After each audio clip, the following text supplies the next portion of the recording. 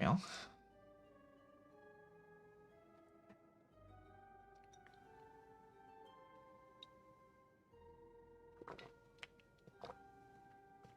I mean, I'm not having internet problems generally, like watching streams and using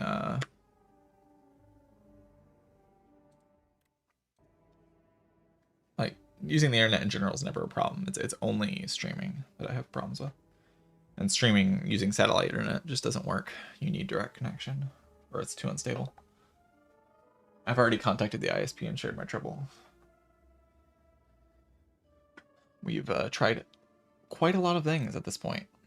I'm really trying to get it fixed, but just not really getting anywhere with it.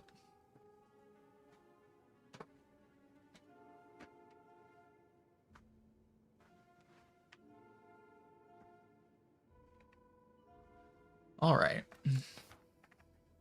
I tried changing something else in the settings on OBS, so maybe that'll help. We'll see how it does.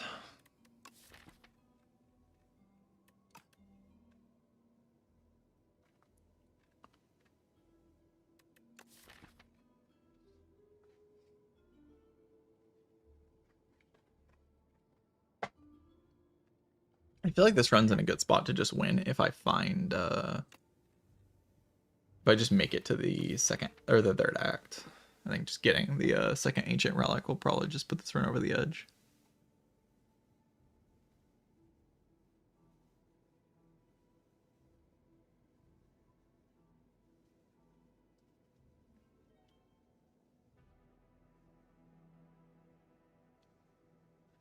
Satellite internet's just not the most stable option. If I could find a way to make fiber connection, I have a fiber internet connection. If I could find a way to make that work, that would be better.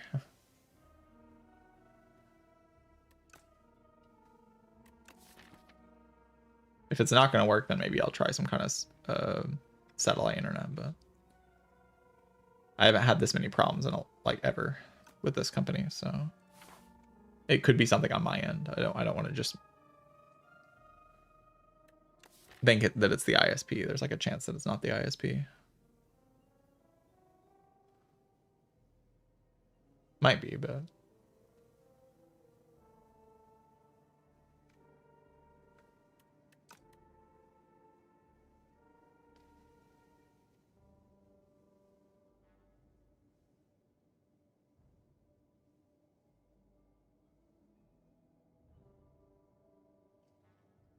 all right. Should I take a hallway fight or an event? Hallway fight gets me like closer to being able to use the book. I feel like the elite's kind of only fightable because I have the fire potion. Fire potion just helps me so much against the that AoE battle. Trying to take an ancient G set. It's fine.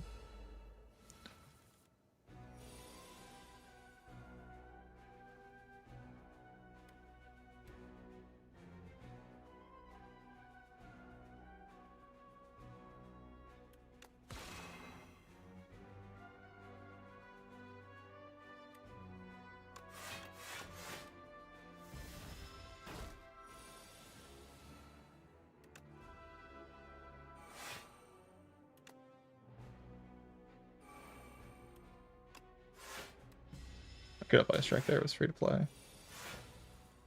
My bad.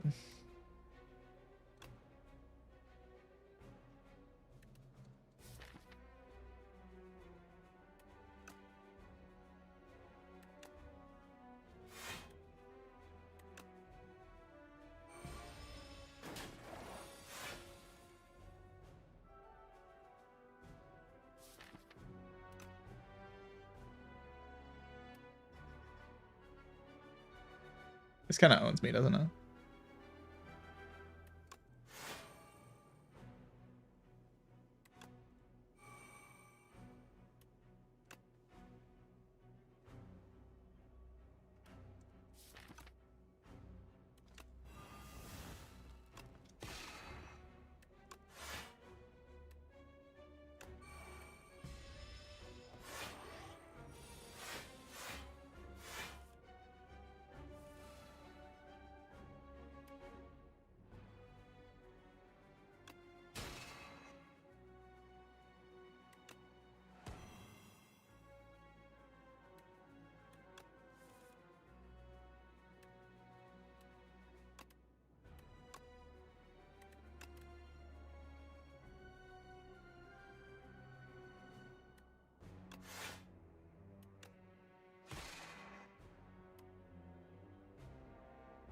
should probably be playing that one.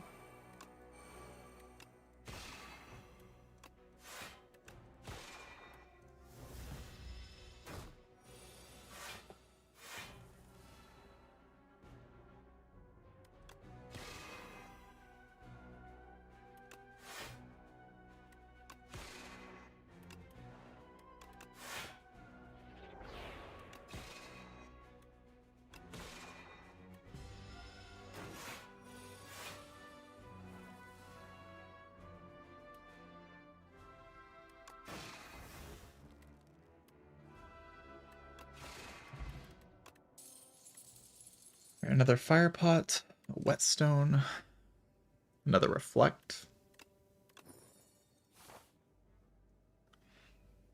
Alright, can I fight another elite? Or should I just dodge?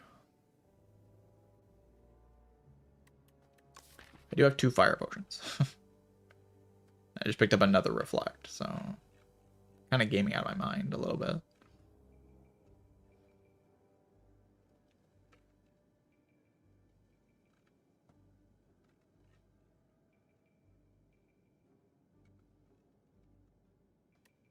I do feel like I can randomly die to an elite, though. It's like either the worm boss of evil. But the fire pot doesn't even like kill the worm boss of evil. Or it's the one guy.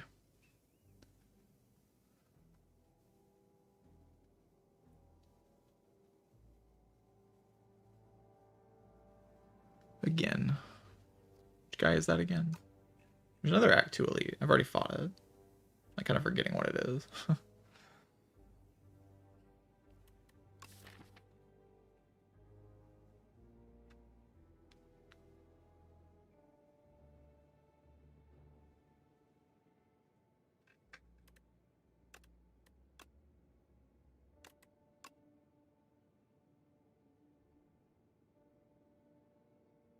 The stone thing, the worms, and then the Geez, why am I having a hard time remembering the third Act 2 elite? I already fought at this Act 2.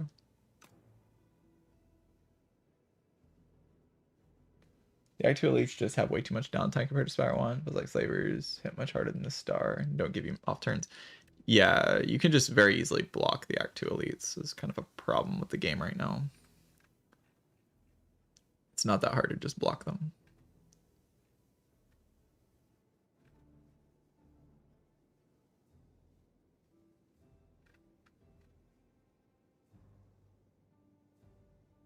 No, I think the reason they made the enemies not as aggressive is because people complained about it being too aggressive in Spiral. Like dying to slavers constantly. Because Act 3 is a lot more aggressive. Like, they all attack you like for 1 billion on turn 1 in Act 3.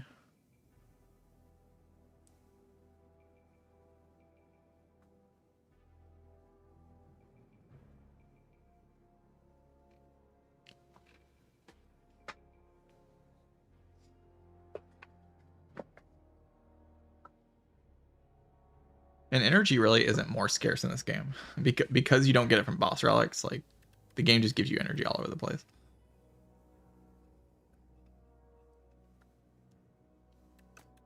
There's so many things that seemingly are because energy is more scarce, but as a consequence, energy becomes less scarce.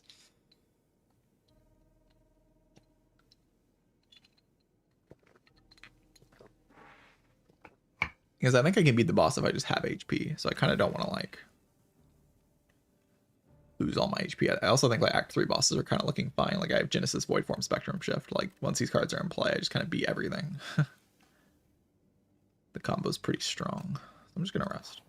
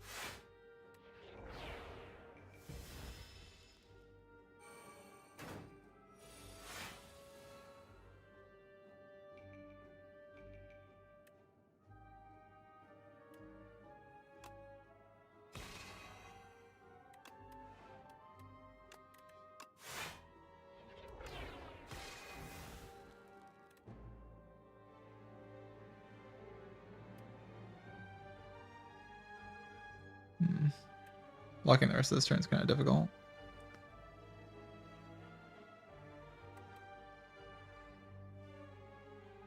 Wait, can I do it that way?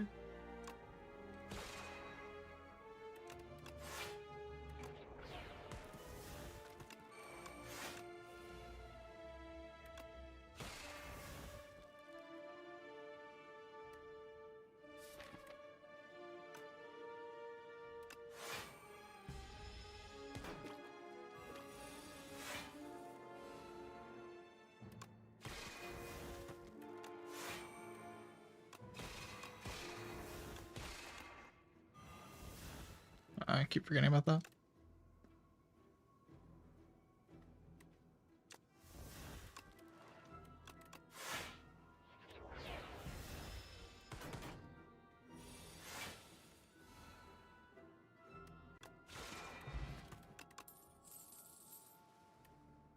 Cosmic Indifference, how do I feel about that? I feel like it's good for putting charge and stuff back on top. Other than that, it's kind of whatever. Putting Glimmer back on top. Putting Reflects back on top. I already just have 2 Reflects, so...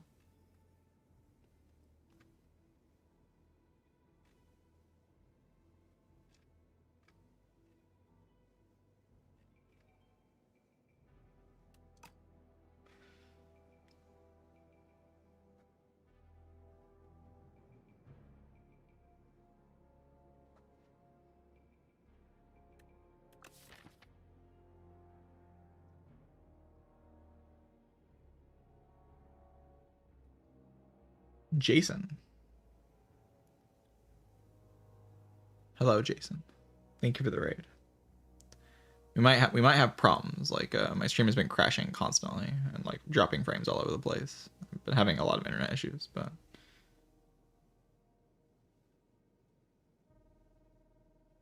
I'm streaming off of Wi-Fi right now. We'll see what happens. There's a decent chance my stream will just crash. But thank you for the raid regardless. Hope you had a good time.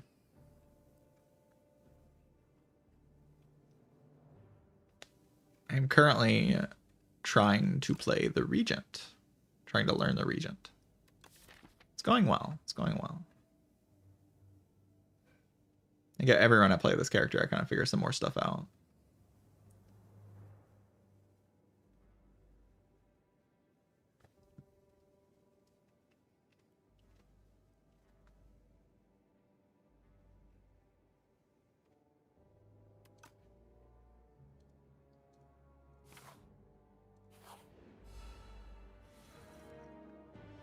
Genesis card. Wow.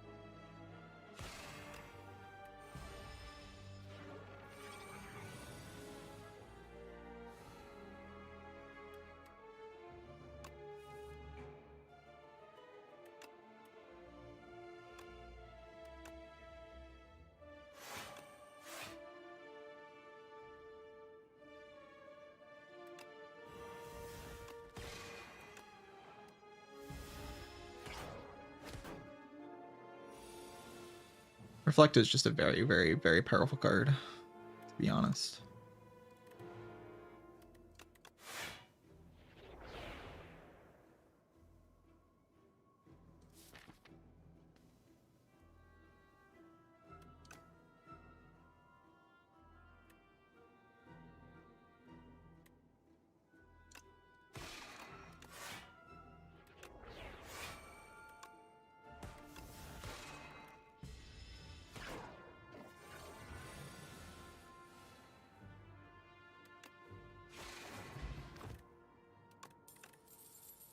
7 stars. Deal 7 damage to all enemies 7 times.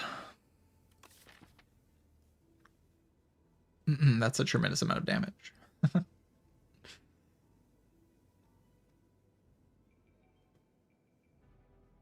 It's pretty good with void form.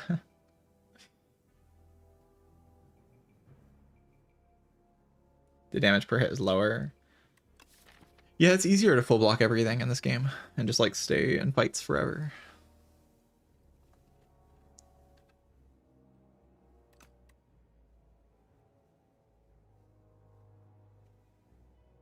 I mean, I kind of want to try the card, but sure. Card says deals 7 damage to all enemies 7 times. Like, probably pretty cool. 1 cost. I feel like that matters that much, actually. This being 1 cost is pretty good. And drawing 4 cards is pretty good. Void form upgrade's not bad.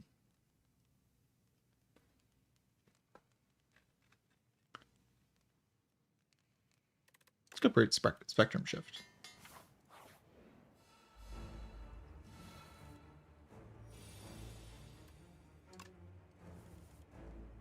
Void form.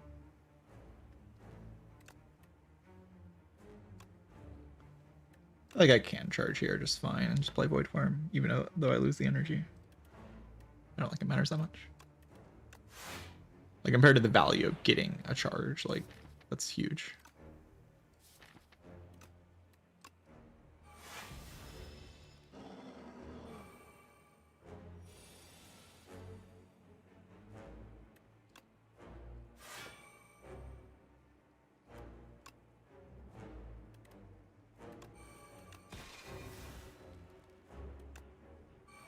You can play Kingly Punch or this. I mean, this just does more damage, but it costs... Wow. Is that even, like, worth keeping in the deck? I don't really think so.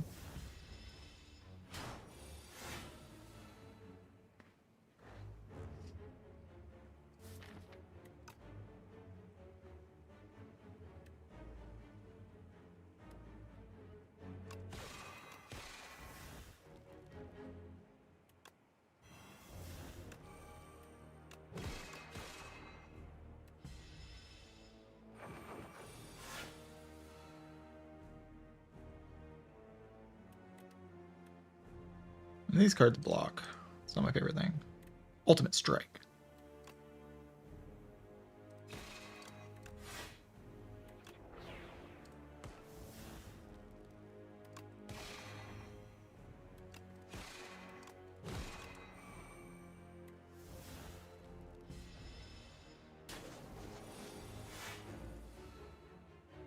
This guy just, like, doesn't kill you.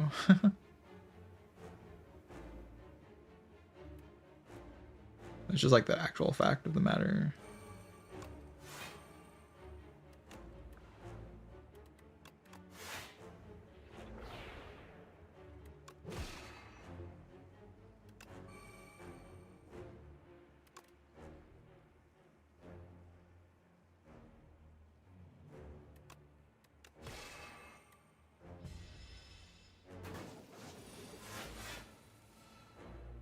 Volley.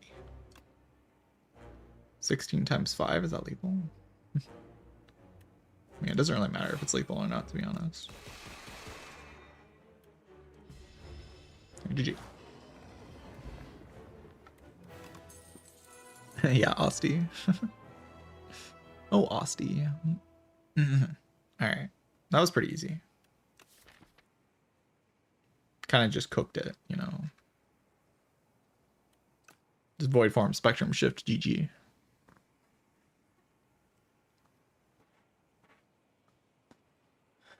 Right, there's Bundle of Joy with the Regalite, which is makes 6 block. One 6 block. There's Guards. I have more card draw. I love Guards. Heirloom Hammer is alright with the spectrum shift in play. You can also dupe my I don't know, like this guards card, like these cards are colorless, so it works with Regalite. It's gotta be alright. Knob? Presumably. Alright, well, that's a mid. I think a mid. Ooh, mid might be okay. Mid might be a decent relic. Might be our right one.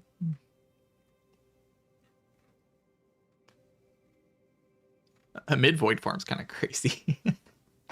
You end your turn, but you don't actually like lose the cards. A mid guards. Yikes. The declog card of the ages. A mid particle wall is also very good. There's Sealed Throne Plus, but I already make like a jillion stars. A mid. It's my first mid.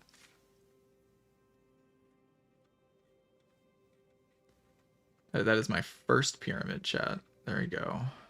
We did it. I'm not sure I should even be fighting elites in this run because, like, why would I do that? I guess because I have a bunch of campfires and, like, if it's always campfire into elite, then I always get ancient tea set and, like, I always have +2 draw on turn 1 with booming conch. I don't know how bad can it be, really. Void form Gorge. I played the Gorge because it's good. And it makes me very powerful. Can do like Gamma Blast. Particle Wall. Defend. Charge. Mid.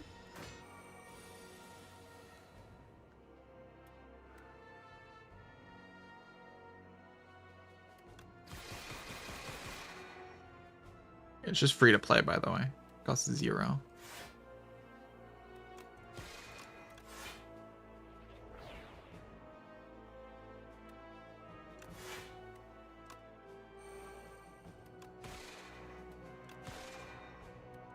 Oh, this is not okay. A mid is not okay. Oh no. I mean, to the surprise of literally no one, a mid is not okay. To the surprise of literally no one, a mid is good.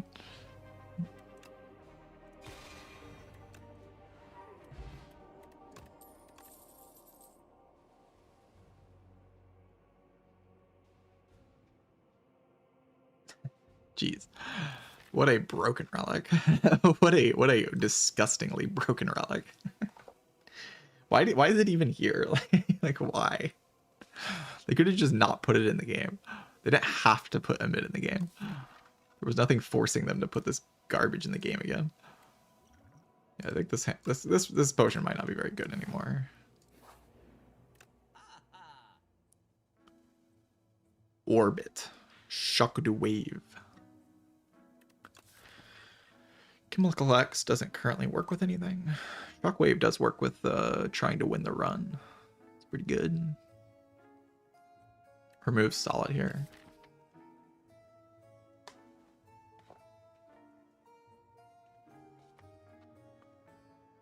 Like void form 7 stars with pyramid, like this always lines up now. I can always void form my 7 stars. Jeez.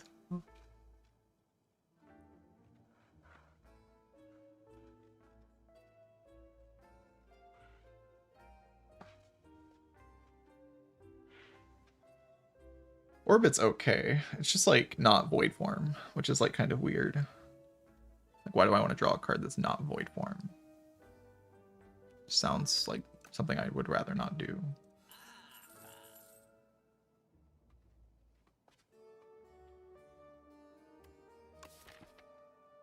If I had more card draw, I mean, I do have pyramid, but like,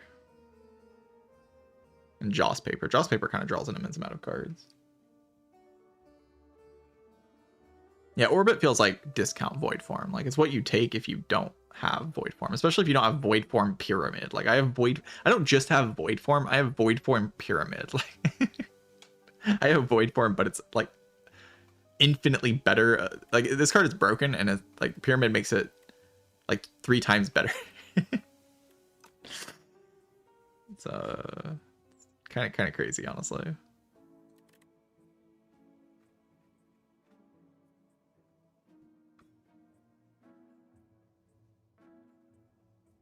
Like, all I want to do in this deck is draw Void Form. I don't care about doing anything else.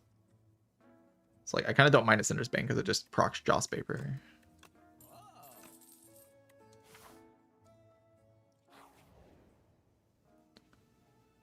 You're not allowed to reject.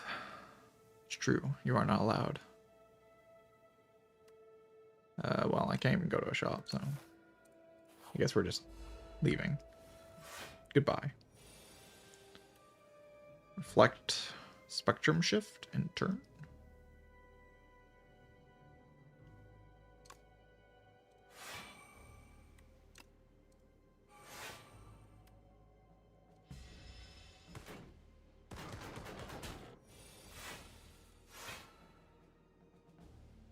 The bomb.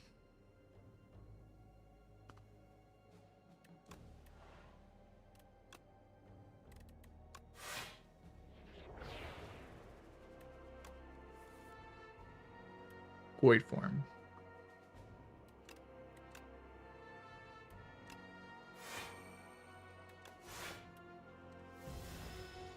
Guess what? I retain it. And then I can just play it.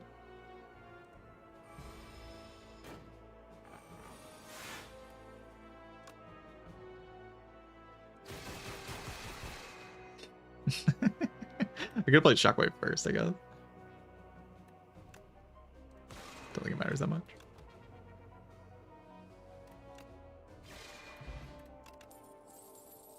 Retaining Void Form is a crime against everyone alive, honestly. Being able to retain that card is like, wow.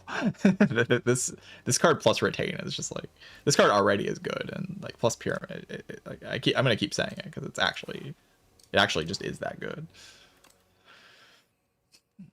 So if all my deck does is play Void Form and then I win the game, why not upgrade Void Form?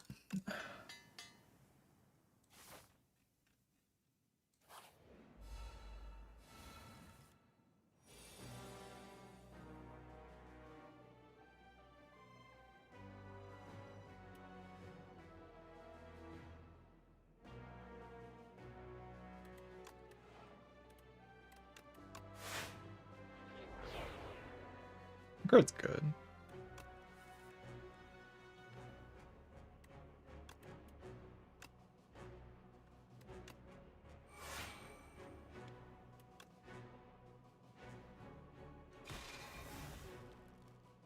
Oh wait, this thing with Void Form is gonna like kind of own me.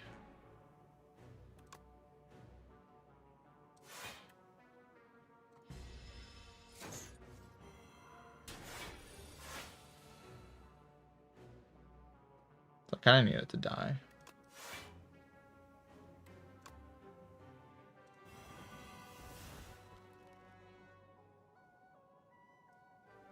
Or maybe it's helping me, I don't know. It's like these cards aren't actually very good that are in my hand right now.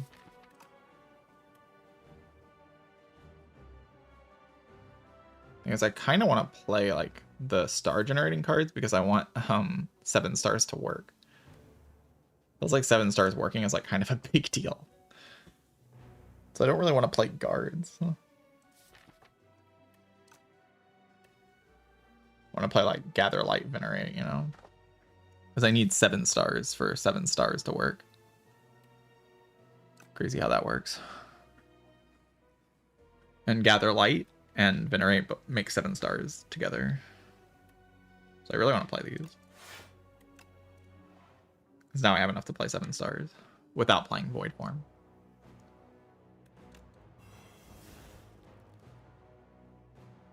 So I can play Defend or I can just not. I think I'll play Defend.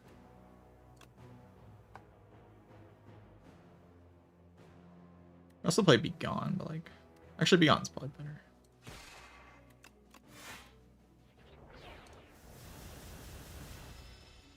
Void Form.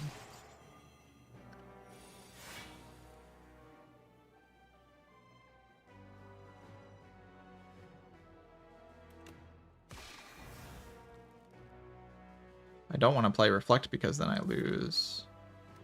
So do we just play Void Form and tough it out? The next turn I just play 7 stars. Does 7 stars kill? With potions it does, yeah. That means I can also just like play Defend though. Like, I don't need to play Void Form. What if I bottom deck 7 stars? Well, then I guess I'll just die. Like, damn. Why'd I have to have that thought? I don't want to think about bottom decking that.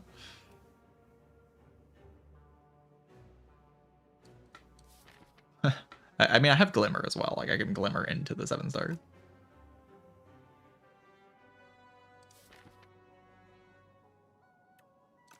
Yeah, if I use my so how much damage does it deal? I use a potion, so I gain 3 strength, right, from this thing. Yeah. So this does 10, 15 times 7. It's like killing everything, right? Everything dies to that. As long as I have 7 stars to actually play the card. So I play Defend, Throwing Hatchet this turn. I want to play Reflect, but like it costs 3 stars. I just kind of drew badly in this fight, but it's okay. I can just rest at the next fire.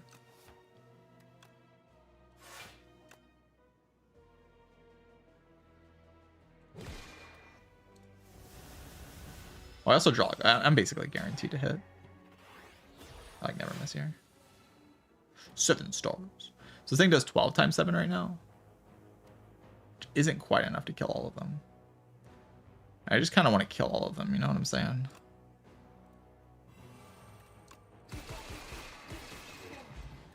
I prefer killing all of them. It's my preference.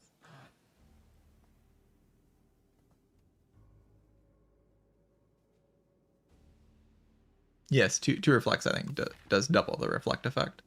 I think.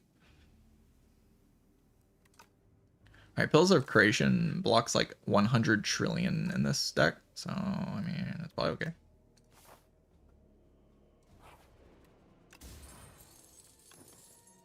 Gorget.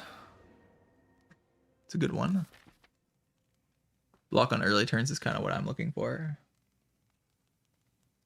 I think Void Form is too good. It's fun good. It is fun good. Like, it's obviously broken as hell, but it is fun. It's very, very strong, though. It's probably the strongest card on the character. One of the strongest cards in the game. It seems very apparent that that's true. With Pyramid, it's definitely the strongest card in the game. This card is utterly ludicrous with Pyramid.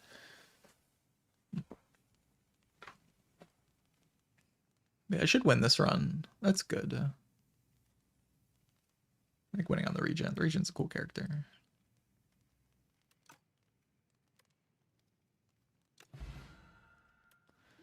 Deck spot seems good.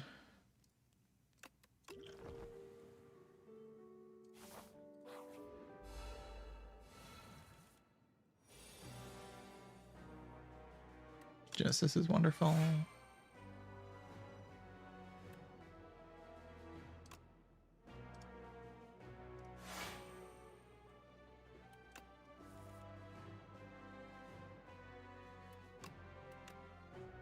I don't mind playing Gather Light here.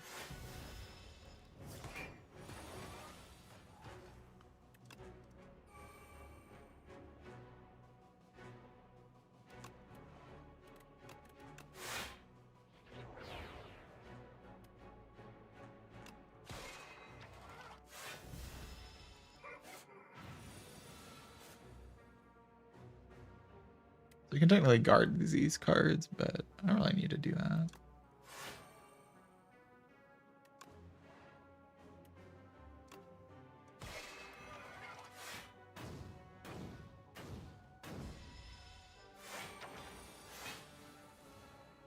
It's not actually attacking me for very much.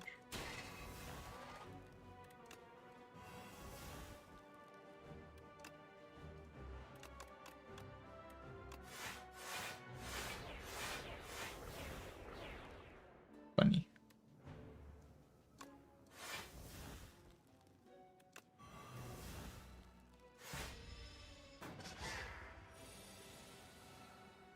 Yes, Runic Pyramid is in the game.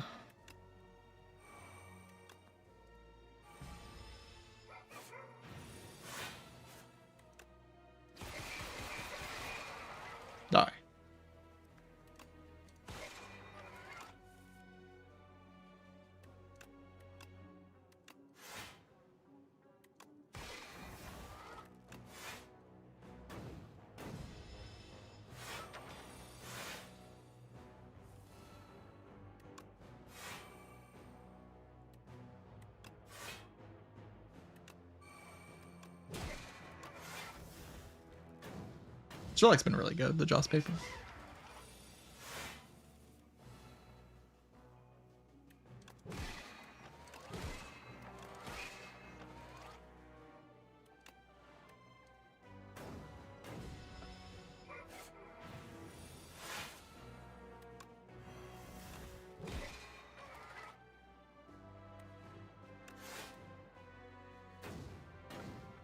This is so strong.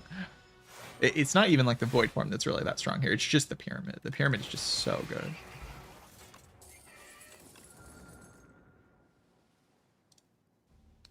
Like, the void form's good, and I'd be like doing good things without the pyramid, but the pyramid is just out of this world broken.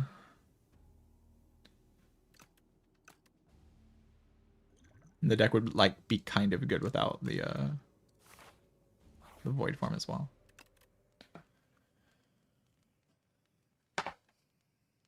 Character is good when you don't have Forge. Forge is just boss scaling. If you have other types of like, or like long fight scaling.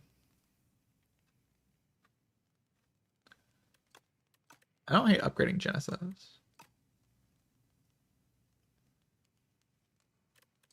It's kind of my main damage card, but like its cost is irrelevant. I'm just void farming it. It's like always what I'm doing with that card.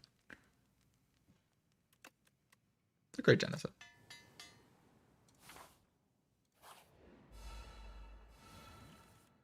Void form.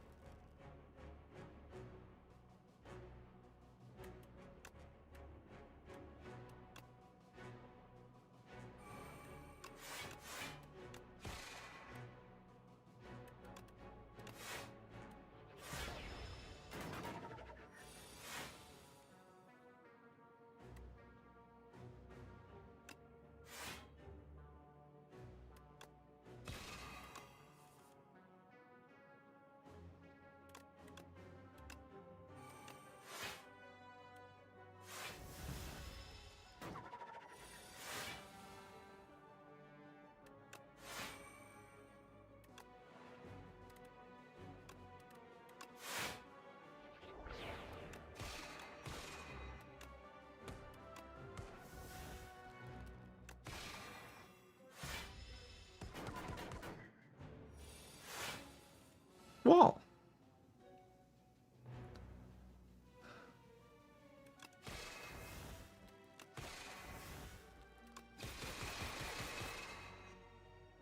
Interesting.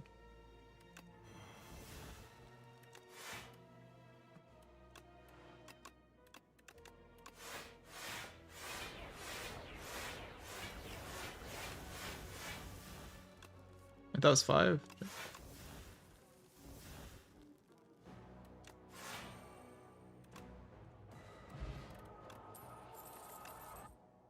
Make it so. Deal 6 damage. Every 3 skills you play in a turn. Wait, every 3 skills you play in a turn, put this into your hand. Okay. It's like a repeatable damage thing. No.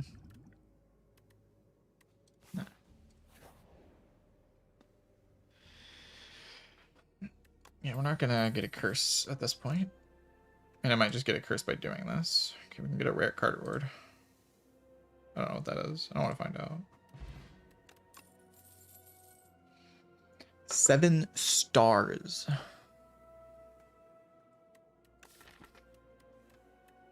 I mean, I only really need 1, right? Why do I need 2 7 stars? Isn't 1 just like already killing everything?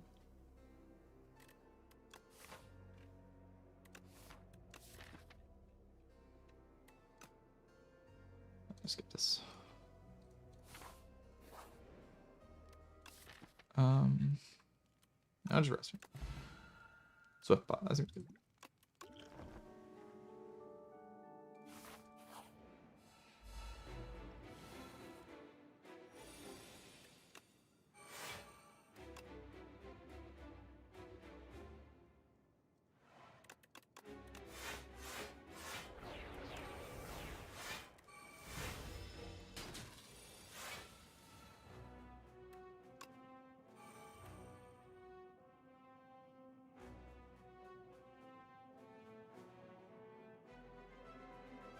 I would kind of like to, you know...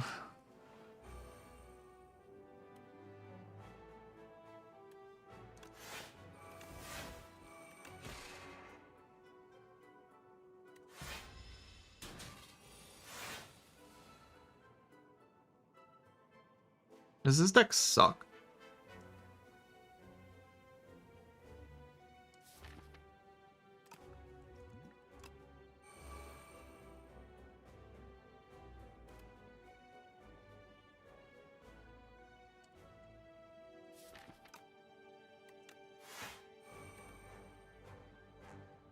So I can make this deal 13 times 7. Does that just kill it?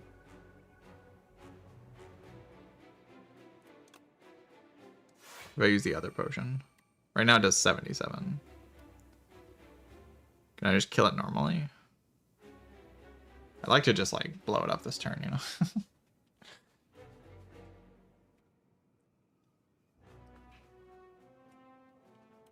think it's 14. I'm 8 damage off, so I could play Glimmer and just like see what's up. Wait, this doesn't work. Okay, it does. No, it doesn't work. You can just play Shockwave.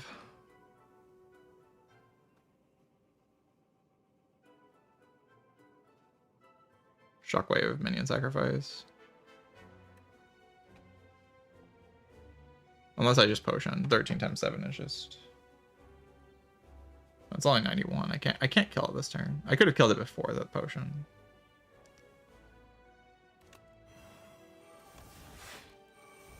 It's not even dealing that much damage.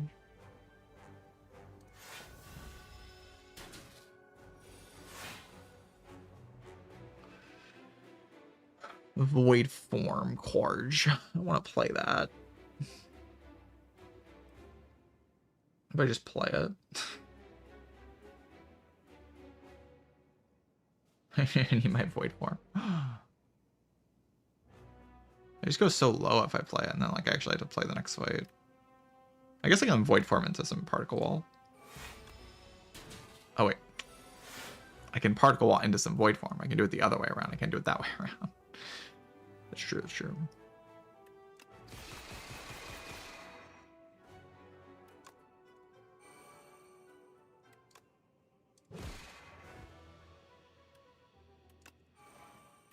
It's fine, it's fine, it's fine. Everything's fine. Yeah, Blast just applies 2 weak and 2 vuln.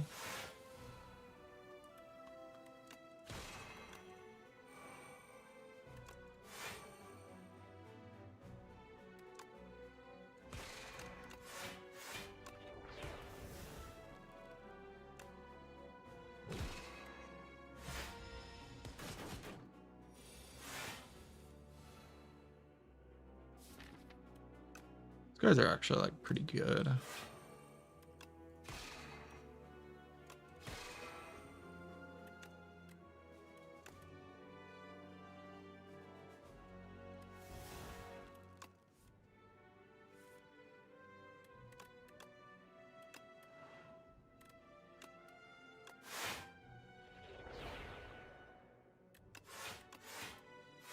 I went to 0 energy with it. I can get back though.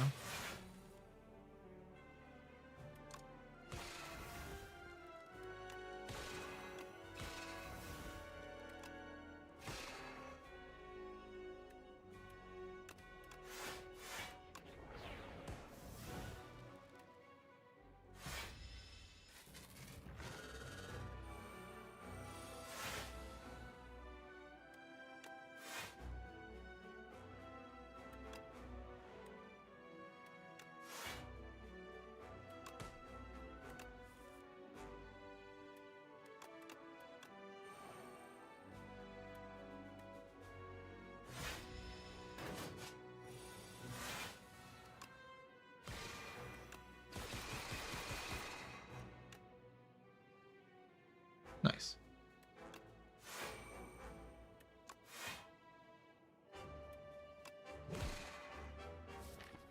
So I will just play those 2 cards.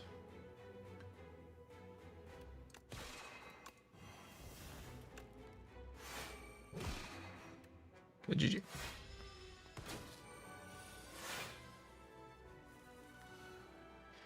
GG to the guy.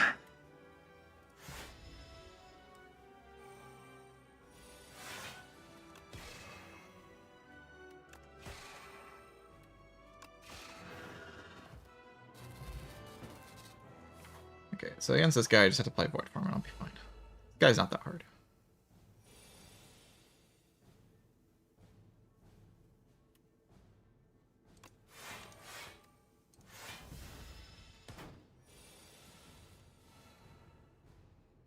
I hope.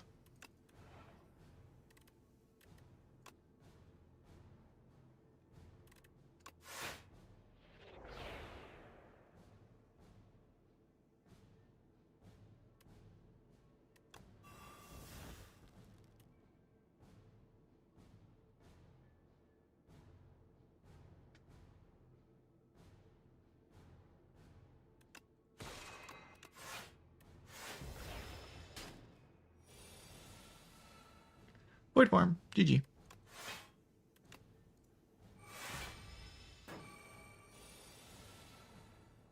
We did it. We won the run. I don't know why the music is like stopped. It does that sometimes in this game. Weird.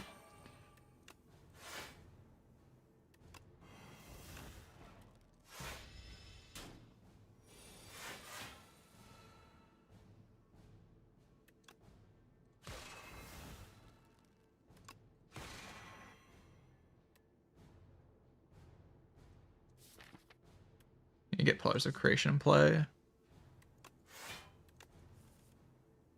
we go.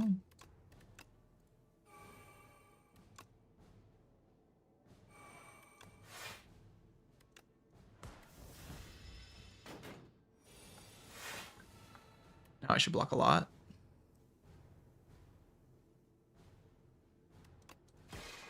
Got so quiet. There we go.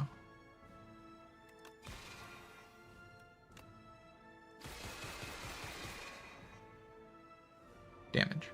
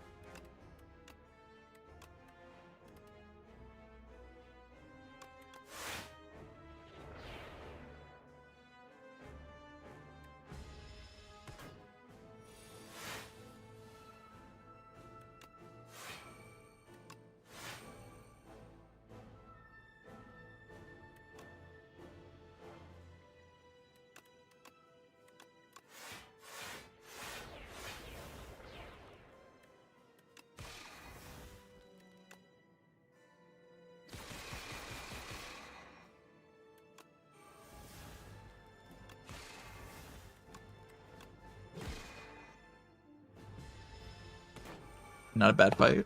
Or not a bad turn there. Random card in your draw pile gets replay 2. Fascinating.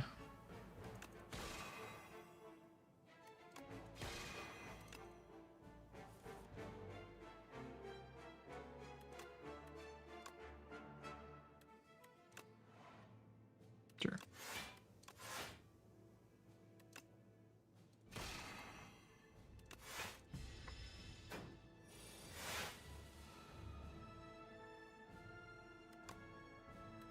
Maybe I just want 7 stars this thing. We're getting to the point where we can start spamming 7 stars.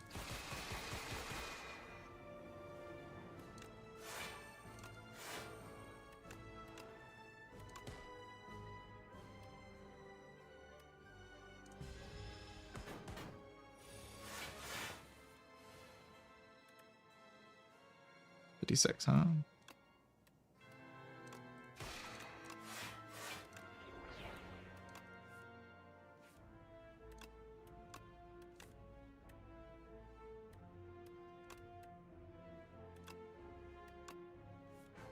What's happening?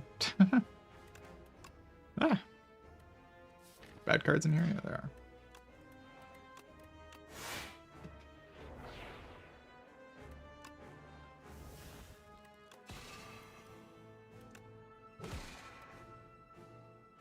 All right, GG.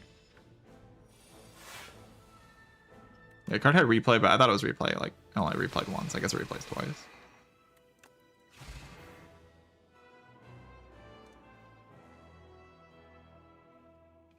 It does say replay 2, but I didn't know that meant to replay twice. I guess that does make sense.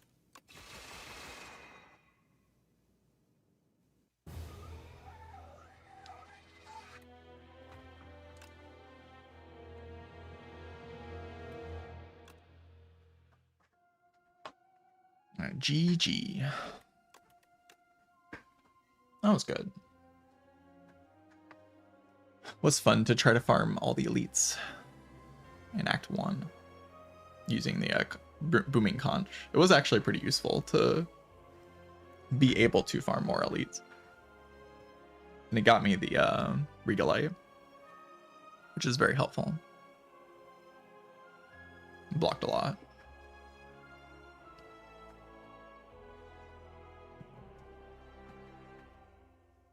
And yeah, as soon as I exited Act 1, I got Void form. Actually, when did I get? I got Void form here, right? I got Genesis into Void form. Which almost felt weird about the Void form because I already had Genesis, but turns out just having both of them was pretty good. The more the better.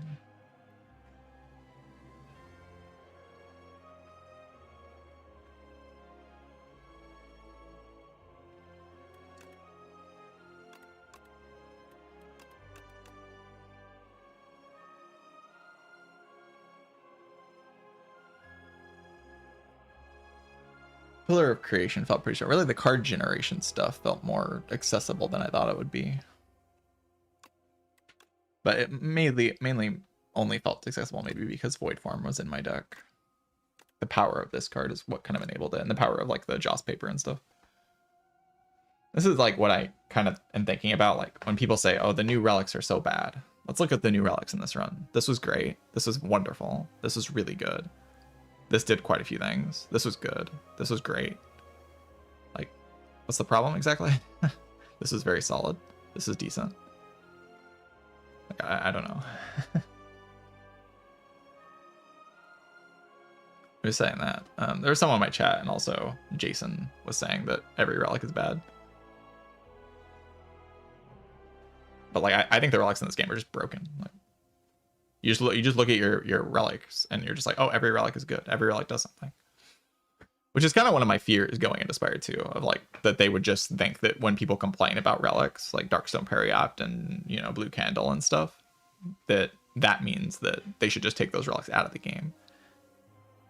But like, you kind of have to have bad relics, otherwise there are no bad runs, and every run is just good. And that's kind of what I'm feeling like in this game, is like every run is just good. There are just no bad runs. You just see the good things every time because there's only good things.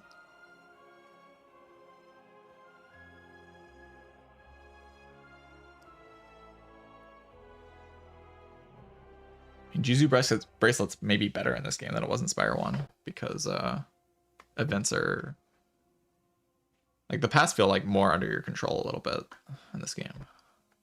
Like, you're able to more path exactly how you want to path in every act. If you want 4 elites, there's a path for you. If you want like a bunch of events, there's a path for you. Like, you're never like forced into garbage.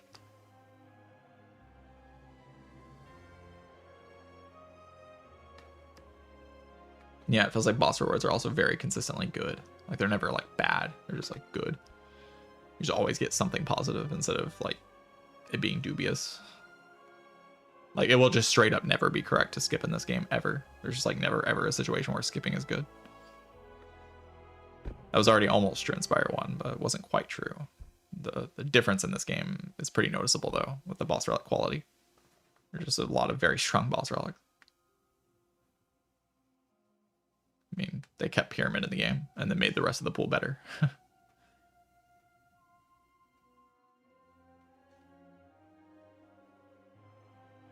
There's a lot of random buffs in this game too. Is there even a skip button? Not that it really matters, but I don't know. There's a lot of random buffs in this game that don't really make a whole lot of sense to me. Like why does dramatic entrance say 11 on it, like default? Go to 15. Like why does it do that?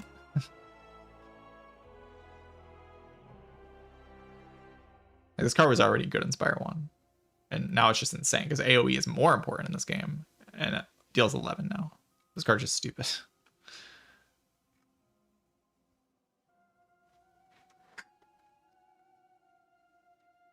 Every character gets Shockwave, and that card's broken in this game because debuffs are broken in this game. I thought the Gambit was bad because I thought it exhausted. Now I think it's just bad, but not on Ironclad. Ironclad can like kind of abuse this thing.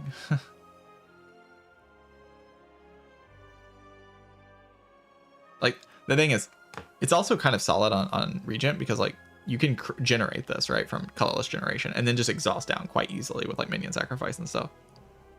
And then every turn you just play the Gambit. Does any enemy in this game deal 50 damage? Upgrades to 75 damage. Like, does any enemy ever in a million years do that much damage? Like, no. So if you just play this card every single turn, you just full block everything forever. This is just like a scaling solution. Because nothing actually does that much damage.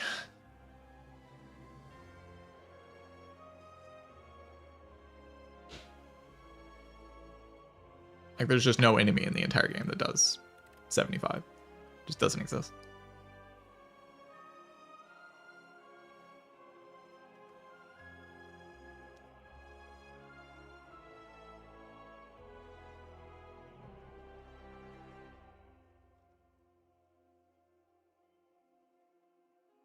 Going on Cloud with Barricade, yeah, it's very good with Barricade. You sort of play Barricade, you play that card, you win the game. You just win. And there's a lot of stuff like that. There's a lot of like things in this game where like they made 3-cost powers easier to play, but then like the 3-cost powers still just win you the fight. So you're creating this problem where like if I get Echo Form, then I just kind of win the game. Like it's not like my run gets easier. I just win the whole run. Like the run is over. I just win because I just play this card and I win. I play this card next turn, I just win the game, and the game doesn't ever punish you for doing that. Void Form also same thing. You just play this, you win the game. So like you just take these cards as soon as you see them. Like you never like I got offered Void Form versus Big Bang, and Big Bang is an excellent card. Look at this. Like draw 1 card, gain energy, gain star, forge 5. Like that's great. This Inspire 1 would be like a close decision that would depend on your deck. But I think in this game, you just click Void Form every single time, no matter what. You just like never, ever, ever don't click this. Which is a little bit concerning to me. All right, anyway, I'll be back in a few minutes. I'm going to take a break, and then maybe we'll play some Necrobinder. BRB.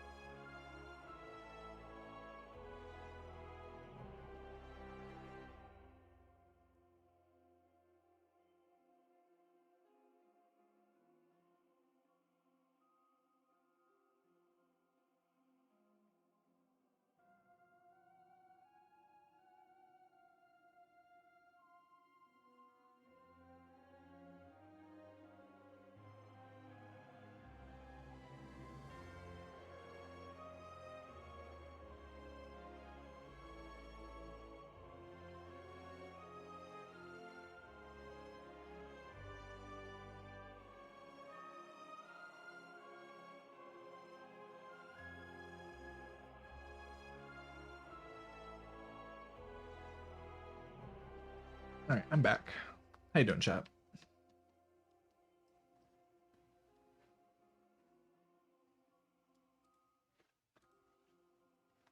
I'm heating up some food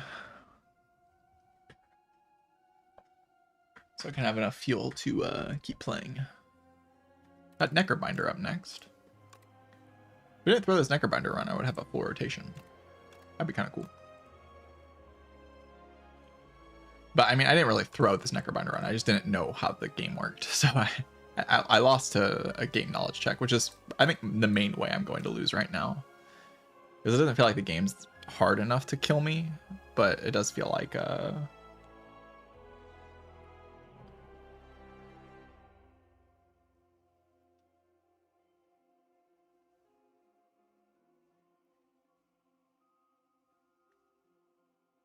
it does feel like the sometimes I just don't know something that's going to happen.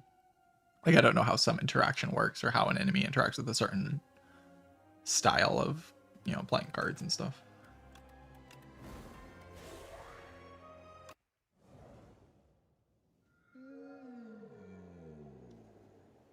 All right.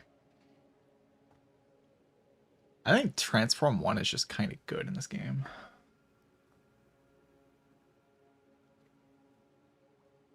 Like the transform options, I think, are just kind of solid. I think there are too many good combos just because it's Ascension 10. I think A10 is their idea of a final difficulty in this game. I'm not sure that. I mean, the game is not finished being balanced, but I do think A10 is where they want the difficulty to be, because they've said they don't want it to go all the way to 20. So A10 feels natural. Also, it ends at double boss, which is what Ascension 20 ended at. That doesn't mean they can't change some of the Ascensions or even add Ascensions if they want to, but I think their intention is to leave it at A10 right now. The main gap in balance in the game is the fact that there's no final boss.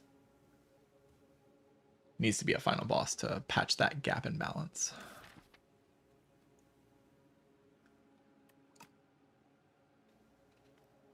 I don't hate Lost Coffer as well. Lost Coffer is alright.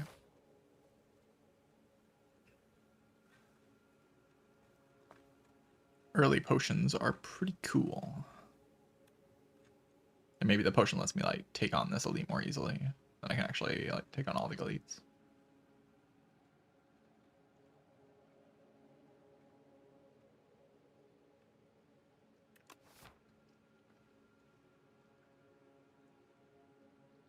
Card word also not terrible.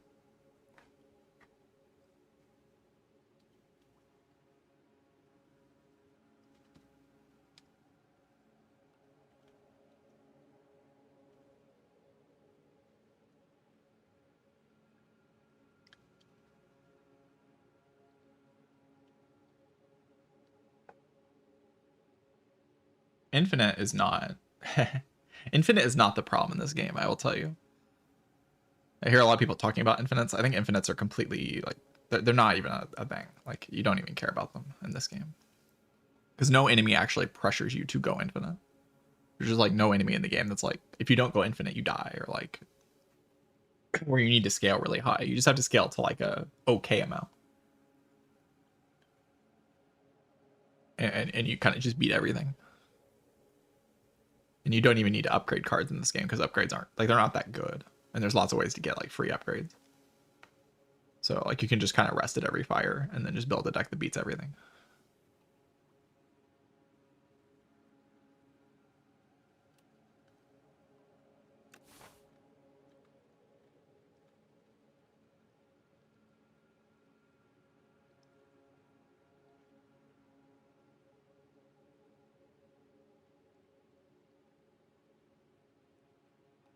Enemy in SCS1 forces you to go infinite. No enemy forces you to go infinite. My point is like enemies push you to scaling very like having high amounts of scaling.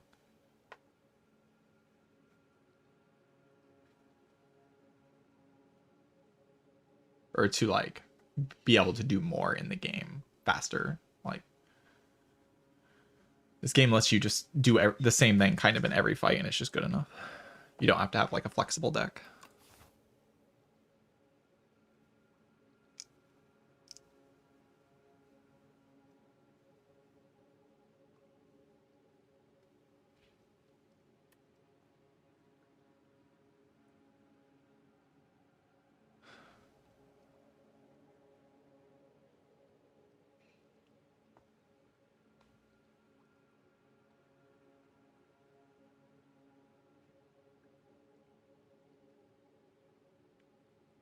Not sure which of these I prefer.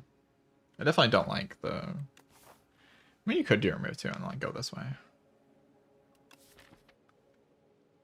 It just doesn't feel that strong to me.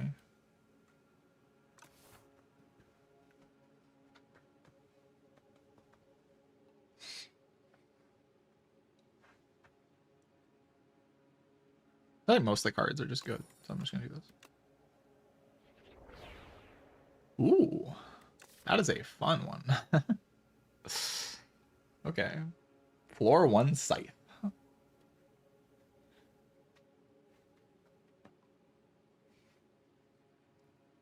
Floor 1 Scythe Giga. Bwam. Deal 1000 damage.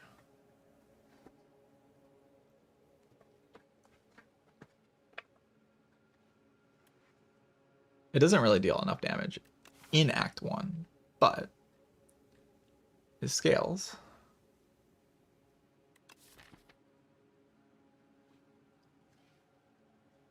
It does scale. Like with it, after 3 fights, it's already 20 damage for 2. Which, to be fair, doesn't actually do anything. Here doesn't deal with like the biggest problems that you can have in Act 1.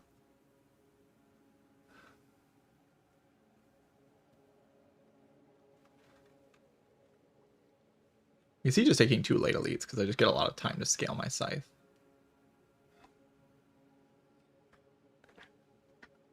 There's an elite fight that scares you. I mean, the bird be kind of punching. The the AoE thing be kind of punching if you don't get AoE. This isn't AoE.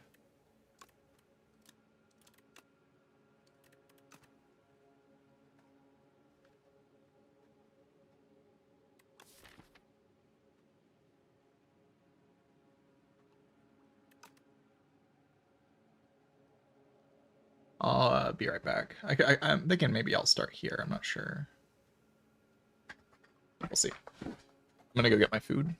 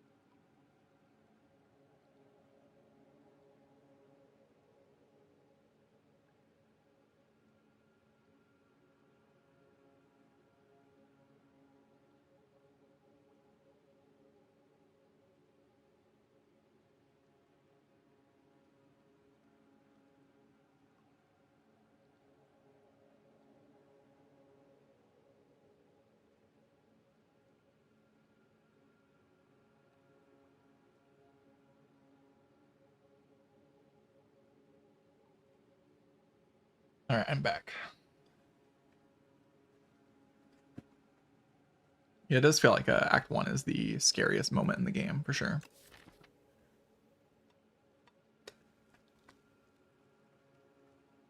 I feel like transforms are really strong in this game because the rare pools are so big that you're actually more likely to get a rare than anything else.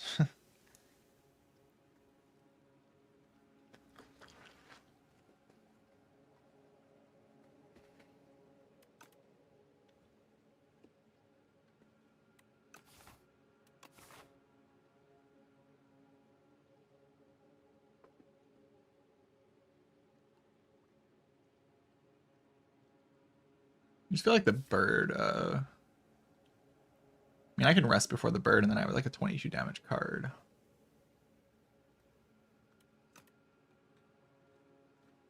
Then I'm forced into another elite with no rest site.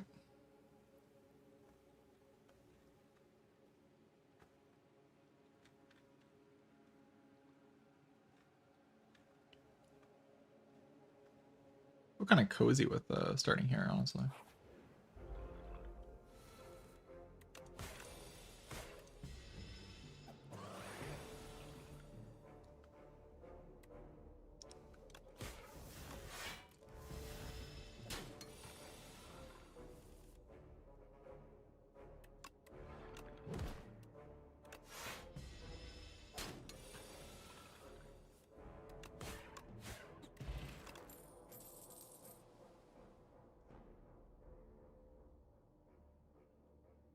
That's just like a nice little cantrip. It plays into some synergies. Grave Warden's just like a solid block card. Don't hate it. Been kind of a fan of Fear. Fear Scythe is like pretty good. Fear. It just kind of says kill something. I like killing things.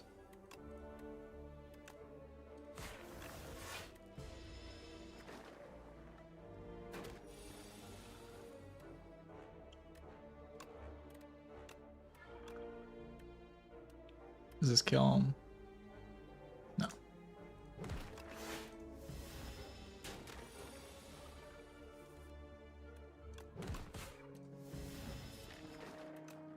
So if I draw Bodyguard, defend. We'll block.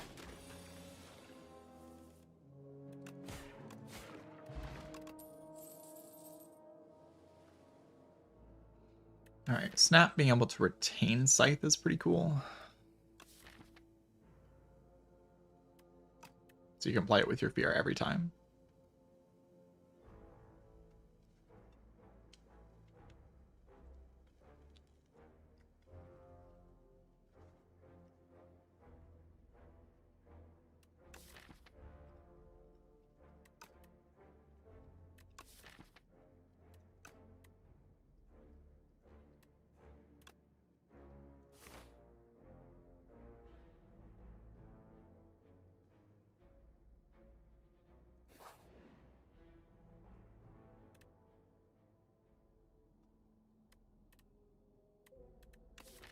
You know, I like removing. Like I kind of just want a potion though. Kind of wonder about just going this way. Getting the extra elite.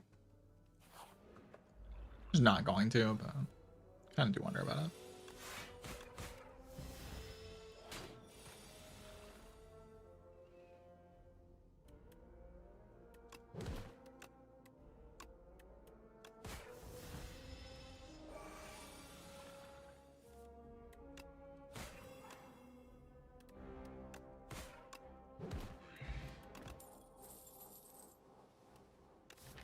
Alright, Flatten is alright with like Snap, but not great. Kind of want to upgrade Fear.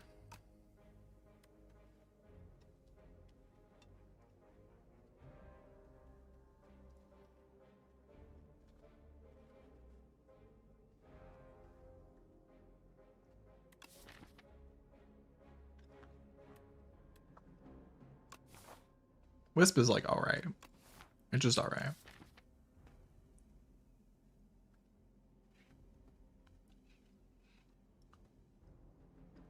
More energy to play the Scythe is like, I mean, it's something. Make sure I can just like add some card draw aggressively.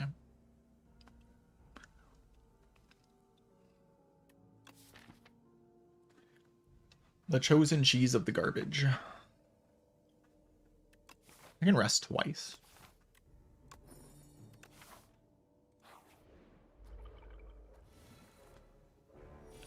Rest twice, clueless.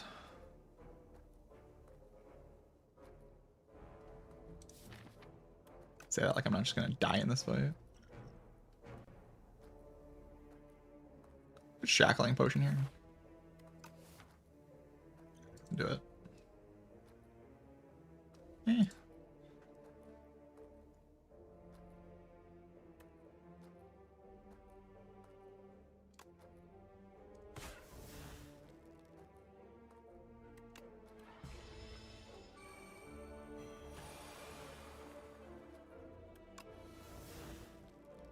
Ow.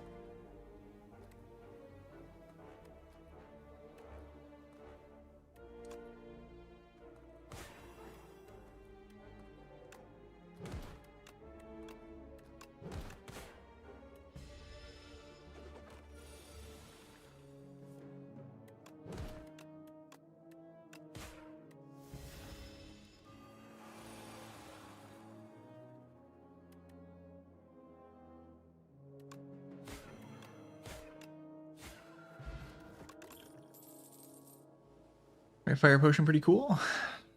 Afterlife I think is a fine block card. It's kind of 1 block 6 exhaust. I mean, it's so much worse than Defy. It's crazy how much worse it is than Defy, but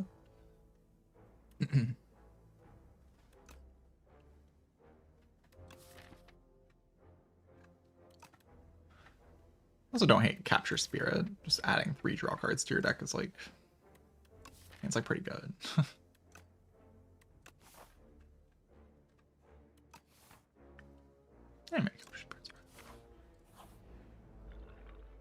We're gonna capture this guy's spirit, just like the art says.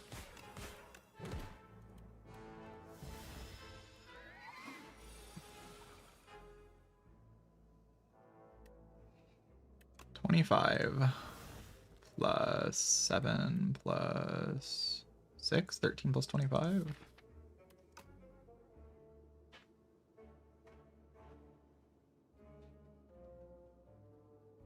And then I retain a strike, so next turn I deal 6.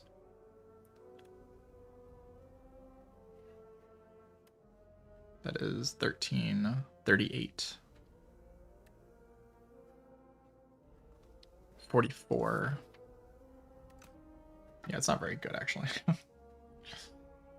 I can't play strike here next turn to kill it, though. I can also just play strike there this turn.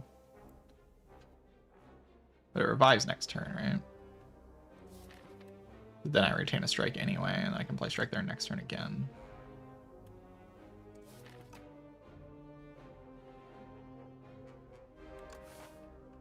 I'm just resting twice, right?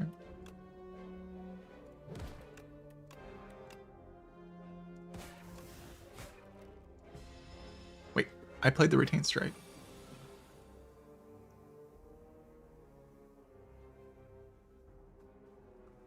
Huh, that was bad.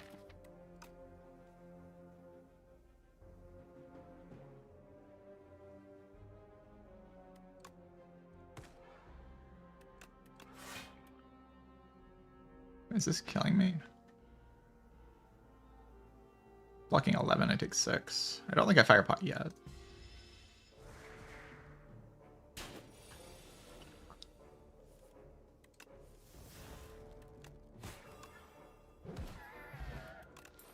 I think it's just like kind of too good of a potion.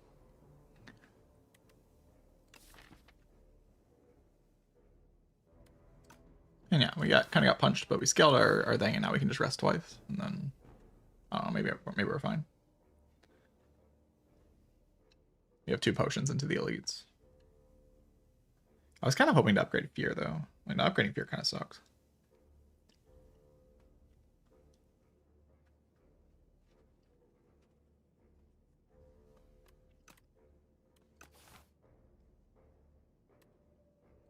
Only negative pulse. 7 Doom Tall enemies is like kind of good.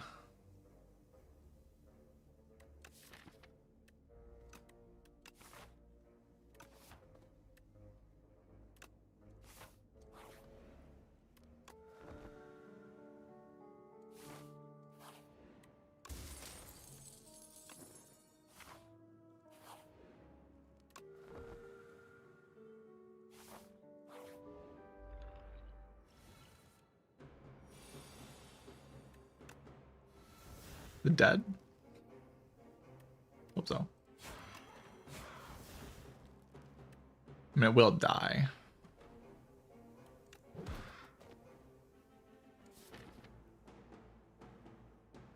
just have to fire potion it.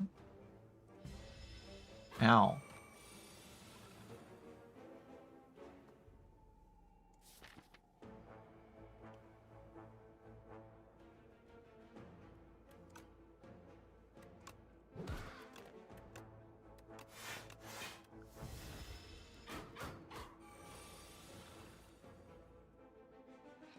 I am 1 damage off. Because I bottom decked my thing.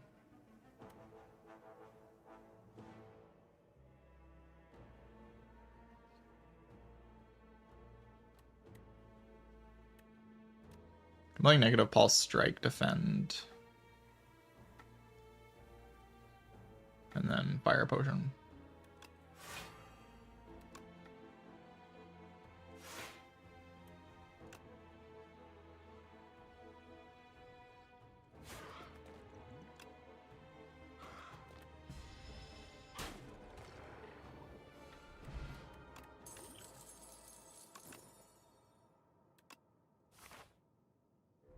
Re-enter a question mark room, heal 4 HP. It's a decent amount of healing, and I just got a Demense thingy. That's a pretty good card. I do have 2 defensive potions. It's pretty good against the next 2 elites, potentially.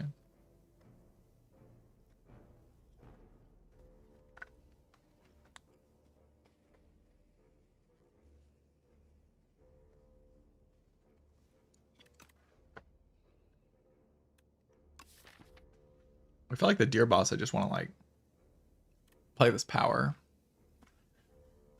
have HP, because Scythe is like my only damage, so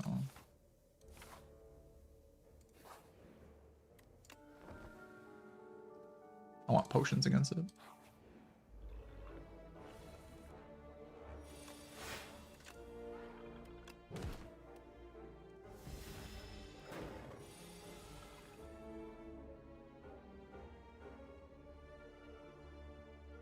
So you can block pot this and do fear.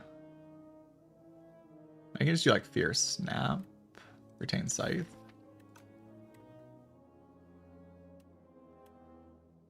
This will deal plus 15, so 46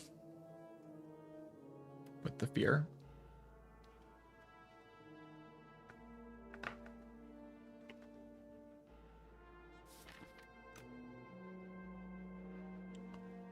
I can just capture spirit, snap the scythe, and then play defend.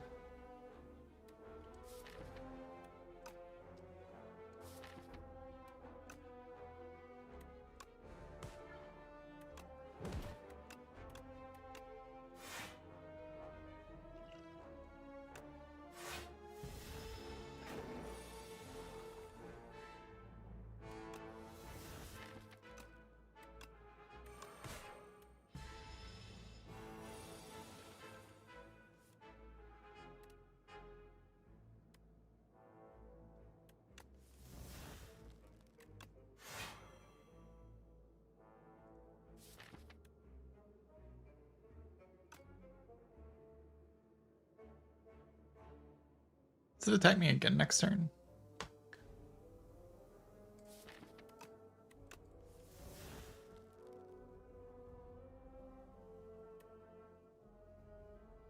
I'm not really confident in what it does next turn. Find out. Yeah, it does, but not for very much.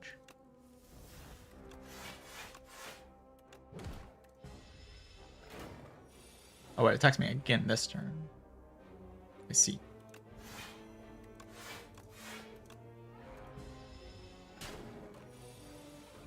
And this turn. It just never stops attacking.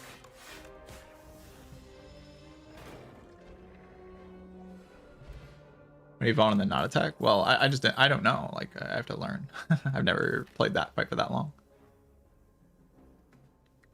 I assume, like, I kind of figured it would attack, but...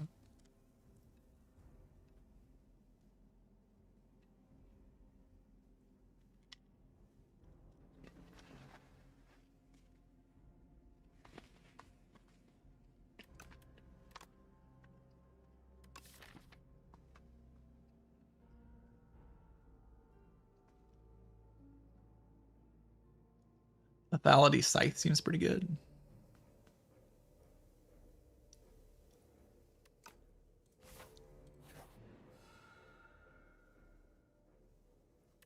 I really don't care that much about the Sword of Stone on this character, but let's do it anyway. I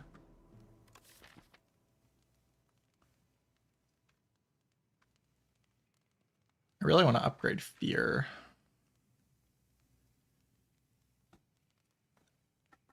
I just like want to upgrade. The way I beat this boss is like just playing Demense and just saying that like that's enough scaling to beat the boss basically. I just like spam negative pulse.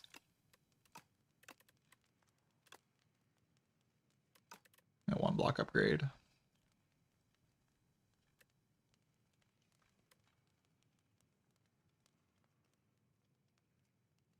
Drawing these two on the same turn could be kind of awkward. Then I lose Fear. Sword of Stone. If you fight 5 elites, you get 3 strength for the rest of the run.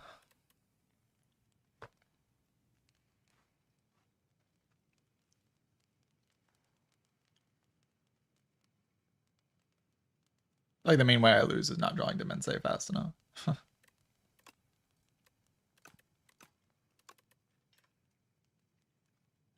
Also, if I can only play 1 card per turn, how do I win? Like I have the extra draw on energy, but like this guy kind of counters me by making me only play 1 card per turn. I can play my cards. Thought I was gonna lose the Fear there for a second. I mean, I could play Capture Spirit instead and just lose Fear. Capture Spirit's like kind of good.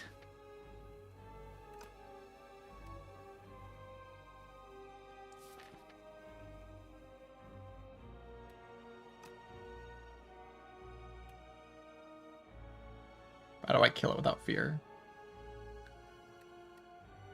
I have to figure something out.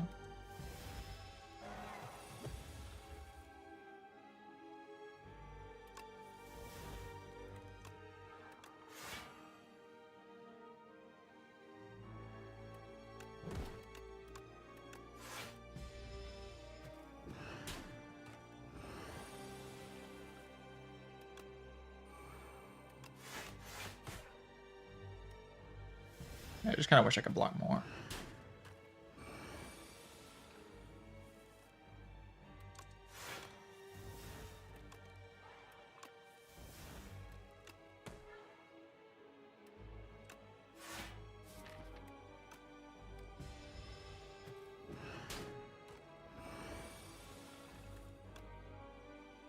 At some point I have to just play this. Like, how do I win? Like, seriously, how do I win the fight? I don't have some kind of inevitability to the deck, like...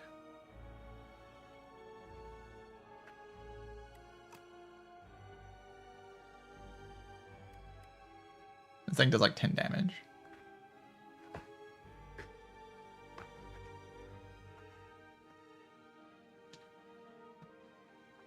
Feels like I need HP, but I just don't have efficient block cards. I definitely have to commit this at some point. I just have to do that damage.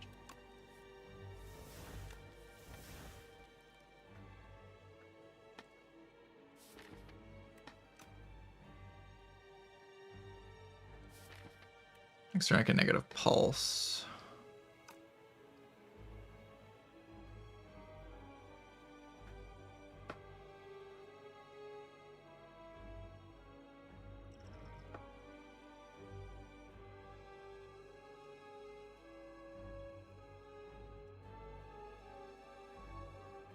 Crazy because I have so much energy and so much damage, but like I can't do anything with it.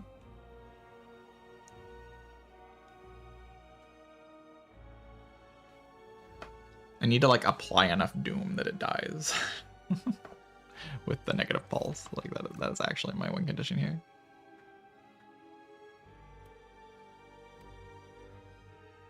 It'd be nice if I could scale velocity as well. Like that'd be great.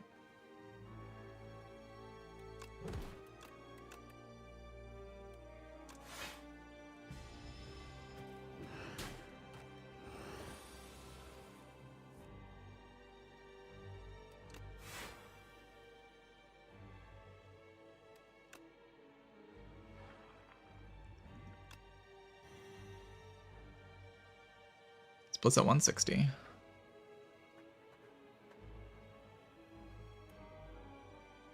think does 18.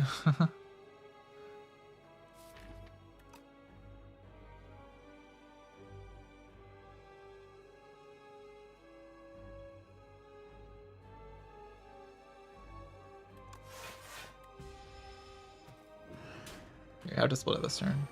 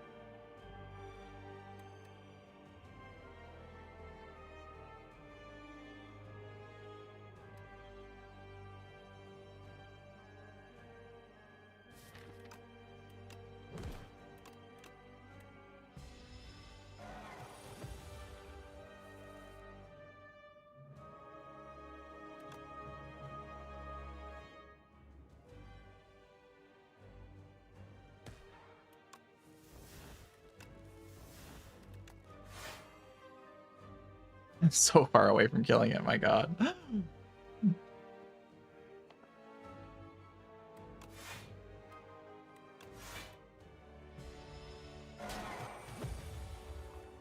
I just die next turn, right? There's like nothing I can do. I have a 7-8. I can try to play that twice this turn, I guess.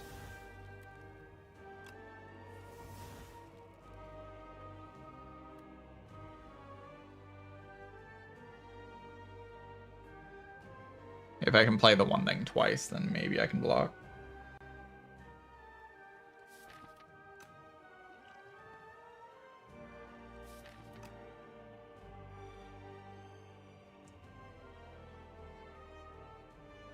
The bodyguard. It just still has 120 HP, man. That's so much HP.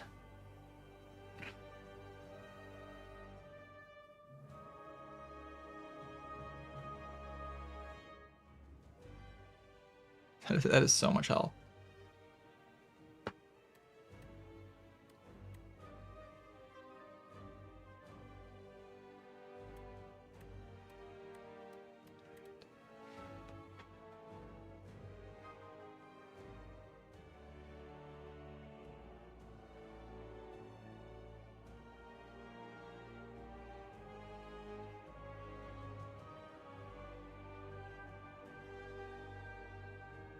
Yeah, I just like needed more scaling somehow. Not sure like where I would have got it from, to be honest.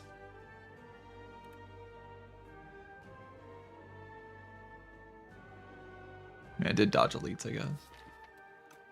If I have 11, 12, then I play a block card. So I need to play negative pulse this turn as well. And then like an attack, like snap.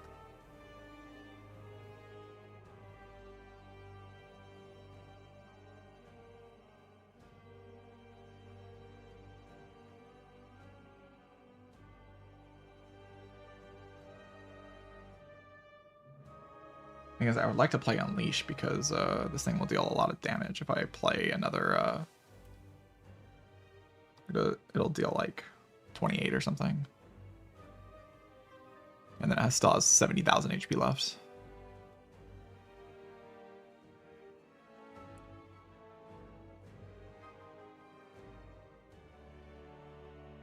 The problem is I do have to play cards, right? Because like if I just gamble them, I still can't play souls.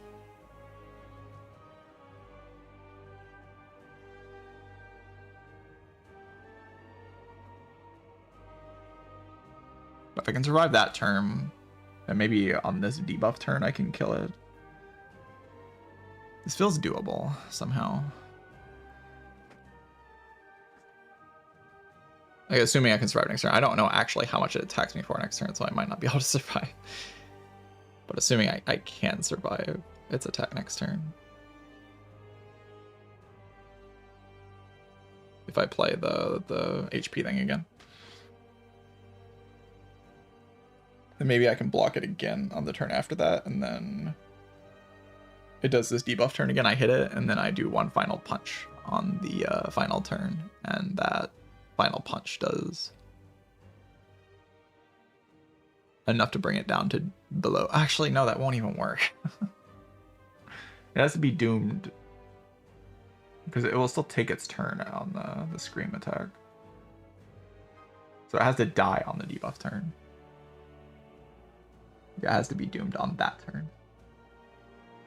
How much damage do I have to deal? 28 minus 35.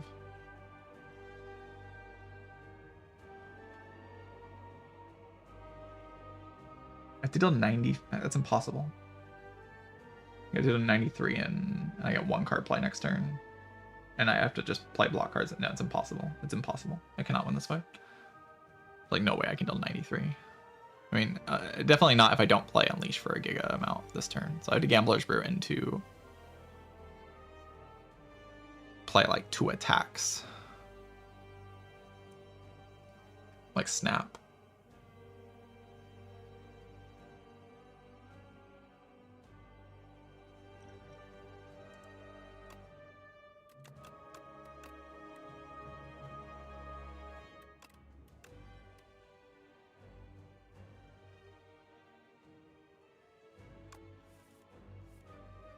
Bodyguard.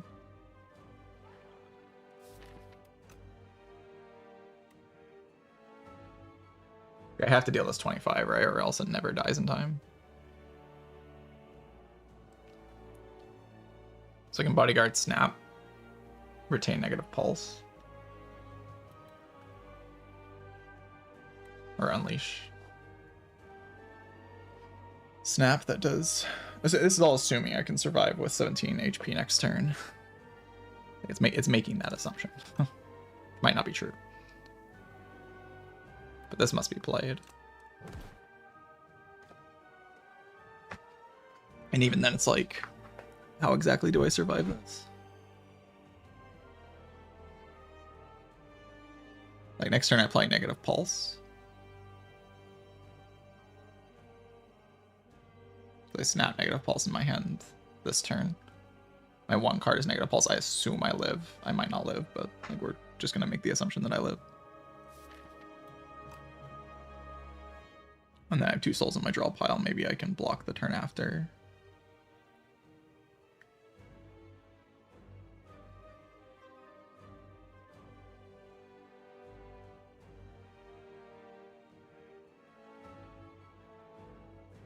And then it has 40 Doom.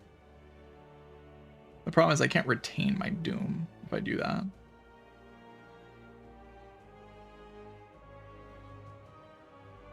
Or I can't like play an... I mean, I guess I can play another Doom card on the turn after, and then on the...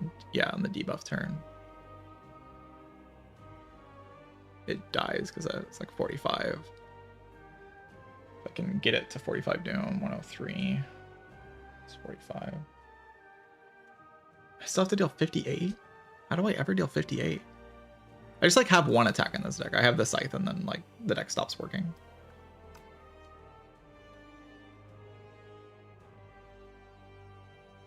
No, it's always better to play Snap over rather than negative pulse because this does 7. This does 7 as well. I have to deal 56 actually. Does more damage than I thought. It kind of feels like I have to play Bodyguard next turn as well. Like, or no, that never makes sense. I mean, I don't even know if I'm alive here. Like, find out if I'm just dead. Might just be dead.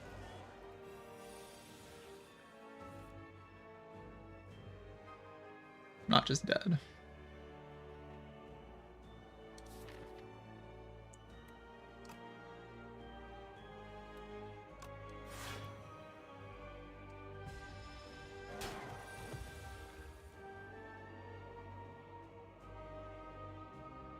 I've just been every energy blocking this turn. Like all of my energy. Means I need to play negative pulse this turn as well, right? Otherwise there's just nothing. I don't like there's anything anyway, but like maybe there is some cope. I don't know. You definitely need to play negative pulse.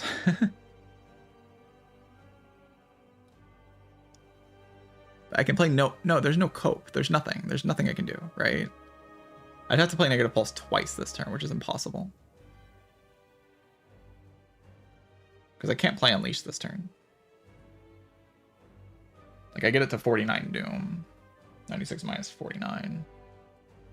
I still have to deal 47 damage. Like how? I mean, it's impossible, right? Like there's just no way I can deal 47 damage. Does the debuff next turn and the turn after? I can kill it the turn after for sure. Even with one card play, I can kill it. But the Doom goes after the attack. So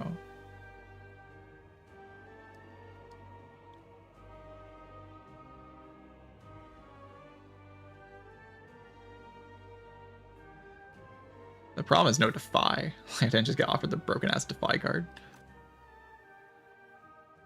I have Defy. This fight's like I might get full HP right now.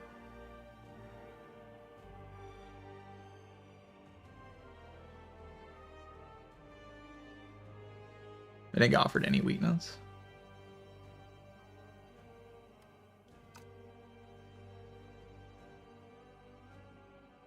But I am correct, right? 6.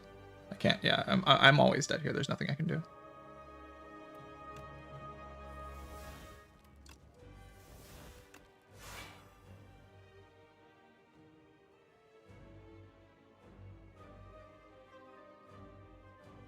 Because I have to commit all my block cards here.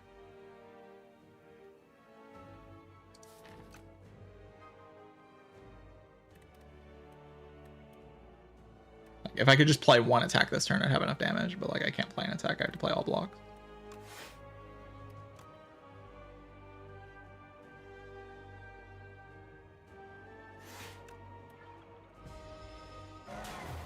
Oh wait, it doesn't even work with all blocks.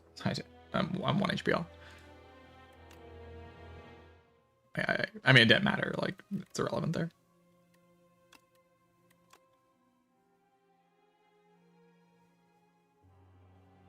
Yeah, I don't know what I could have taken to prevent that, to be honest.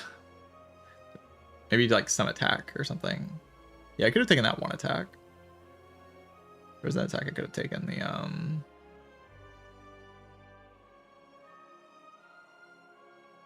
where is it? Can't find it. Yeah, the flatten. Like if I take the flatten over the wisp, then I might have enough damage at that point. I also just like kind of needed to keep the I mean, I needed upgrades is what I needed. Like the fact that I went to all these fires and I had to rest at every single one of them. That was the problem. Like I took one elite and I had to rest at every single fire. Because these elites or these enemies did like 5,000 damage to me.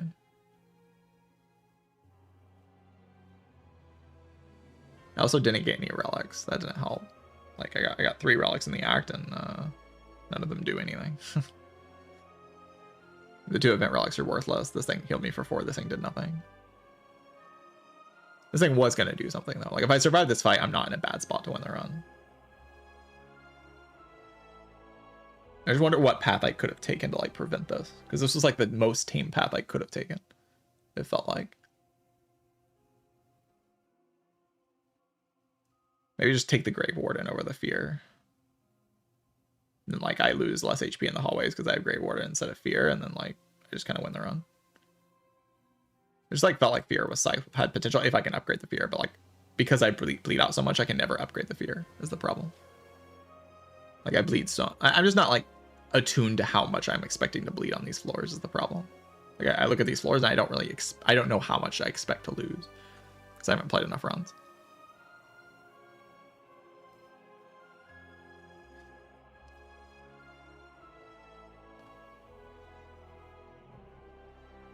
Yeah, I could have also played Fear turn 1 of this fight. I could have just played the Fear.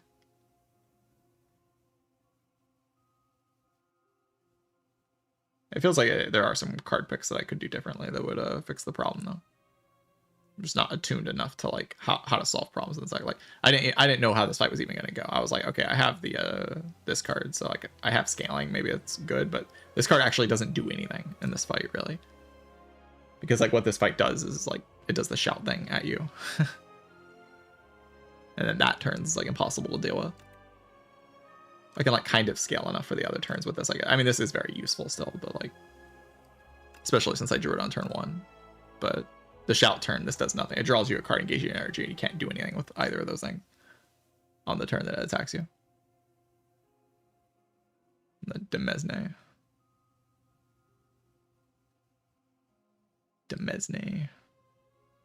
But yeah, if I could have upgraded Fear at any point in the act, I would have been fine. If I could have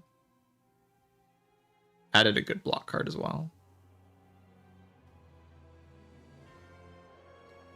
But like the only good block card was offered on floor 1. I guess maybe just take the Grey Warden. Next time I'll take the Grey Warden. I do like the idea of the upgraded Fear with the Scythe though. Like it has a lot of potential. You play the Fear, you have your lethality, and then turn after you play the Scythe for like 100 damage. And I transformed 1 into the Scythe, so like felt like that's something I wanted to do, right?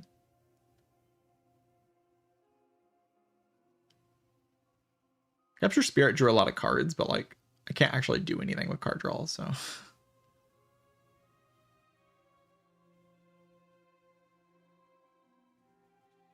The problem is that I have 1 attack and that attack just exhausts. So I just stop dealing damage at some point and I can't actually block forever. Because I have no block scaling in the deck.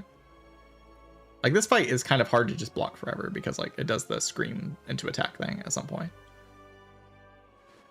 And you can't just full block with 1 card unless you have Defy. Getting offered Defy seems like a good idea in this game on this character. It's like getting offered that card is probably the biggest difference between just winning for free and actually having to play the game. I mean, it is a common, so you're going to get offered it pretty often. And most of the time, you're going to get your Defy, right?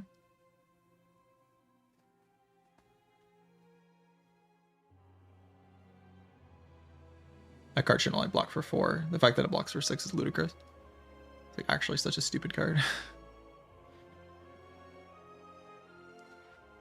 Yeah, building Ostia up's also like a way you can do that. I only had 1 card to do that with.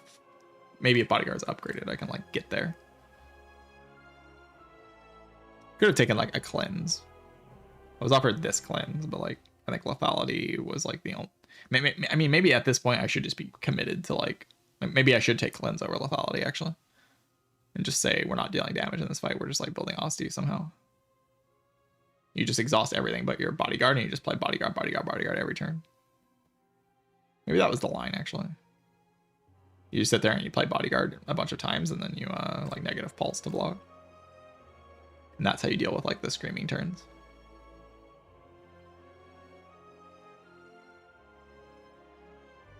Maybe, like, cleanse over lethality was an idea. Because then you can play the really long fight, and you actually do okay at the really long fight. I was hoping the fight wouldn't be that long. With like, I was hoping lethality would do more than it does, but like, I just don't have big block cards to actually use. And this gives me a second way to scale Ostia as well. Like I just play cleanse, and then eventually I can start doing like the combo where I play like negative pulse to block, and then I play. Where is it? Capture Spirit. Like I play Capture Spirit, negative pulse to block, and then I play negative pulse like twice. And then play Bodyguard like twice.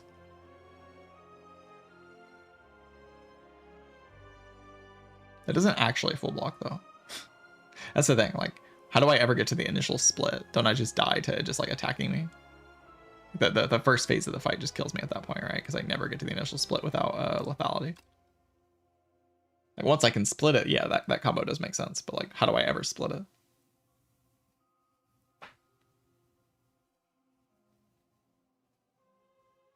I mean, there's definitely things I could do in this act. I'm just not. I'm just not familiar with how to approach it. There's ways to approach it. I can like see some things, but it's mostly confusion because I don't know how to like work it out. I've not played enough runs.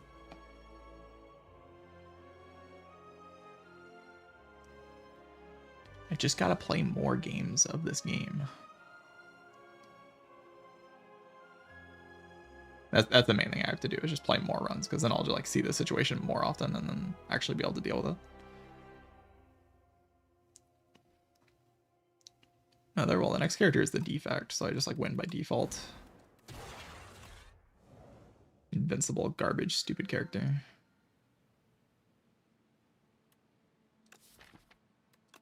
Booming Conch. Felt pretty solid, honestly, the Booming Conch. Just go left because defect cannot die.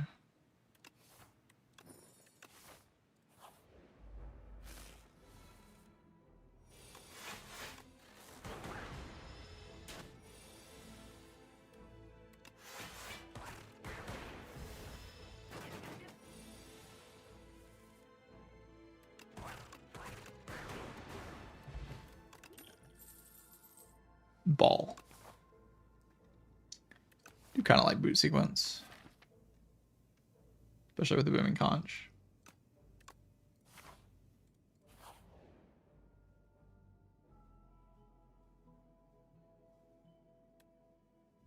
And a stupid event.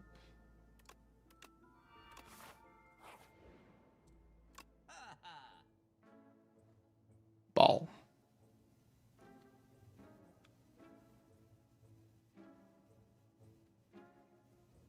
His ball costs 49 gold. That's so cheap. No, I can buy a potion if I want. Defect probably doesn't need a potion though, to be honest. Why does this character need potion? Isn't everything already dead in like the entire game?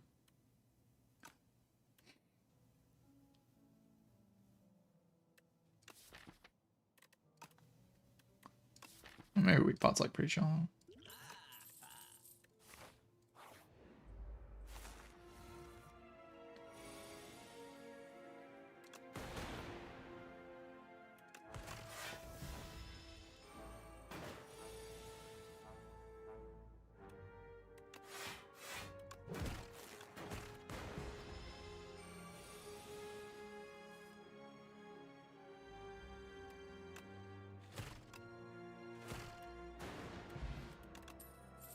Sunder. Bwom, Sunder.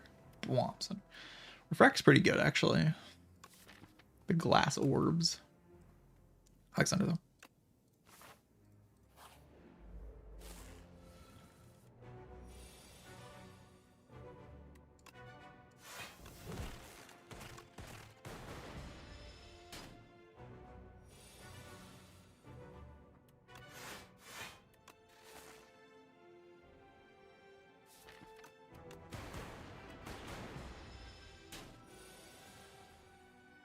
Maybe that was a weak pot. This turn's kind of hard to deal with. Yeah, I should weak pot it.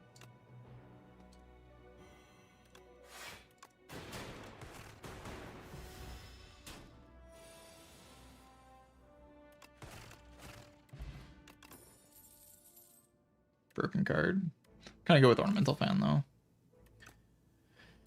Card's just disgusting, though. Oh, God. This is so early for this. I'm allowed to just use the potion, but, like, this is so early for this.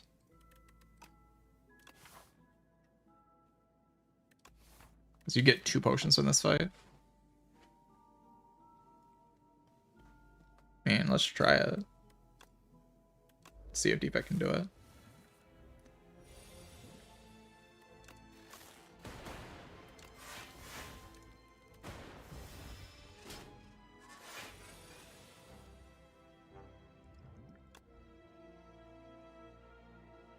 Oh God.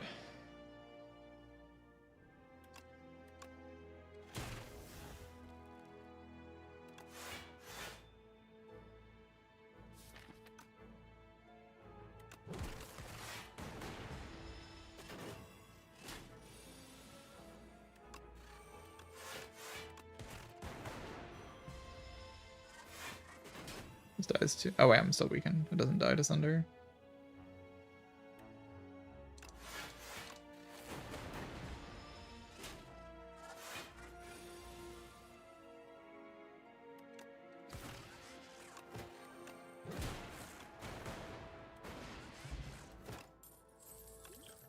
Oh, you don't get 2 potions.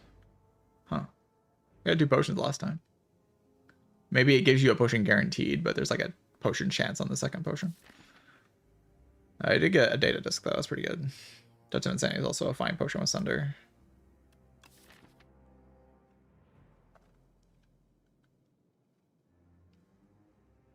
Bile has felt like quite a good card.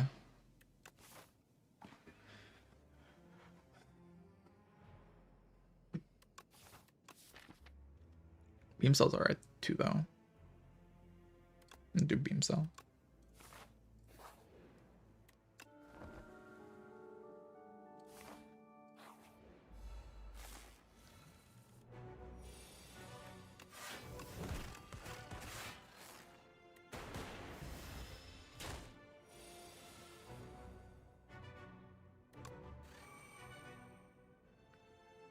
So 11 times 2 plus 12. We're definitely playing dual cast. Plus 18.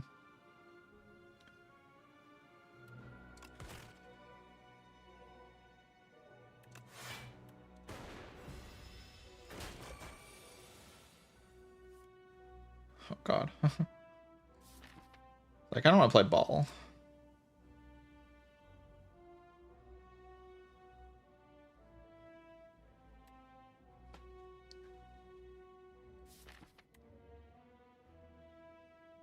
Like a lot of relevant damage.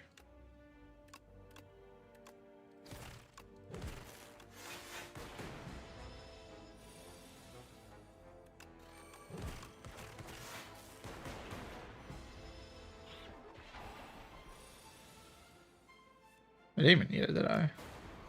Wow. Sturdy Clamp is quite good. Oh, I had to fight another elite immediately, huh? I still haven't found a Frost Orb. See, my theory right now on this character is that you win if you find Frost Orbs, but if you don't, like, it's kind of hard.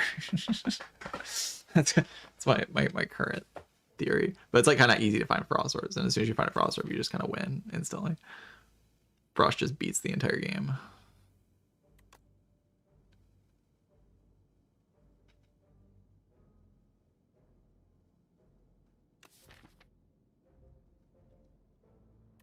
Turbo's like a good card in this game. But I'm gonna try battery. I haven't taken it yet. Or a good combo right here. Could go this way, but like, why? I guess to get a potion. Like a card before I fight the elite. I mean, that is a reason, I guess.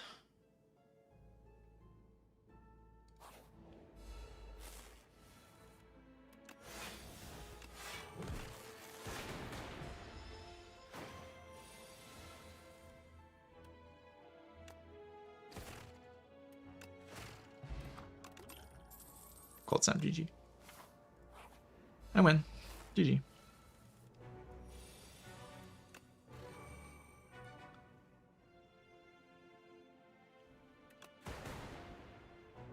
Good fire pot that one.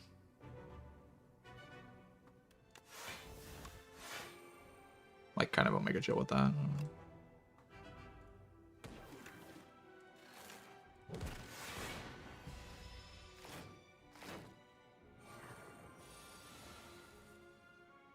Womps under. Womps under.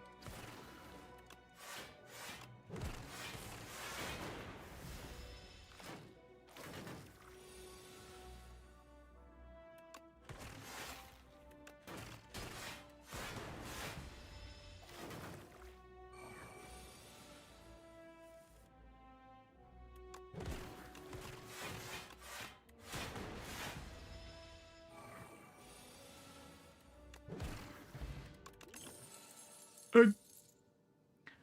15 block channel of dark. It's okay. Mostly because it says 15 block on it. I'm not turbo.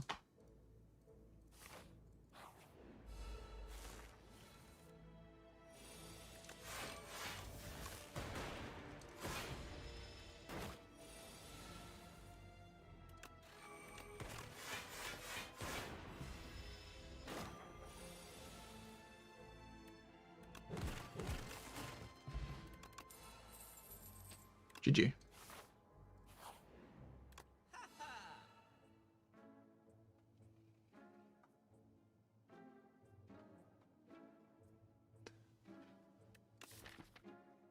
So stratagem can like pull hotfix over and over again, which is like kind of cool.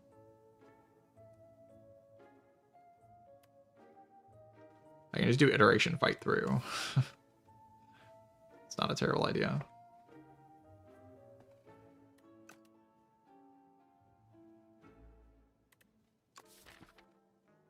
Upgrade Sunder.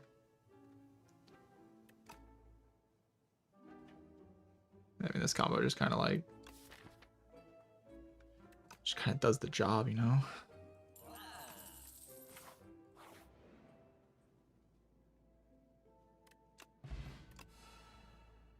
The bomb, GG. The bomb. The bomb. Kind of wondering if the bomb isn't like OP in this game. Let's try it. Do I have to rest here? Is Defect just Giga Omega stupidly broken, overpowered? Stupid.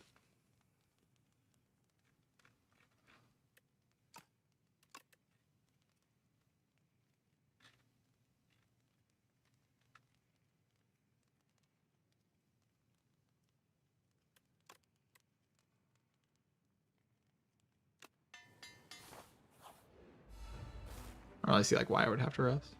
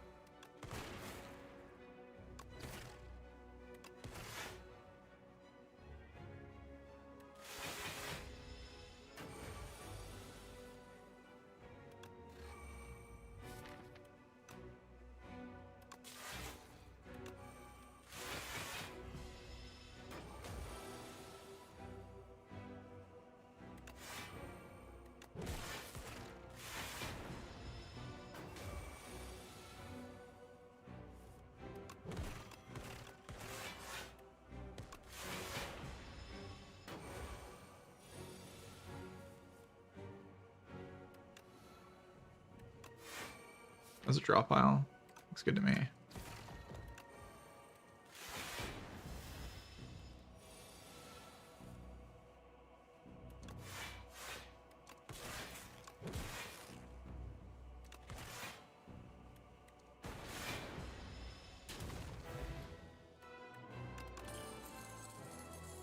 The defect.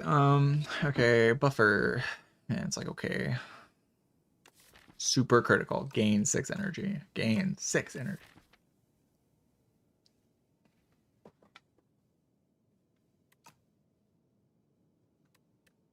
A lot of energy. Rainbow to channel orb. Using the power of the orb, I will win.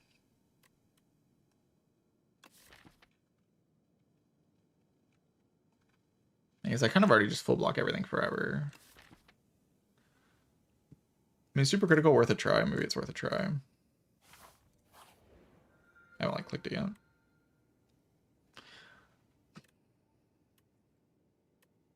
Imbued. It's a skill. I can play the bomb at the start of every fight. GG. The bomb. Imbued. AoE fights. Complete chumps. Stand no chance against the defect with the bomb card. Oh god, he's gonna counter the bomb.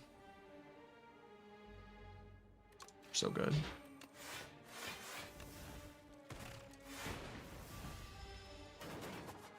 It's like pretty good. It does like 9 damage to all of them. They do kind of counter the bomb. Also counter Sunder.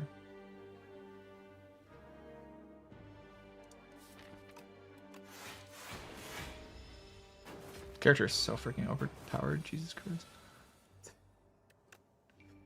I'm telling you, chat. This is the strongest character in the game. Character is disgusting.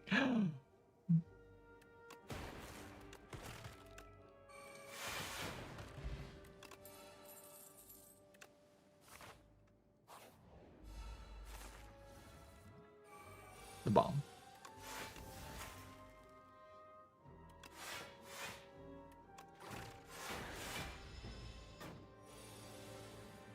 This guy has no idea what's going on. That was stupid.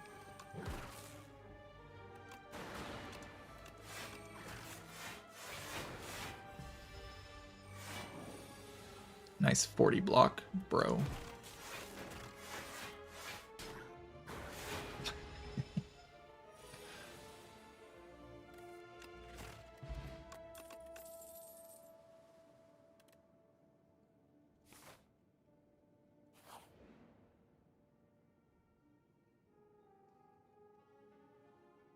I don't know if the fam feels like pretty good. I really going to a shop this out. Oh, GG. Broken relic. Get the bomb, dummies. The enemies even know what's going on in this run. Do they have any idea like how to beat me? Or are they just stupid?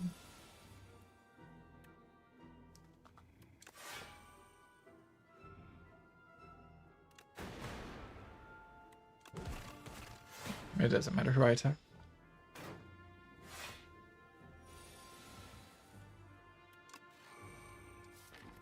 Super criticals in the draw pile. Boom, super critical. Super critical.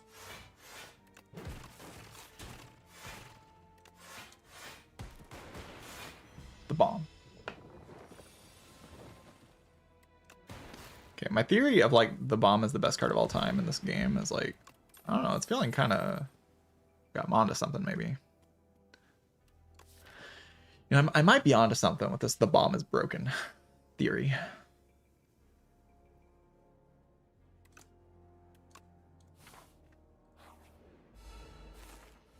The bomb counters this guy. He just counters every enemy. Like, there's no enemy in the game that like doesn't get countered by the bomb.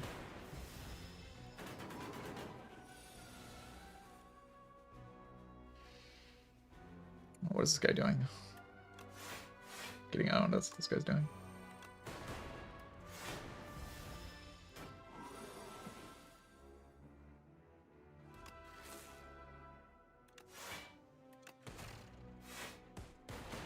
Bomb.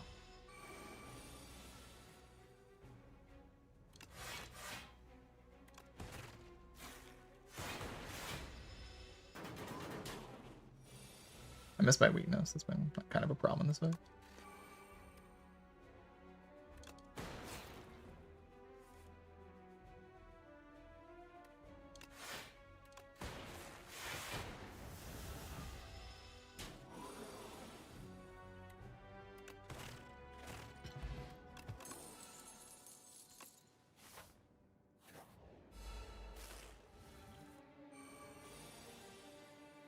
Half the characters don't attack. Yeah, true. So true.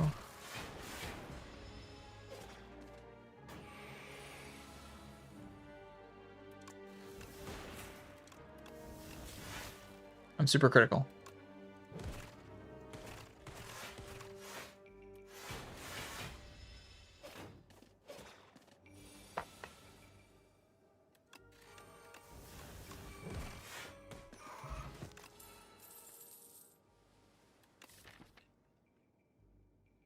So eventually the bomb will stop killing everything.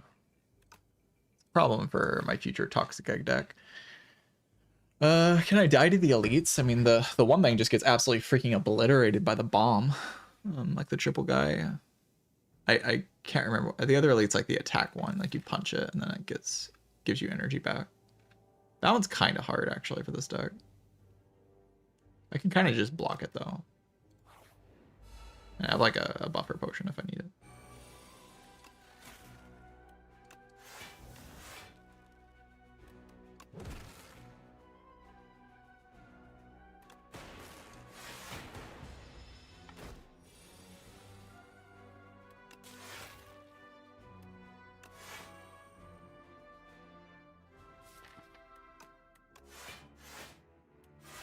I guess I could have played Strike there for free. Don't ask questions.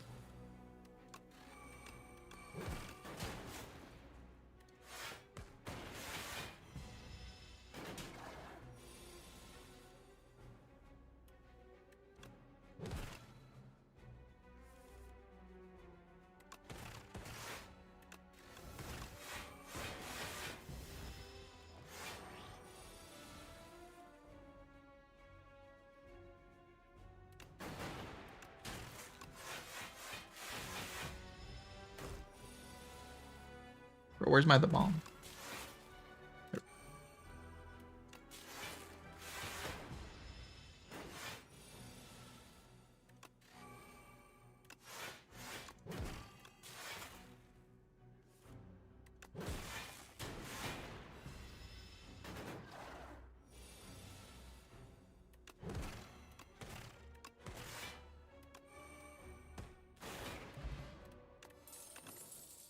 The bomb.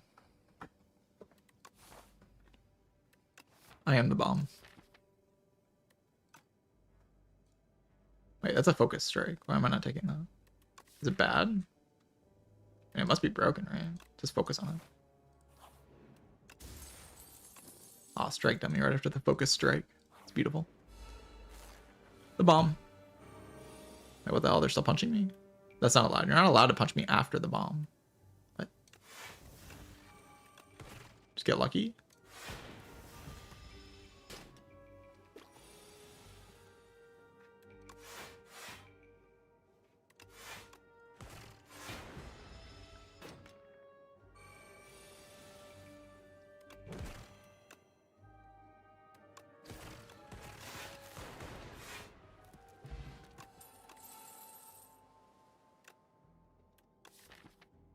Hologram is broken in this game. I'm broken, I tell you.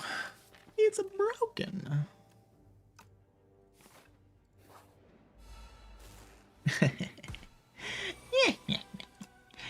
These dummies. They have no idea what's going on. They're just so stupid. Just absolutely no idea what's happening.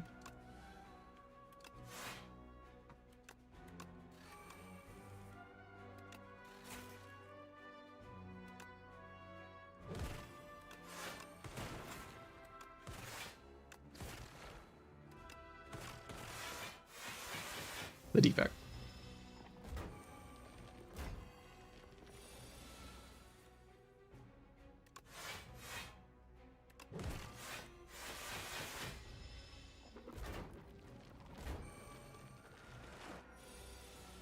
Go boom.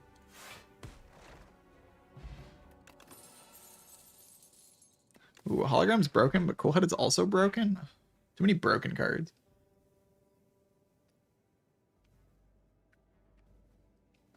How do you cope with the sheer amount of broken cards on this character? Like, everything is just broken as hell.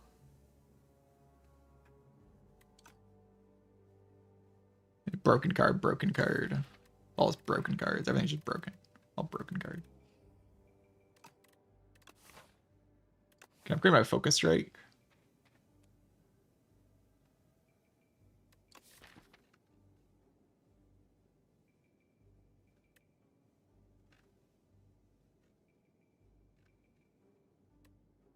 I just see card draw and I go, let you card draw.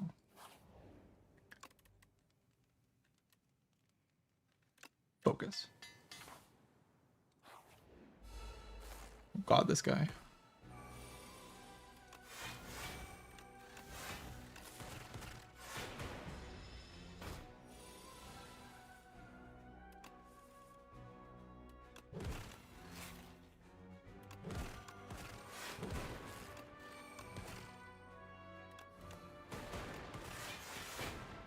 Die.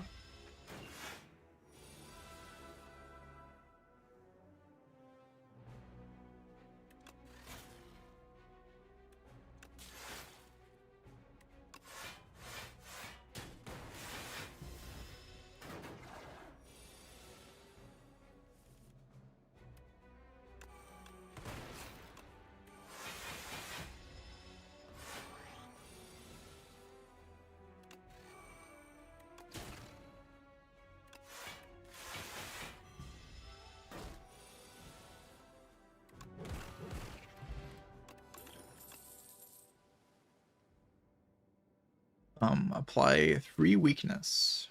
Channel a dark. I just kind of want some orb slots, you know? Once I have some orb slots, I should just be able to kill everything.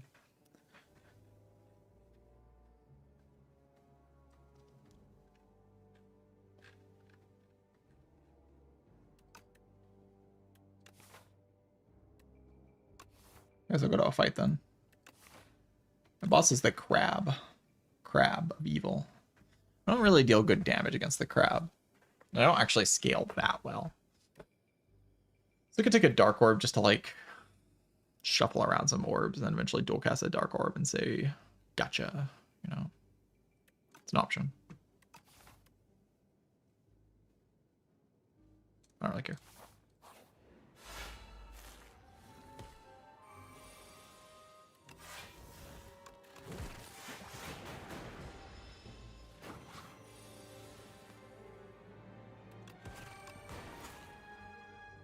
I play iteration or co-headed.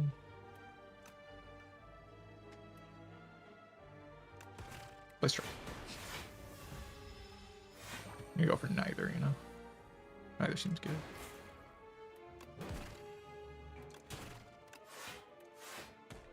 Good bomb. GG.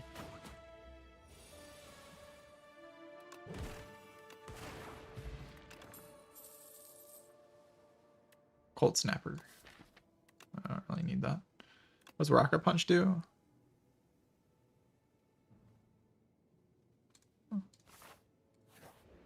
It doesn't do anything. Cool.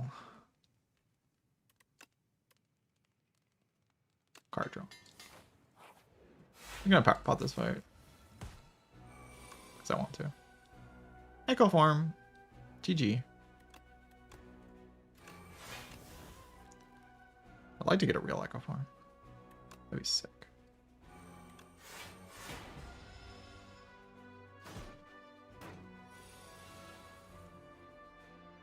Bro, what? Is that even allowed to brick that hard?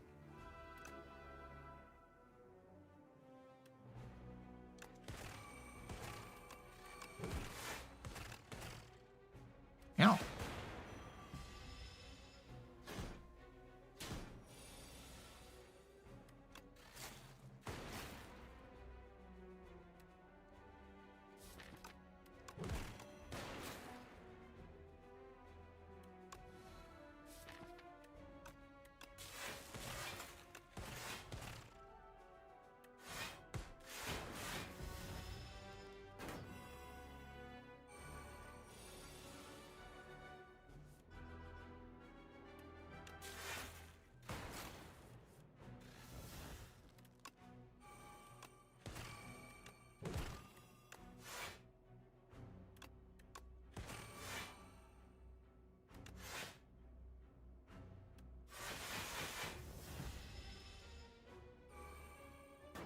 Ow.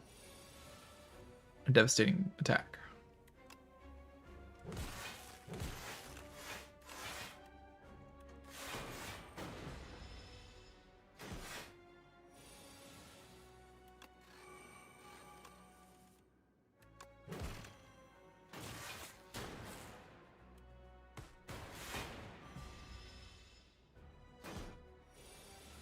This boss is kind of a joke, not gonna lie.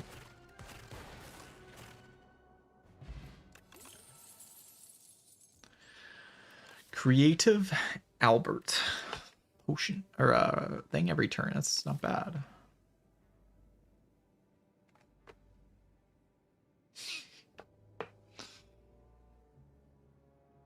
It's kind of similar to Spire 1, the Act 3 bosses, like where you can kind of outscale all of them.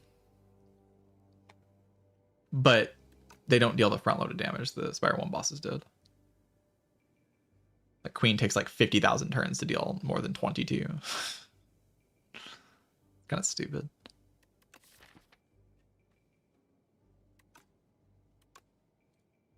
I get the feeling Creative AI is pretty good in this game.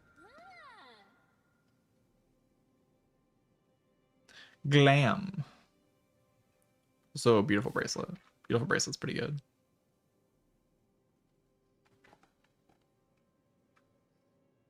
You can just like make your super critical draw 3. I think my super critical drawing 3 is not like a terrible idea, you know.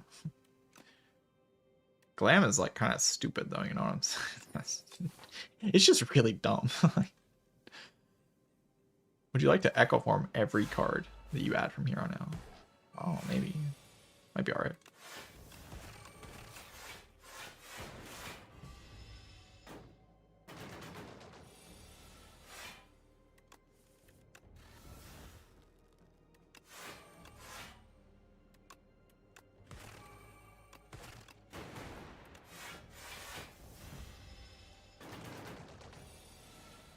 Die.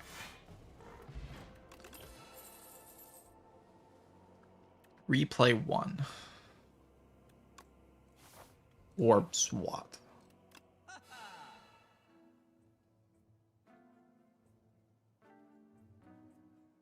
Fixing puzzle box is pretty good. Ringing triangle is also pretty good. I could take ringing triangle. Just retain my hand on turn 1 and Giga.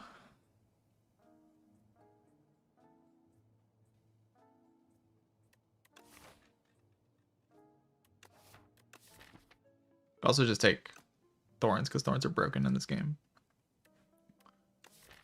Broken, I tell you. I don't really need them, though.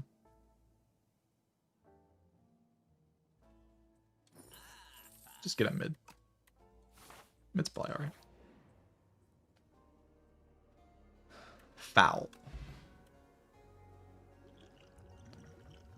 It's kind of just better than energy potion. I don't know. It doesn't matter. I'm playing the defect. Nothing matters on this character. You just win.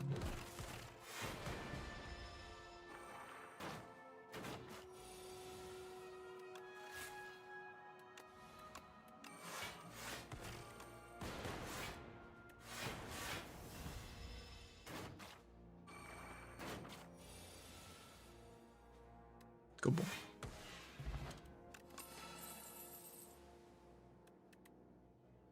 Meh.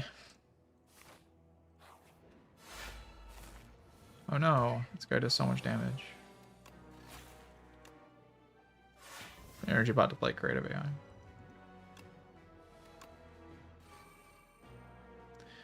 Play iteration here, I'll take damage. Disgusting.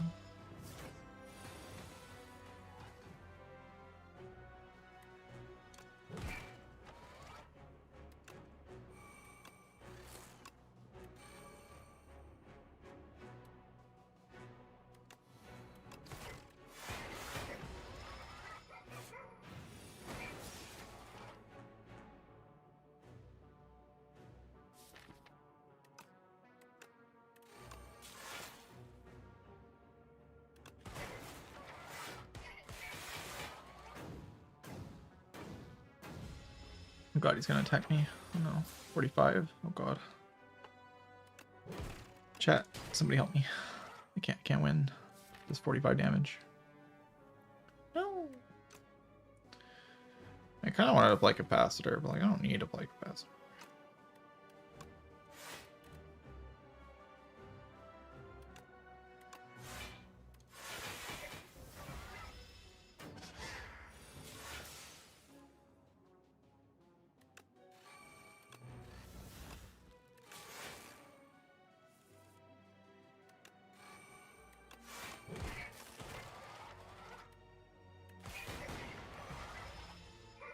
Kill. Focus. I can probably block next turn, but like why? Because I can't kill, I guess.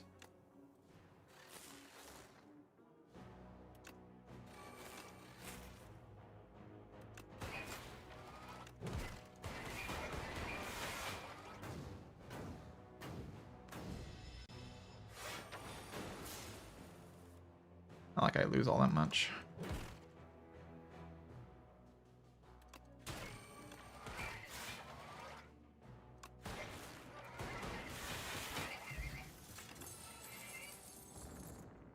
Loop.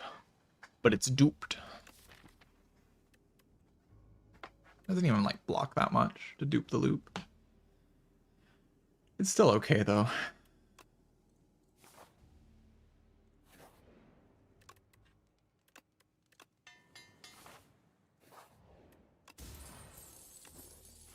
Pretty good relic.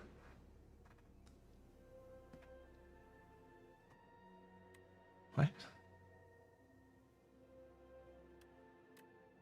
Duplicate your deck. What do you mean duplicate your deck? What do you mean duplicate your deck? What do you mean? What do you mean duplicate your deck? Or the events in this game are just stupid. Like, what do you mean duplicate your deck? I mean, I just get my deck but twice. Like,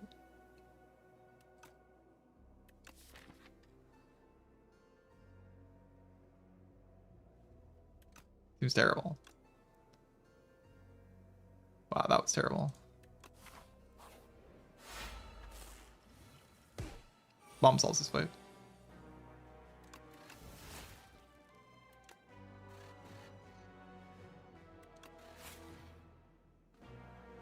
Especially if you dupe it.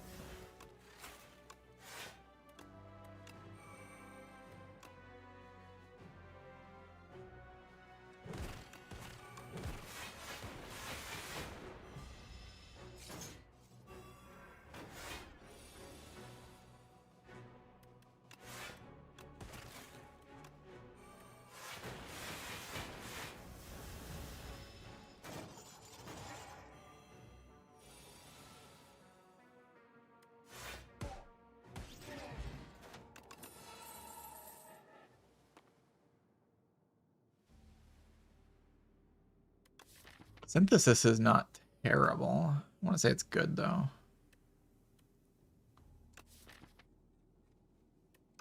I don't really know why I need any of these cards.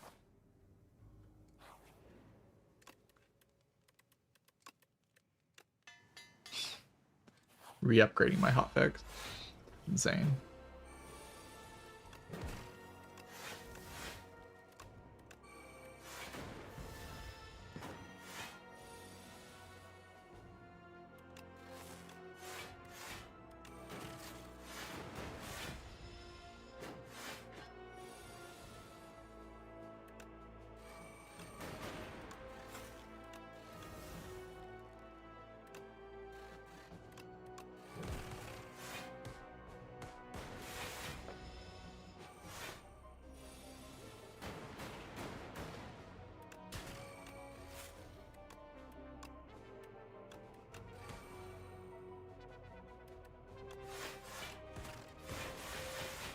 Ow.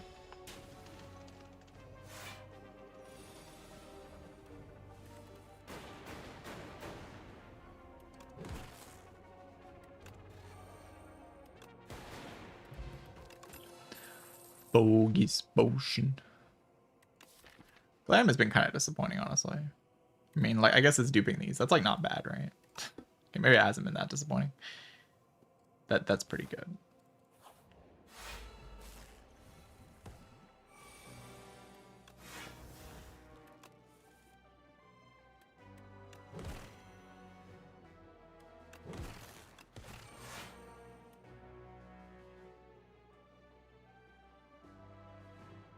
Kind of just front loading it.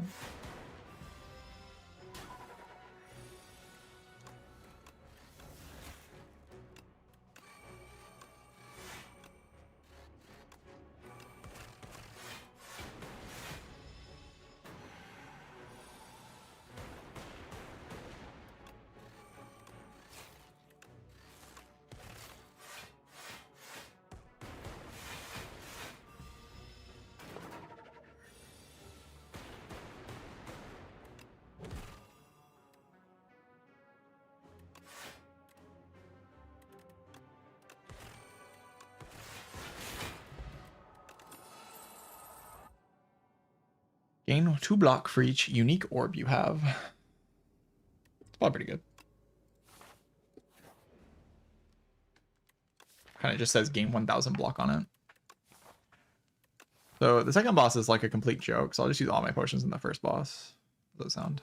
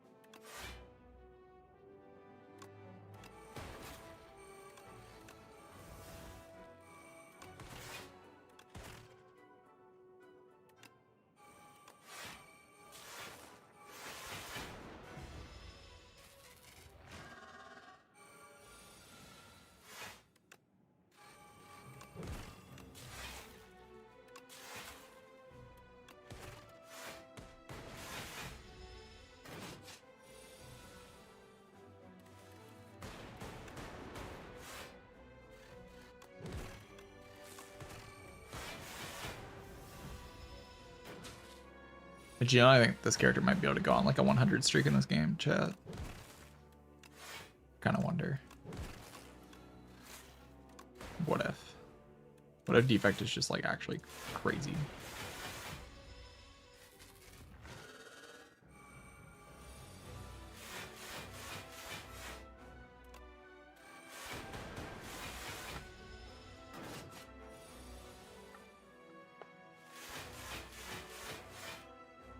Oh, FaZe needs more HP. Absolutely.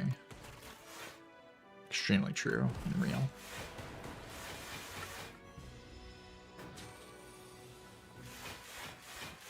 The way defect works is just so perfect for how what this game is trying to get you to do.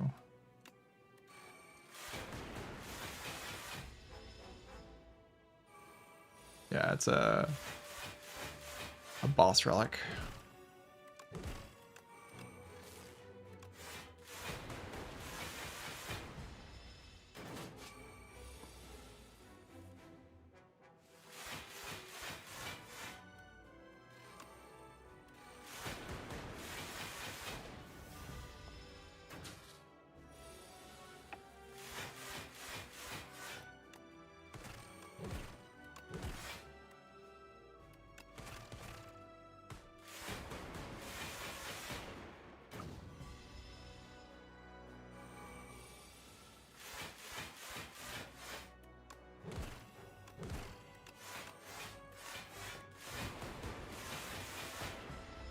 Just block 100 a turn, you know, no big deal.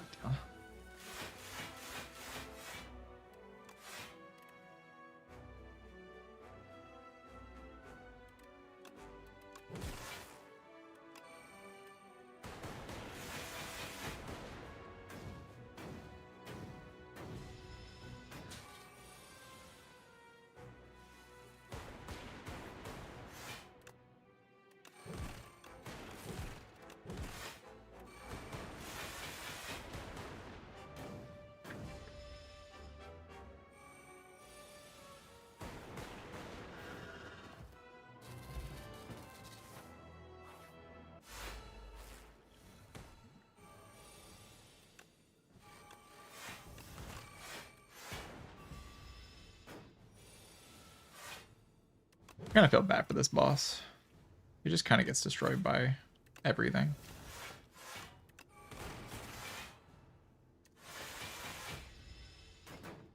Guess I should probably gain orb slots. Orb.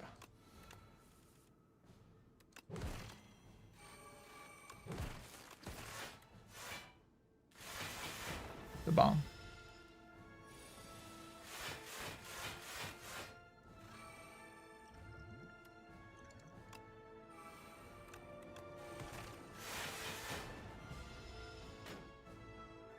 Why is Giant Head an Act 3 boss? That's a good question.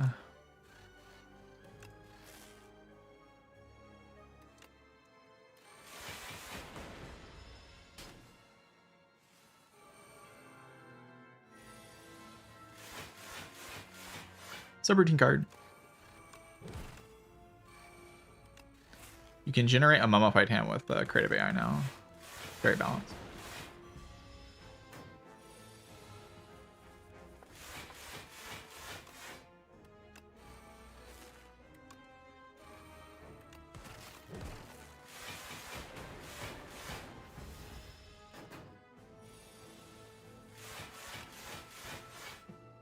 I only took damage for puzzle.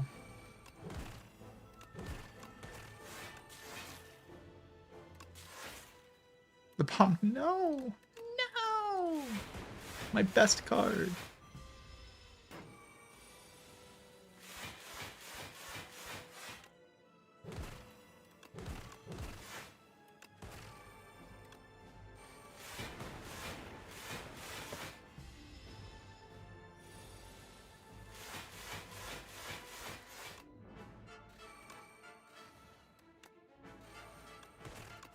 Why can you generate a mummified hand with your creative AI?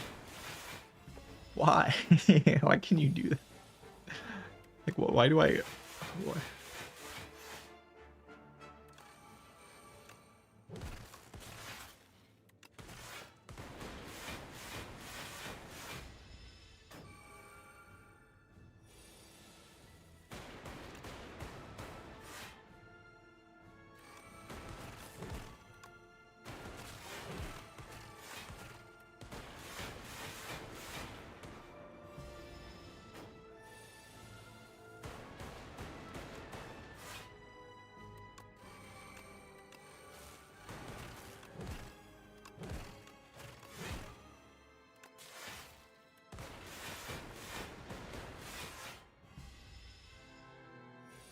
Time for Storm.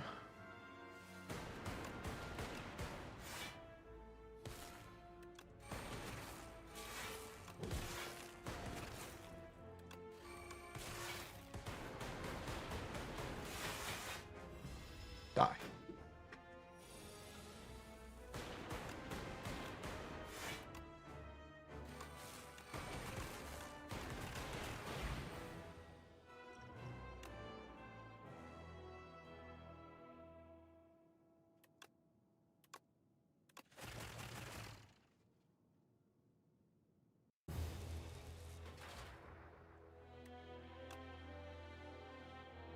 Yeah, defect is broken.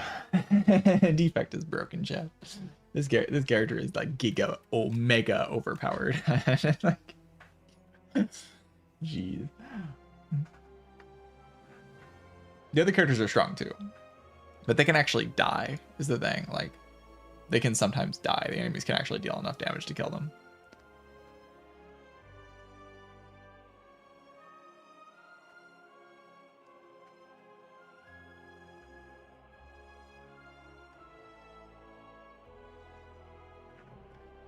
Maybe I'll play a defect run and I'll actually like have to thank for a single fight in the entire run eventually one day.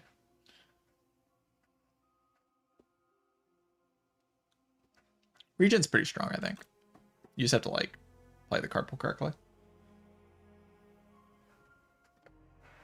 I think Regent's like the most head scratchy character in the game, like where you have like the turns where you have to really consider your options and stuff.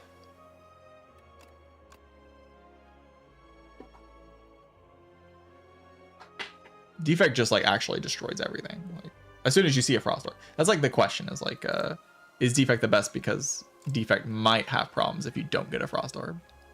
I kind of think this character at this point right now is just find a single Frost Orb and you win the run instantly. That's sort of how I feel about it. Because you just have Focus at common now. So you just get Hotfix and you get Focus Strike every run. And Temporary Focus is not that much weaker than regular Focus, to be honest. Like Hotfix is just like Hotfix is like as strong as Defrag. to be real with you, this card's like as strong as Defrag. Because it has a bigger number on it. You get 3 Focus with the upgraded version. And like you just have Hologram in your card pool and you just play it on the turn where it matters the most.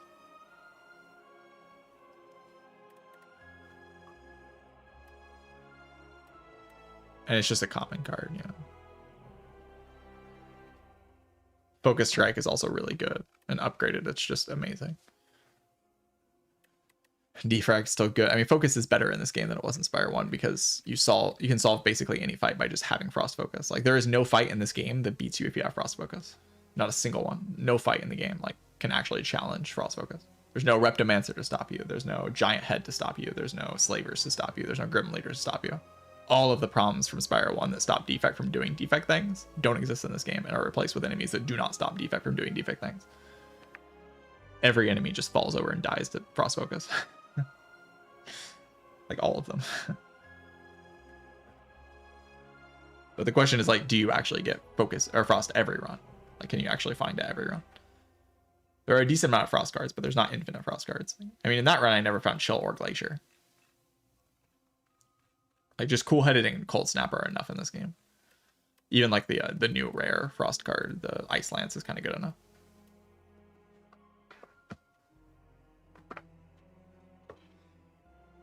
Decimillipede doesn't deal enough damage. Like, you just block it. It doesn't scale. Like, it's not like Slavers where it scales. So they just don't hit you hard, and you just block. You can block everything in Act 2. That's honestly the biggest difference, I think. In this game, the thing that's making it feel the most different is just that Act 2 can be solved in such a more simple way from like a good Act 1 deck. You can just like build an outvalue Act 1 deck and then just outvalue Act 2 like continuously from outvaluing Act 1. You can just do the same thing in Act 2. Well, in Spire 1, like you make it to the end of Act 1 and you like kind of your deck feels good, and then you walk into Act 2 and instantly die. Like the enemies don't test you in like a completely different way than the enemies in Act 1 do. It's just kind of Act 1 again, but slightly stronger. So if you're already like scaling upwards, you just stay on curve. Well, Act 2 and Spire 2 kind of push you to do more things with your deck. I kind of think the only place you should die in this game right now is Act 1. Like, there is ways to die in Act 1 to like the bosses and to some of the elites. But outside of Act 1, there's just like nowhere that you probably should be dying in. Unless you make a mistake. With the game in its current balanced state. On pretty much all the characters.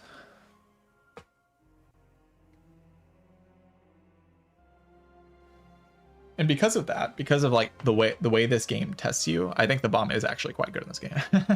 Like, I think this card is actually pretty good. And I was thinking about it like a couple days ago. I hadn't actually tried it yet, but I think it is actually just quite good. Because you just block everything, and then the bomb deals with the fights that like kind of you might struggle against, like Decimillipede and stuff.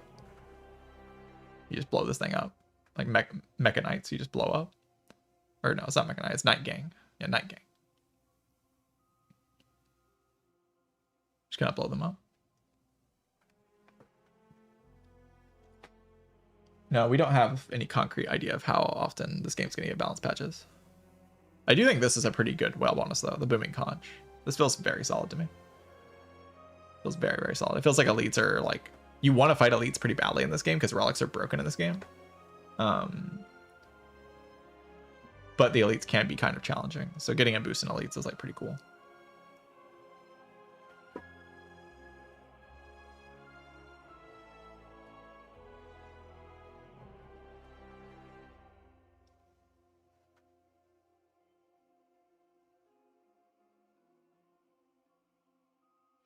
I was kind of impressed by Super Critical, but it makes sense that it's good with Toxic Egg, right? Because then you just get like cool headeds and like compiles, seeks, or skims and stuff. I feel about the events. There's a couple negative events, and some of them feel kind of like neutral, but they don't feel that much worse than hallway fights. So like that's kind of a weird thing because you can just like run to events to be safe. Because hallway fights you can lose HP in, but like your deck kind of gets strong in events as well. Especially some of the enchantment events like this one, kind of crazy. And getting a double play defend is insane. Like early in the run, this is gonna save so much HP. Like this can be your like one of your main block cards for like a long time. This thing.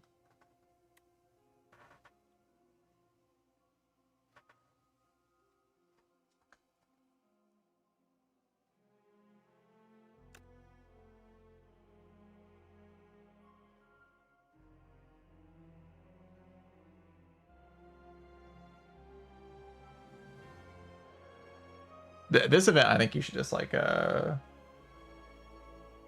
you upgrade the spiral defense and you're blocked for the horn. It can just do that. 16 block for 1 is just kind of, it's kind of great. Like in this game especially, that's just really good.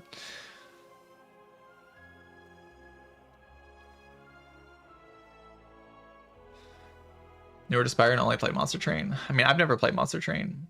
I personally like learning the game by rotating, but you're gonna get. I think most people like to learn one character. I think that's how the most people like to do it. So, assuming you're like most people, then probably one character. But I think there are people that also like to play all the characters at the start. So, it's up to you. You just have to like see how it feels. I learned Spire 1 and I'm learning Spire 2 by just playing all the characters at the same time. I think I could have done better in this run. You just kind of have to make it out of Act 1, like at all costs in this game.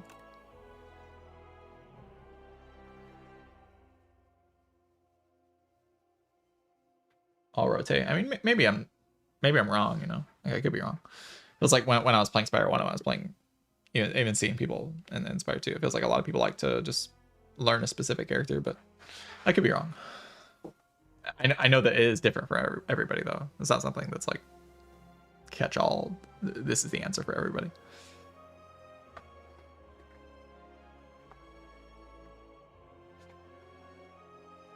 Probably my favorite character right now is Regent. I also really like Necrobinder. I mean, I like all the characters except for like Defect Clad. I even like kind of like Silent. Even though she's like strong. I don't actually think Infinite is very good on this character. So like it's kind of fun to like do the thing that I actually think is strong.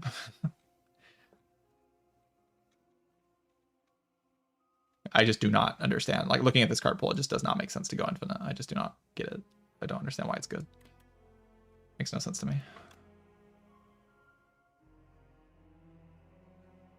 Yeah, you just still do feet beams plans. Like, yeah, like exactly. You just do that. And you add like these new cards like anticipate, gain 3 dexterity. You just block everything. You just add dodge and roll and backflip, and you just sit there and block.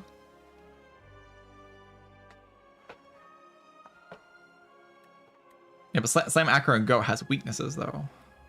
Like, I just want to win every run, you know. I don't want to just win the runs where I like see the things that make Acro win every time. I do think Acro's strong in this game though, and I think Sly is also very good. Like I think Sly as a keyword is very good, but like infinite I think is pointless in this game. That's how I feel about it right now. Is I don't see the point of infinite. Like in this card pool, I don't see the point of infinite. It just doesn't make sense to me.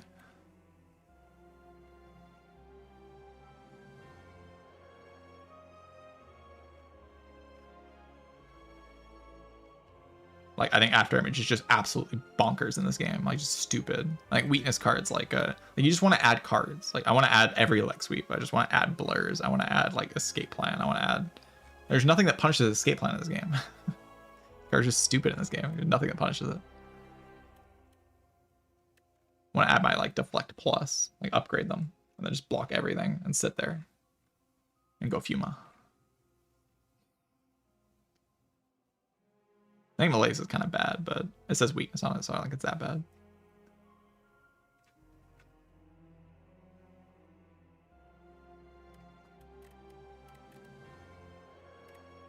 Silent honestly just feels like better Necrobinder to me. When I look at this card pool and I look at this card pool, I just like Scatter just feels like better Necrobinder.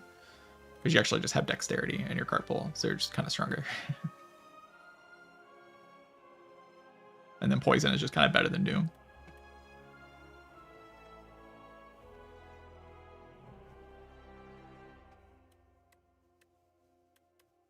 Ironclad is actually infinite though. This character just accidentally goes infinite though. Like it's not that this character is like playing towards infinite, because I don't think playing towards infinite is that strong. You just add strong cards and you just happen to go infinite. You're just like, whoops, I guess I'm infinite. I did it again. Whoopsie. I went infinite.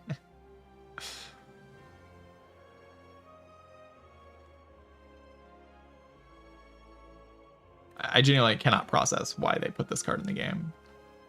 When we complained about Rushdown for so many years, and then they put this in the game, I just don't understand. Like putting this in the game in the same game that you also put like Expect a Fight, and you put Forgotten Ritual, and then Bloodletting's a common. So you just have infinite energy every run. Like you're never breaking energy. You just have Omega energy, and then you have Vicious drawing 5,000 cards, and then you just exhaust everything and go infinite. Because your infinite's like Bash Thunderclap or something stupid. Like you can actually just play Bash Thunderclap Forgotten Ritual infinite. That's just infinite. So it's like why? Like what is going on? I don't understand. And it's not really that infinite's like particularly good. It's that like you're playing a loop, but a lot of the loops are just happening. They're gonna happen to be infinite. So you have so much access to exhaust and so much access to card draw. Like Clad's biggest problem in Spire 1 was card draw, right? In this game, they were just like, screw it.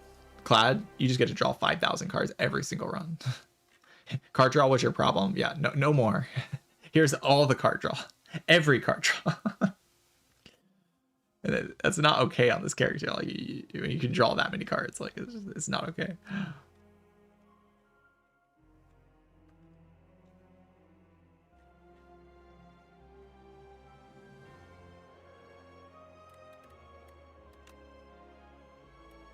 I mean, I do like all the characters except for Defect. Defect's just kind of an abomination. I do not understand this character's card pool. Like I look at it and I'm just like, this is disgusting. Like it's just absolutely filthy. I do not get you. How do you die?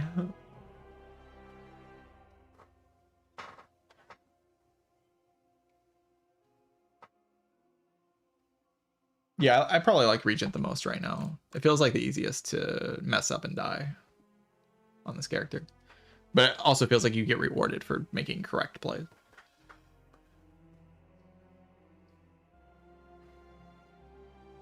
Pyramid is very stupid on this character, by the way. This might be the best pyramid character of all time. It might be Regent is the best pyramid character of all time. That might be true. It probably is true. This character has so many combos. Like, pyramid is just like, yeah, you line up all your combos. There's other ways to do it too, but like pyramid just guarantees everything. I mean, I think a mid in this game is better than Spire 1, like overall, because energy is just a plenty. Energy is everywhere, and every relic is broken. So like the whole relic pool is just all broken relics, and then like you just get pyramids, so like you have no weaknesses.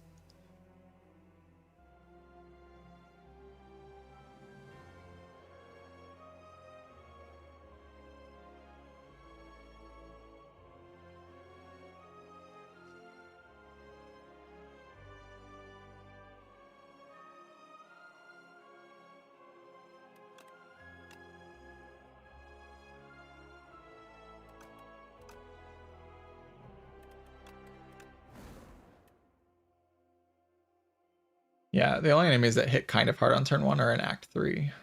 Like, it takes till Act 3 for them to do anything on turn 1, and it's not the bosses, it's just the elites.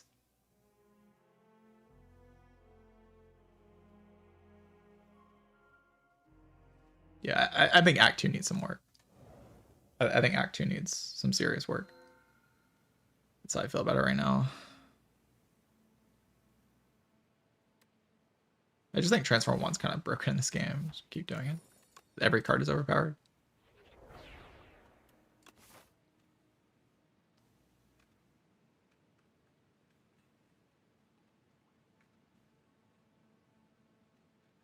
Two elites max? I think that's the first time I've seen that.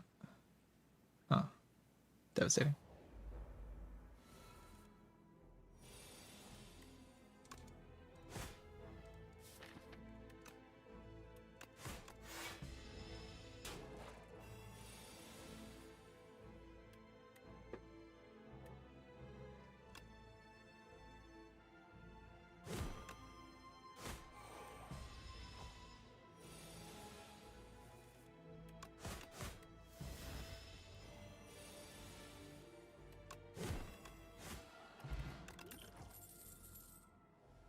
Expect to fight Karj. Second wind, grapple. It's a fun combo.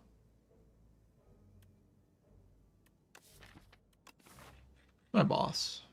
The Lagavulin. The Lagavulin.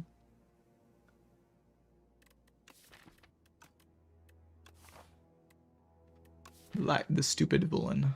I don't know how good second one is in this game because like you don't have I mean you have a lot of card draw, but you don't like you have other ways of doing what second one does, like a million other ways of doing it.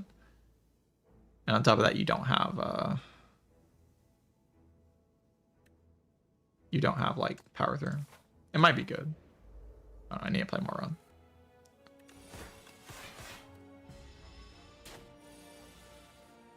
No. Second one would be good here.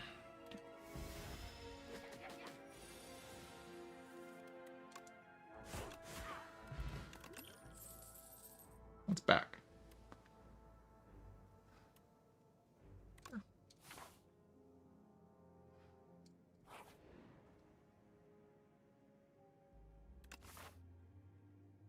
There's like kind of a shop in this act.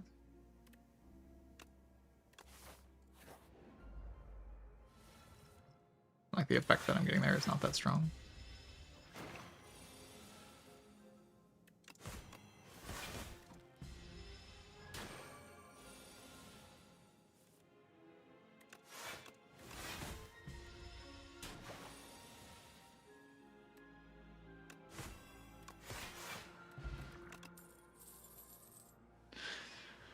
Stone armor, grapple. Wow, that's definitely a combo you should play into, right? Stone armor is not very good against Laga. What do I do against like the eels right now? The eels of doom. What do I do against those guys?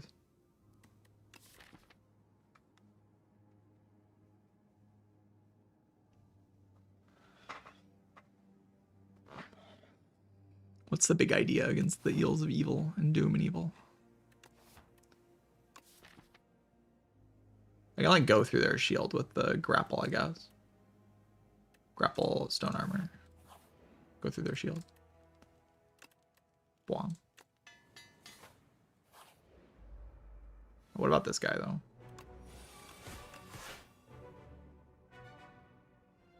I kind of like damage capped at turn 1. There we go, okay.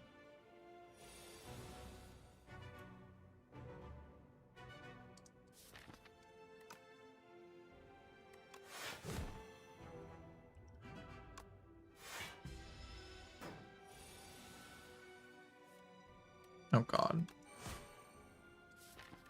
Why? Why am I drawing like a stupid? Let me explain.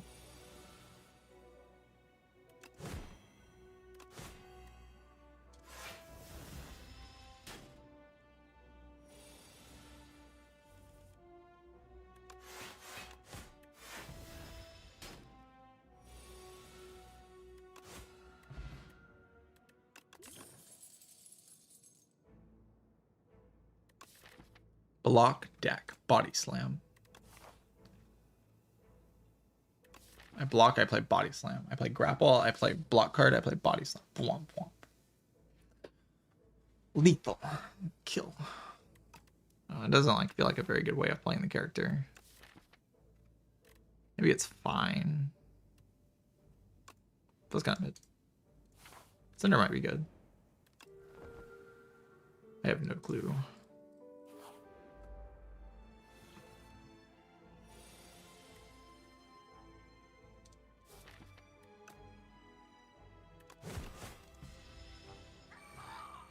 Go.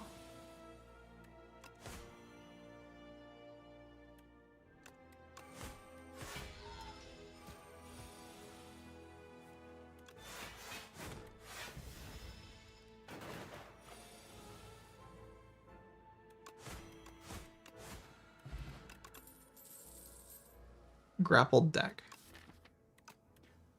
They don't actually have synergy. I kind of like want Bully to be good because it's funny.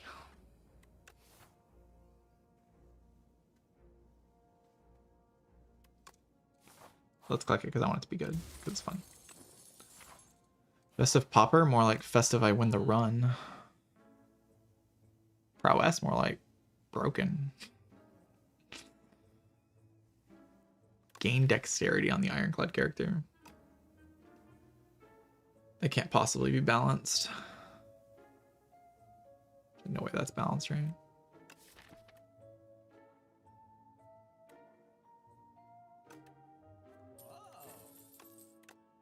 This is the correct way to play. Maybe it's not. Like making my expected fight worse by adding like a bunch of non-attacks. If I had Thunderclap. Because I need AoE. The Giga AoE. Solves this fight.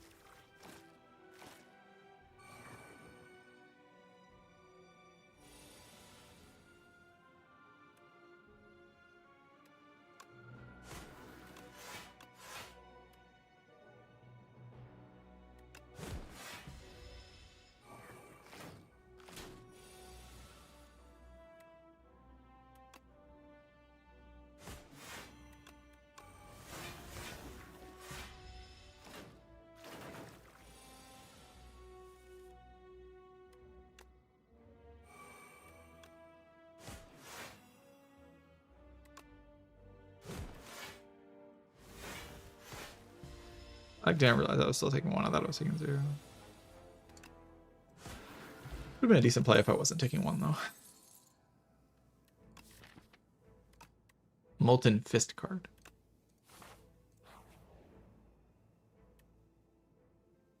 Exhaust your hand, draw to 10 cards. When you attack, when you add a card that gains block to your deck, enchant it with Nimble 2. I mean, it's kind of disgusting, but I don't think it's like that good on this character.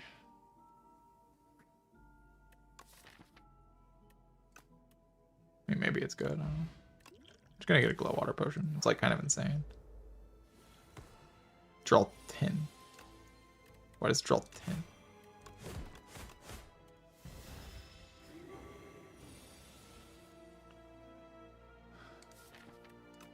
Just kill it.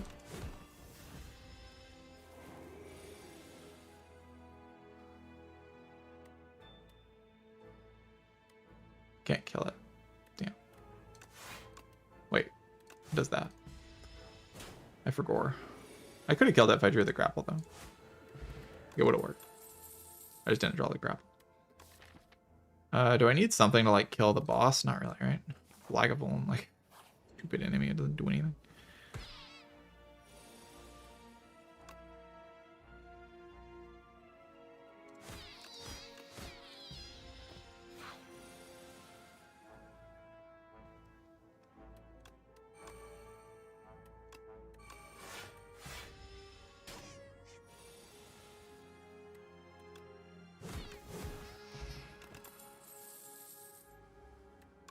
How is demon form in this game? I mean, I assume that when something says 3 cost power on it, it's like kind of good.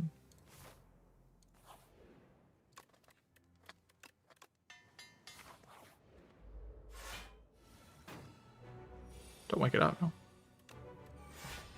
Why would you do that?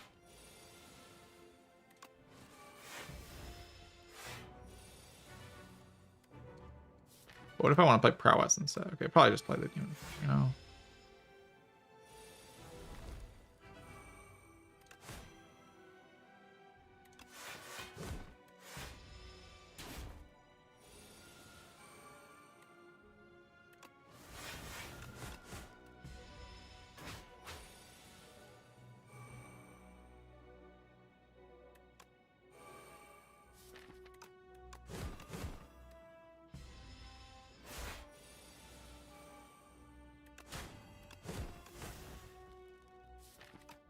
I assume it's dead.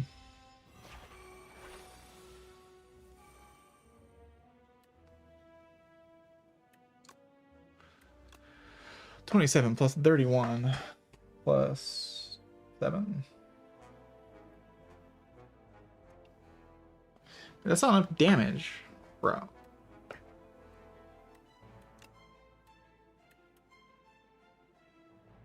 How about this happen? I have to freaking use my glow water potion.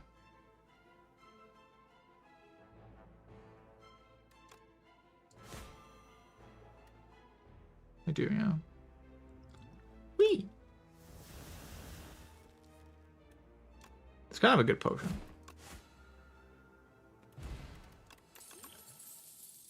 Off-green.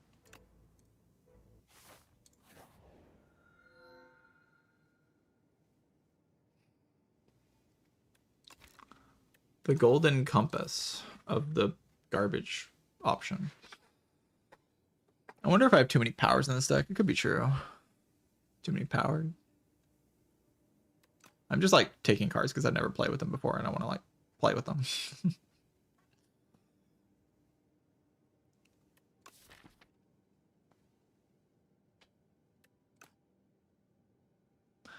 Big hug. Big.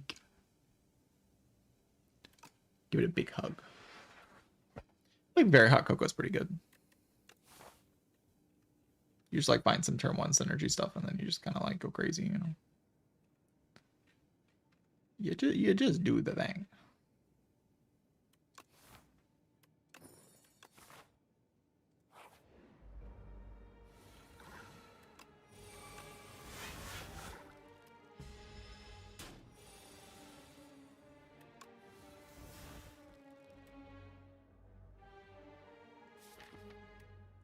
I need to play Demo Farm.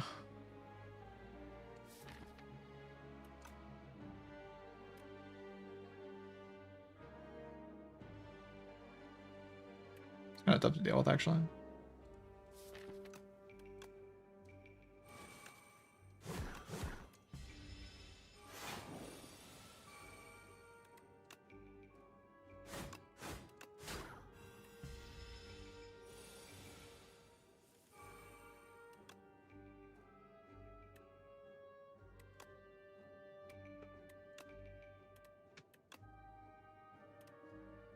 37. No!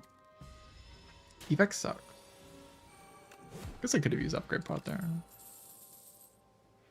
Garbage. I mean, I don't really want to just die. I could just die, you know?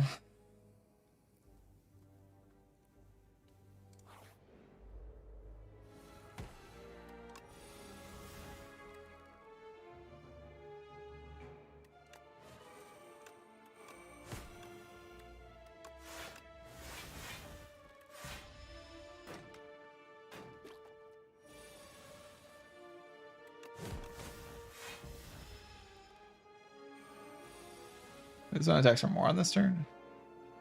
It would be nice to know what the enemies do, that's for sure. It'd be like kind of sick to know what the enemies do. One day I'll know.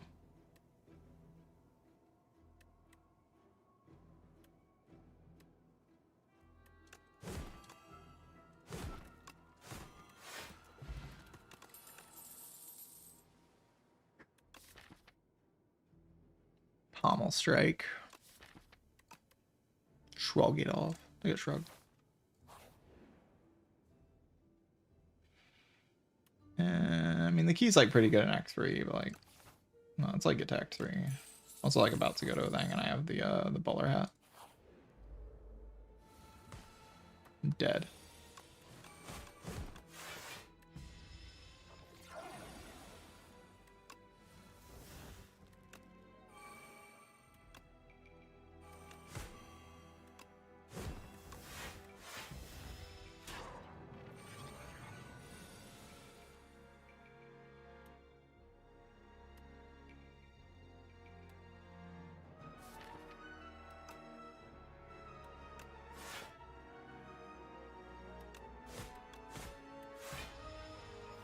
How do I kill though? Like, I don't have Demon Form in play.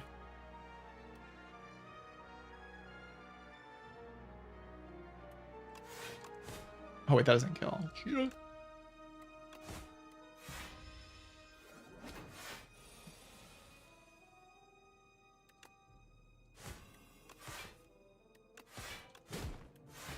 Get Thunderclap next turn, so I'm chilling. Oh.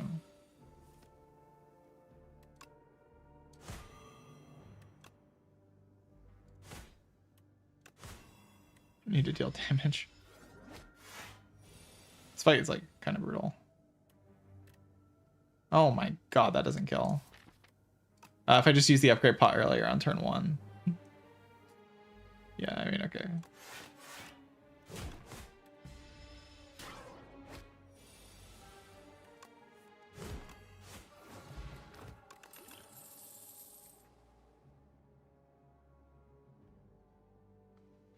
Fight me. If I survive this elite fight, I can win the run. Might be kind of tough to survive the elite fight, though. I can do it. I can do it. I can't do it.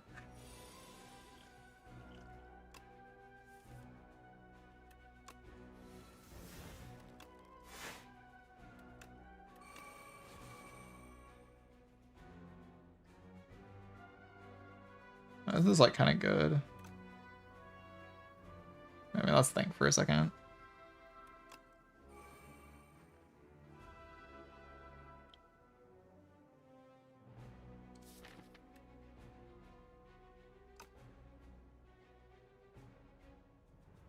No, I'm like Giga dead, right? It's potion. Vicious. Cruelty.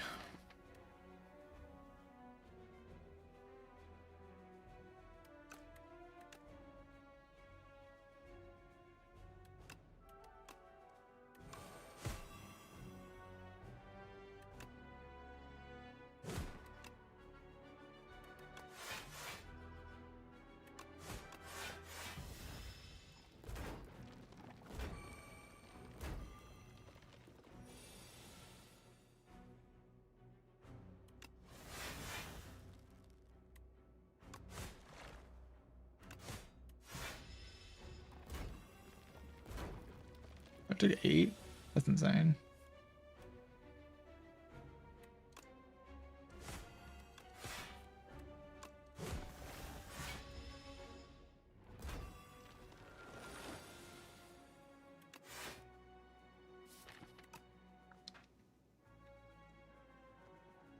Not getting weakened this turn, so next turn I do have like Thunderclap bully stuff.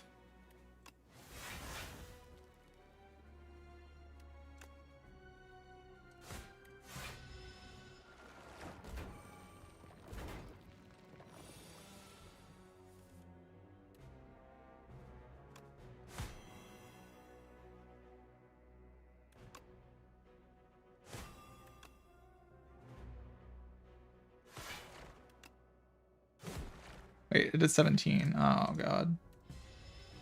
I gotta die to that. I'm gonna die to that, aren't I?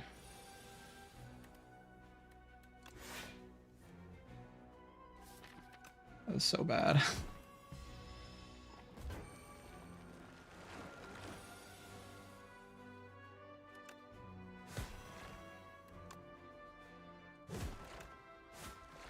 Alright, living. Let's go.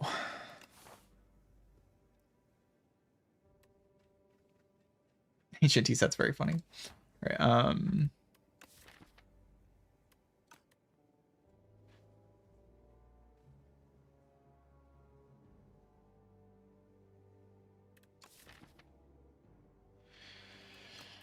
Stampede's like okay. I'm mostly like trying to get bailed out by the shop. It feels like it happens a little less often in this game than it did in Spire 1 though. Getting bailed out by the shop.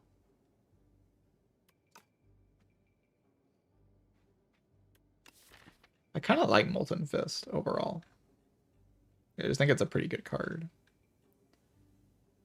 Just like double their Vaughn, bully Boom. But you kind of need the vicious payoff to make it like actually good. Is it good against the B guy?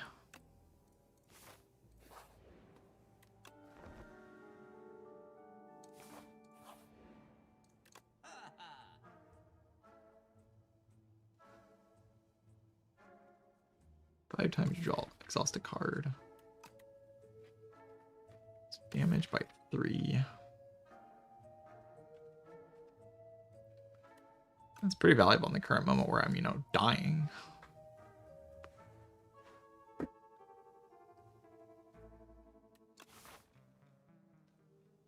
Getting a little stronger in the short term.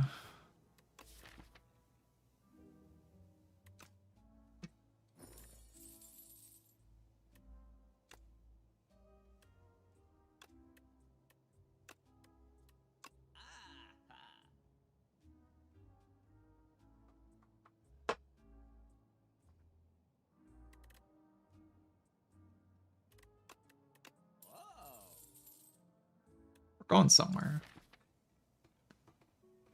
We'll go infinite next, or we'll go infinite soon. We'll go infinite soon. Trust me, chat. You gotta believe that I will go infinite.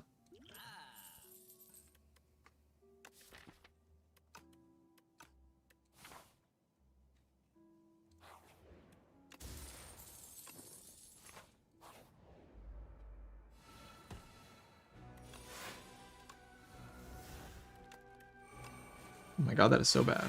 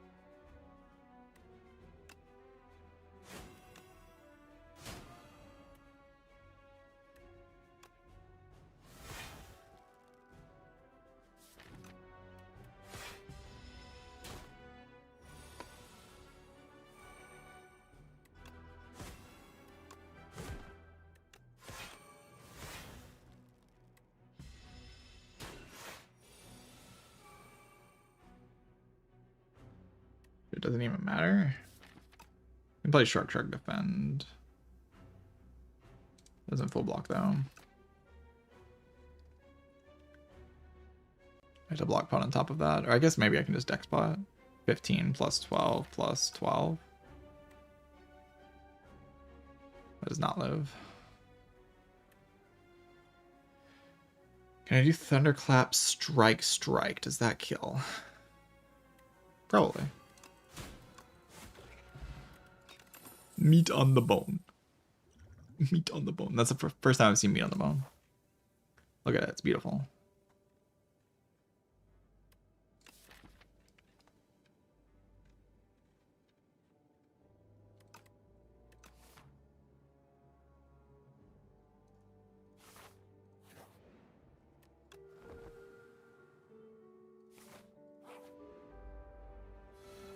Yeah, I know it's a rare relic.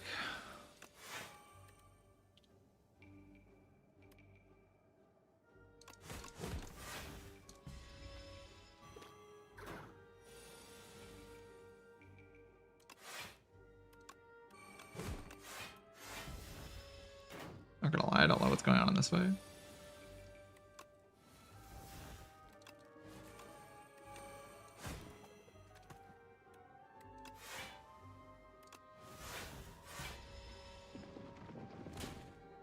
We're fine, you know.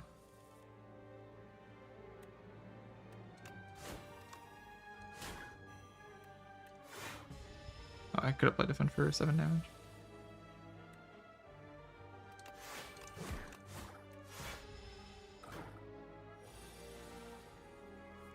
Oh no. Okay, we have bash, that's something.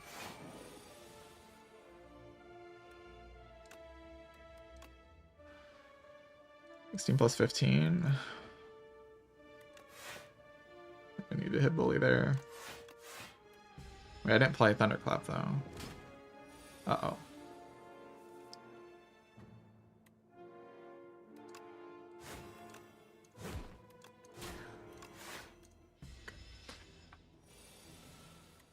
Meat on the bone, get in there.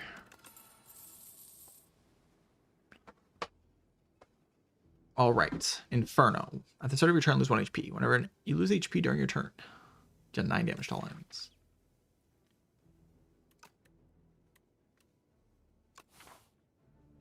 So you combust at the beginning of your turn instead of the end of your turn now.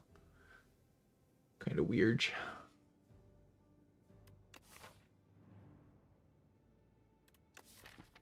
But of course you can have like other ways of losing HP on your turn, and then it can be a scaling damage option. I kind of like random damage because I need to kill things.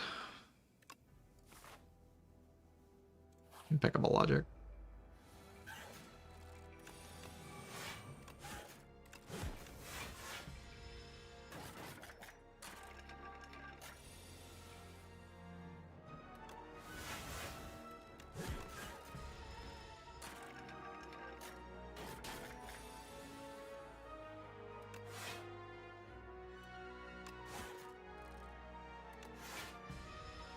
We're putting like approximately 70,000 dazes in my deck, which isn't my favorite thing.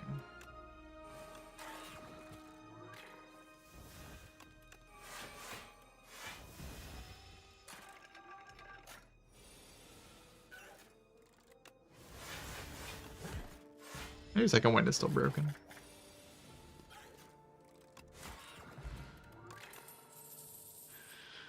Spite.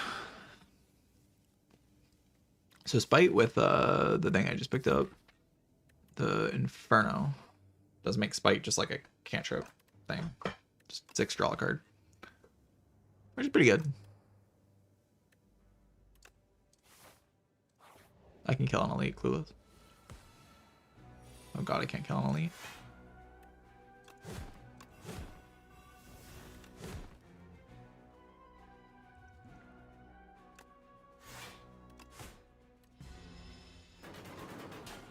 This guy, I'm playing the character that plays attacks.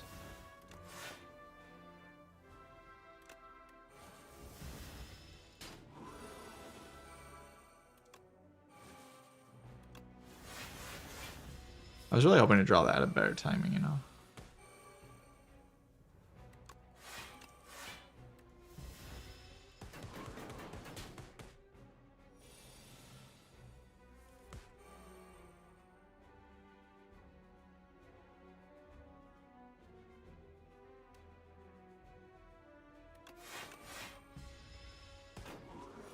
I have demon form play. I can probably kill.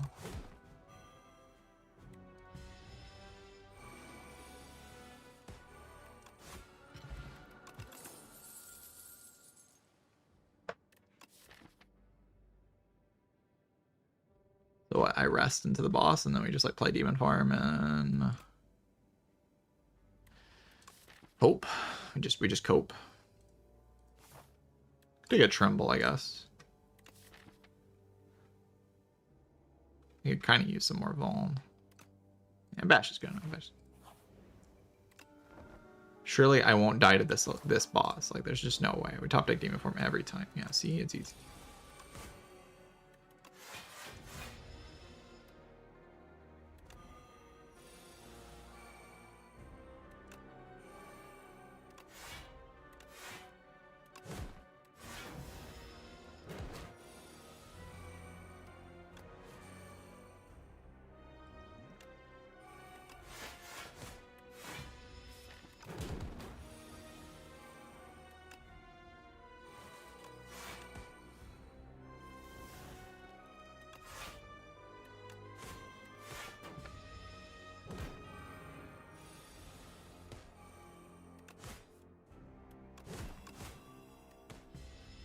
Yo.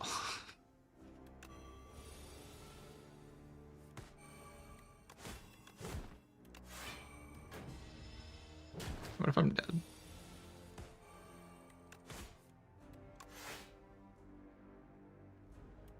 Play 3 blocks here.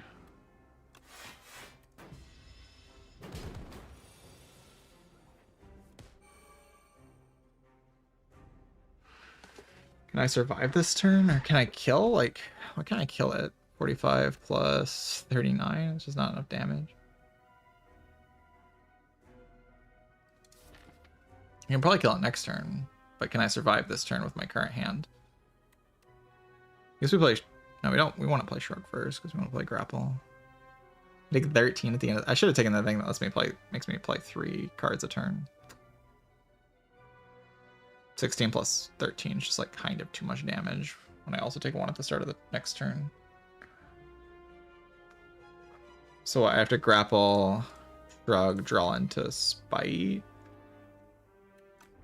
into Bully or something to kill.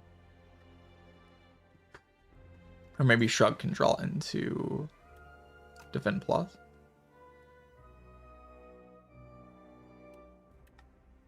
This only blocks 24.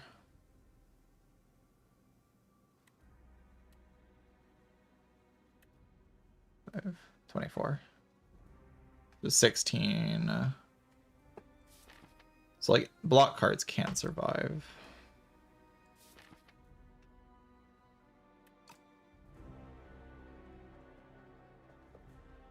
If I draw 9 block, just like a defend minus. 24, 30 something. Yeah, I just have to shrug.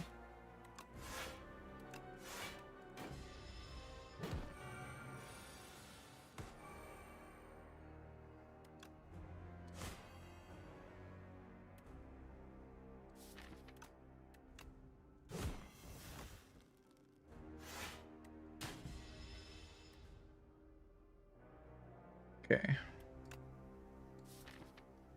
I'm guessing Bully Spike just kills, yeah?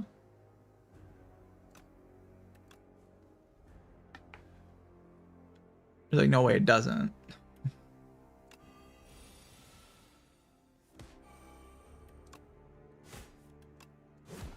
Alright, chilling. That's what we're doing right now. We're chilling.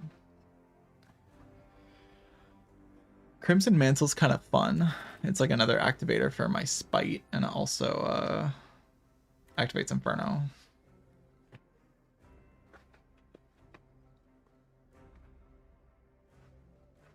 Like, kind of just does a bunch of stuff. It's pretty fun. Bencade is Bencade, though. Bencade's kind of crazy. Just play Ben, and then you play Shrug, Shrug, Shrug, Shrug, Shrug, and you win. GG. Prowess. Ben. GG. The thing is, this also blocks for 8, which is, like, kind of decent.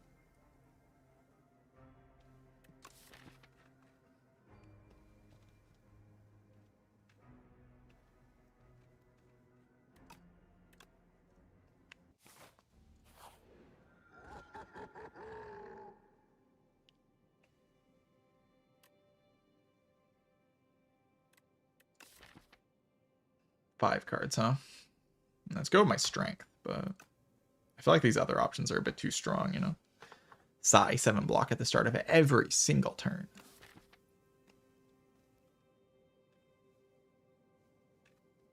It's like so much block. I block 15 at the start of every turn.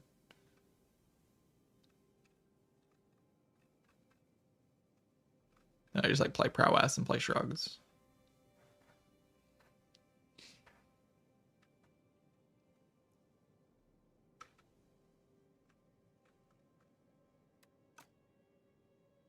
Kind of makes me wish I would have taken the barricade. To be honest. Throwing axes felt very powerful for me, but like I don't have to draw a good card. I don't have like actual draw on turn 1. I have energy on turn 1, but I don't have draw on turn 1. So I don't always get like a strong option to play, to double play.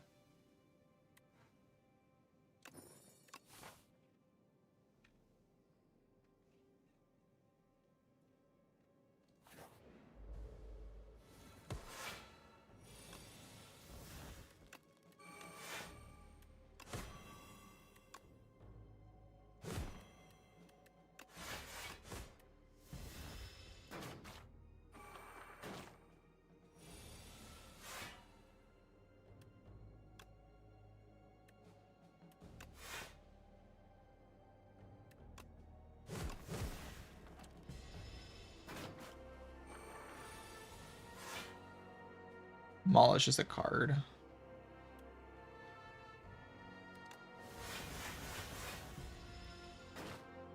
That you get for taking that boss relic. You get 5 of them. And it's like pretty solid, but Spite.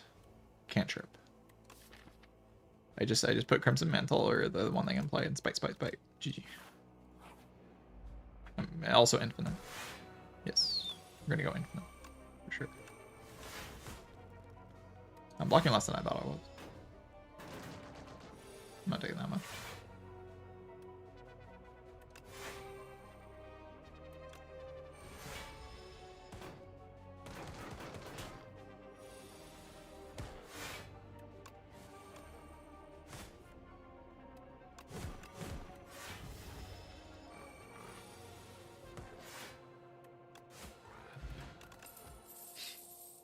Feel no brain.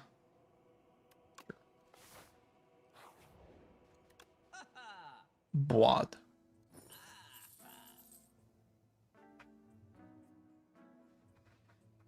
Boad. The bread of doom.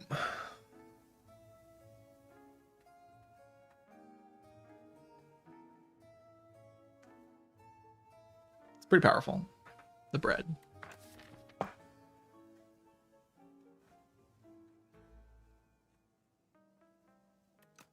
The bread do. The start of your turn, lose 2 energy. At the start of the first turn. At the start of all the other turns, you gain an energy. Which as a combo with something that I have. Sort of a combo. A little bit of a combo.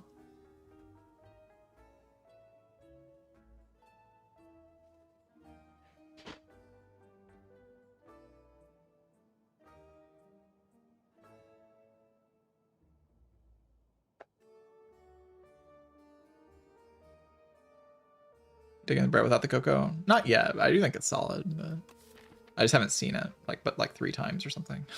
Like total, including this time. But it's like obviously strong here. I've read what it does.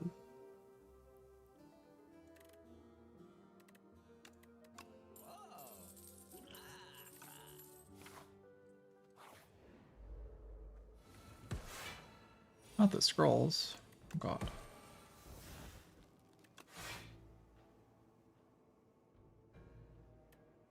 Because I could like grapple something.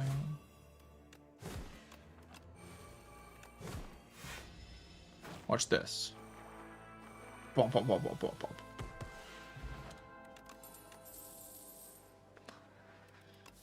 Uppercut with the bread now. I kind of want some weakness. I can upgrade it.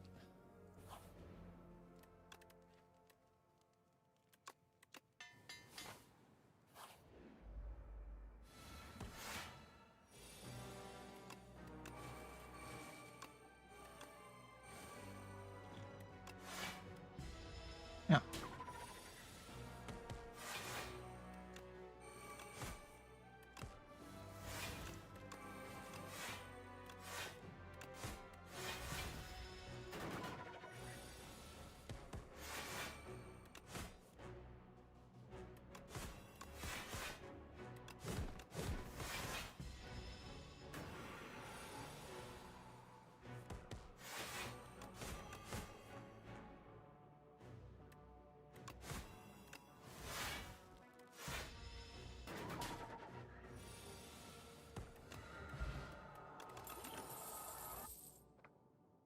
Alright, now that I have bread, I don't really feel like I need expect to fight. Doesn't feel super necessary.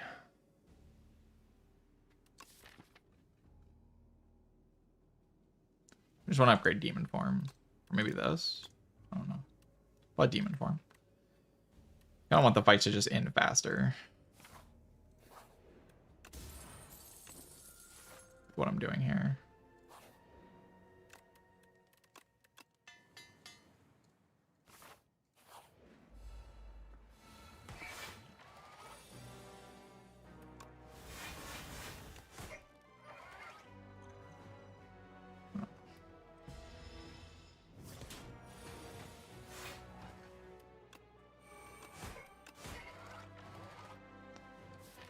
Can I win this fight? This draw? Probably.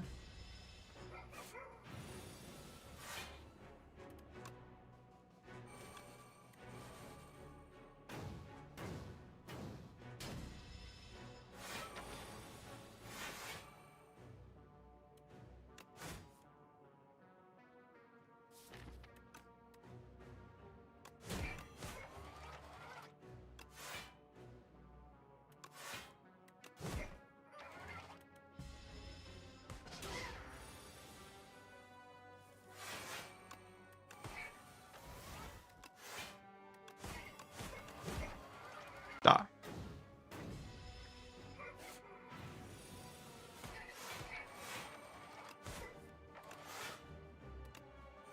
The Giga Second Wind.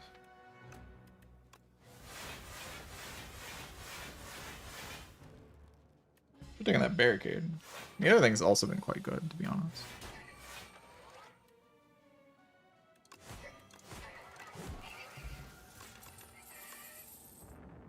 Fight me.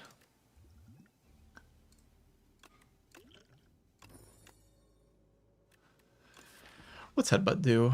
Doesn't feel like it does that much.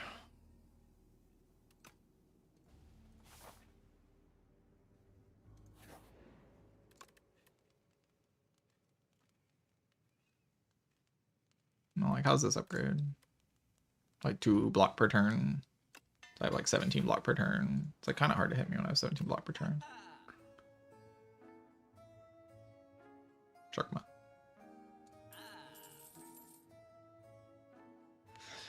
Shookdweeb. Stampede is okay.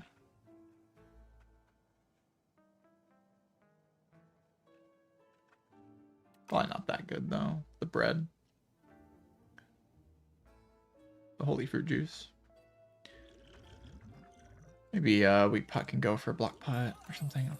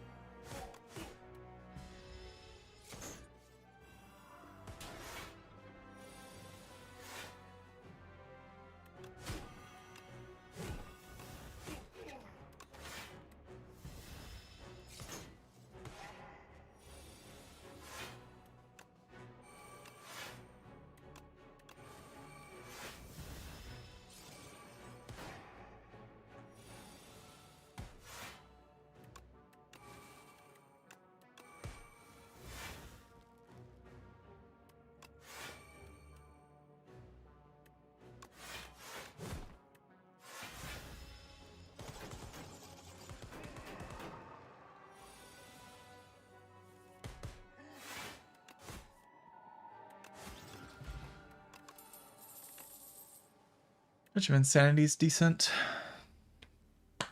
The start of each combat, procure a potion-shaped rock. It's so bad.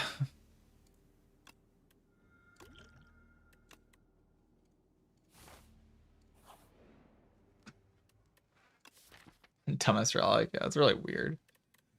I mean, it's like very good to see early game, I guess. Like it does 15 damage per fight. You just like use the potion. But like I keep getting it as my last relic. I just keep getting it as my last relic. So it like feels bad. What do the bosses do here? Do they do anything to me? Like they're asking me to play demon form. Yeah, that's like what they're doing. For the most part.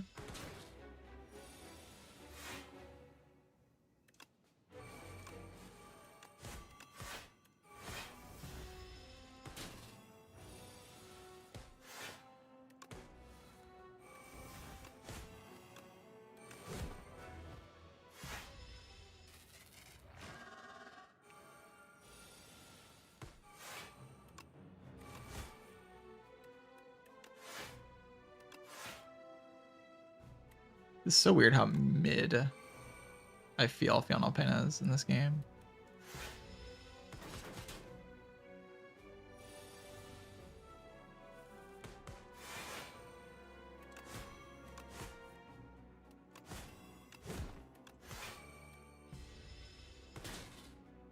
Maybe I was meant to take a wound there.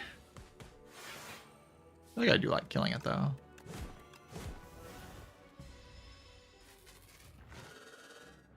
How do I deal with this guy though?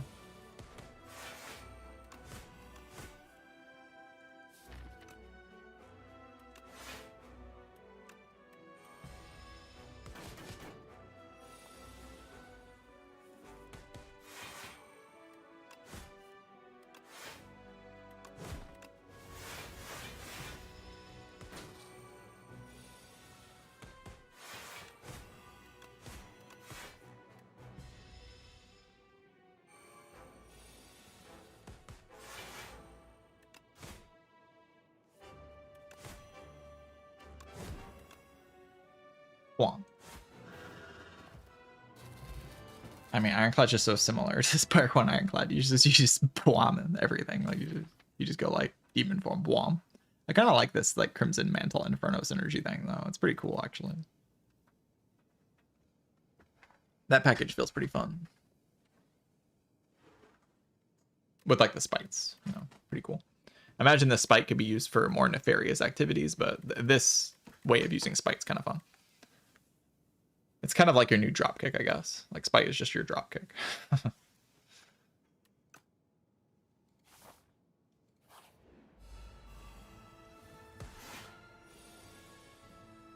It's good that I have Offering in the Sand.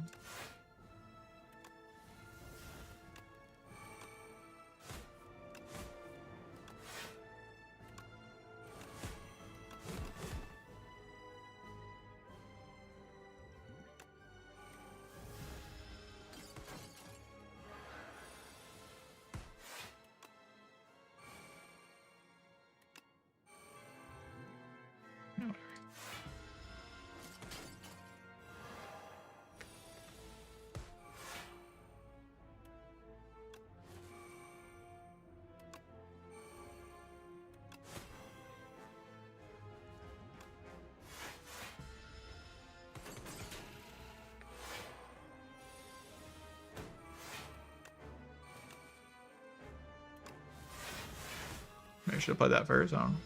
Hard to say.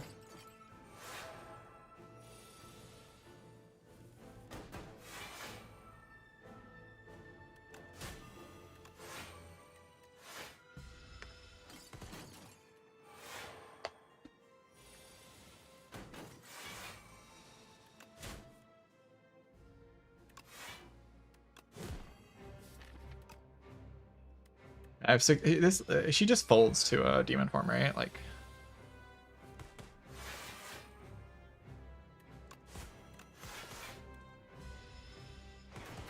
It was like she just folds to demon form. Like she takes so long to scale or to do anything that like.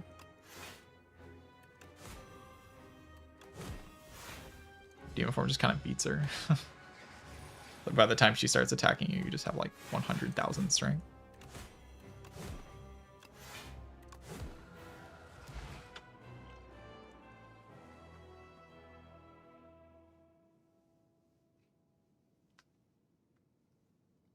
All right, Ironclad does it again. The bread was very powerful. This being a shop rock is kind of crazy, honestly. It's like very, very, very, very, very, very strong, especially with those. There's a lot of ways to get turn 1 energy in this game with like this existing, like, and the game's kind of like slower paced. So like this is just a good, really good, powerful option. Unless your deck like already has energy and doesn't want to have less energy on turn 1. A deck like this just loves this. It's amazing. Like a more Spire 1 type deck.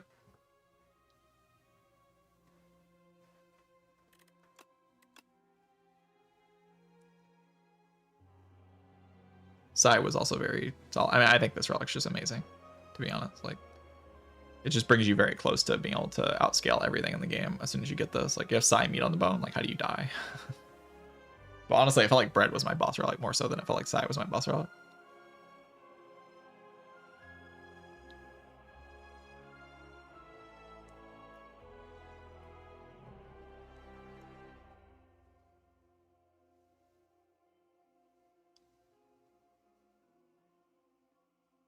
Ironclad is much simpler than a character like Regent, but it also could just be I understand. Like I understand these characters, right? So they take like 47, 49 minutes. This one was like, yeah, 42 minutes and I'm in Act 1 and I die. And Regent, 2 hours and 20 minutes. It's like a difference in like me not understanding the card pool and me like kind of understanding the card pool already. Like what it can do.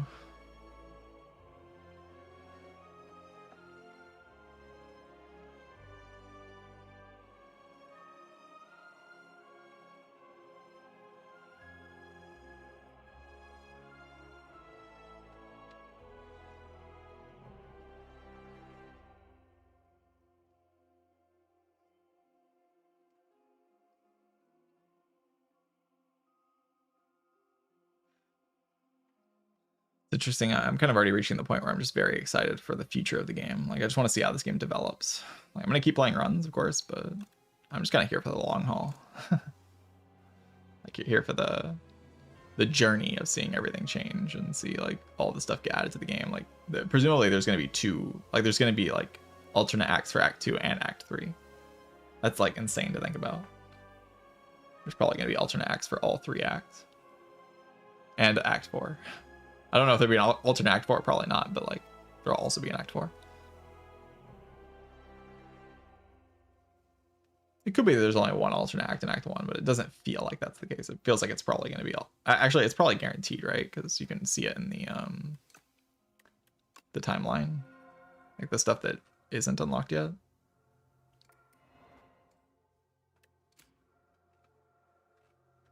Like these question marks.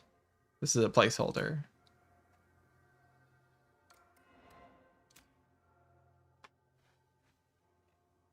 Yeah, there would be alt acts for every act. That's crazy. Like the alternate acts for Act 1 and Act 2 already feel like they add a lot of variety, but like, and just like the enemies getting changed. Like I don't think that the final Act 3 bosses here are in their final state at all. Like I think this guy's gonna get a lot of changes. I would be surprised if this thing's even remotely similar to what it is right now. It's such a boring fight. It's like actually so boring. This thing's gonna change a lot. I could see this thing staying somewhat similar because it's like kind of fun, but this thing is incredibly boring. Queen's also kind of just, it takes too long to do anything. Better than I expected? Yes. Yes, this game is better than I expected for early access, for sure. Definitely. The card pulls and like characters are more fun to play than I thought they would be. And I didn't think there would be like this high of ascension level, really. I didn't think there would be an ascension level that actually feels like at least it's trying to make it difficult. I don't think it actually succeeds, but it is trying. I didn't think that would even be in the game. I thought it would just be all free. Like, it would just be like entirely simple. So I'm pretty happy with the current state of the game already, and obviously this is just the start. Thoughts on the fish? You mean like the fish at the end of the Underdogs? Yeah, I think that might be the hardest Act 1 boss, because the intangible mechanic adds a lot of variance to what can happen. Might just require a certain amount of preparation. I don't know how to prepare for the fight yet, so it might just be like the fight's kind of complicated and I just don't know how to prepare for it, but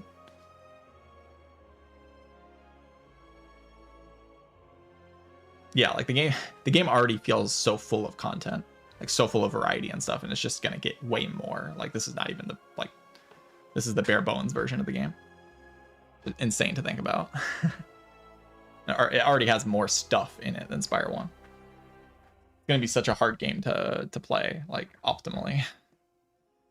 Because there's just so much to think about, so many possibilities and stuff. I'm excited to try to do that though. Definitely very excited for that.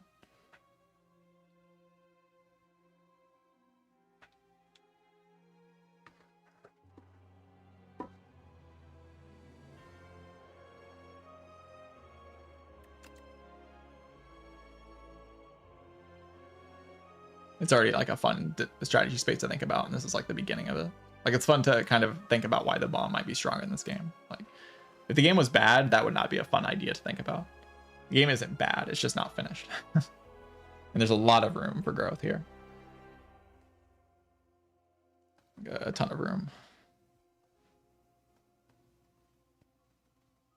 I don't know how often there's going to be patch notes. I don't think they've specified how often they plan on patching the game. I wouldn't be surprised if there's one pretty soon, though. I imagine they're focusing mostly on bug fixes right now, though, because like they have 1 billion playtesters now. Like actually 1 billion. This game is this game is doing very well.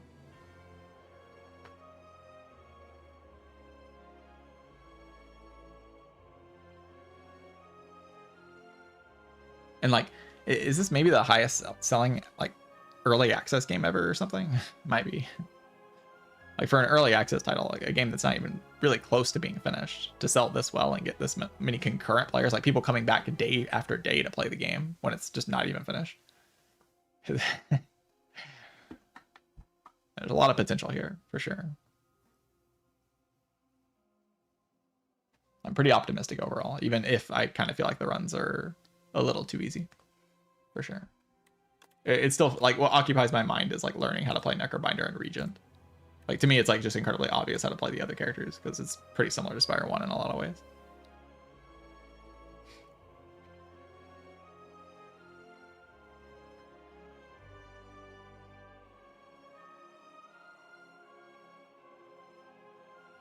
Be a full reset of progress? No, you'll keep all your unlocks if that's what you mean.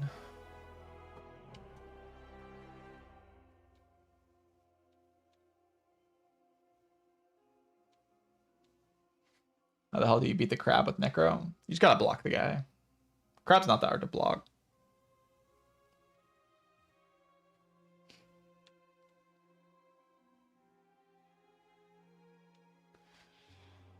She's kind of reliant on rares, but like her strongest card is a common. Like one of her strongest cards is a common. Like this thing. You can kind of just like weaken the crabs and then block them rather easily. There's things like this that are very, very powerful. This card should exhaust, by the way. This card not exhausting is an abomination.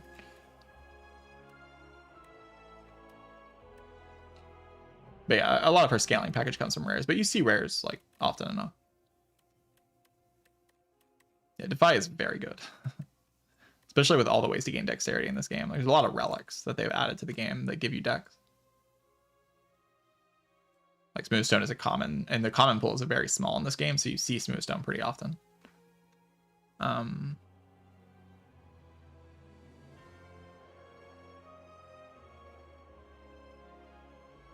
other than that, it's like rare relics, like the bracelet, the ring here, and then the kunai, of course. Ancient cards seem weak to you. Give them another shot. Give them another shot. Every time I've taken an ancient card, I've been pretty happy with it. I think Meow's Fury is kind of bad, but that's the only one I've taken. I've not been happy with it. But Protector seems pretty good. Apparitions are obviously very good. Bias Cog I'm a little sus of, but Appo's good. I haven't seen Corruption yet. Sealed Throne is very strong. There's quite a lot of strong things. Brightest Flame, I don't know. Like, this is going to be something I have to experiment with. I feel like it's weird. It's kind of good, but also kind of weird. It's probably good. Seek is a pretty good card. The fact that it doesn't upgrade to put 2 is kind of sad, but it's pretty good.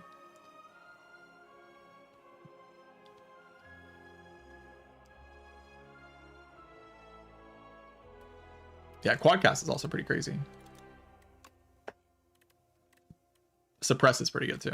Look at this. Weakness is very good in this game, and you get 5 weakness and 17 damage. Like you can get this with that backstab card and silence card pull, like that rare assassinate. And you just have like a assassinate plus neutralize turn 1. They're vuln weak. They take 5,000 damage. Like you just kind of blow everything out. It's pretty cool. I think the ancient cards are pretty good.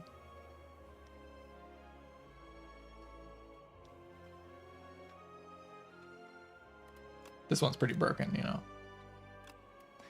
Apo's kind of good. Apo's kind of good. I haven't seen it yet, but I'm excited to see it. I think it's pretty good.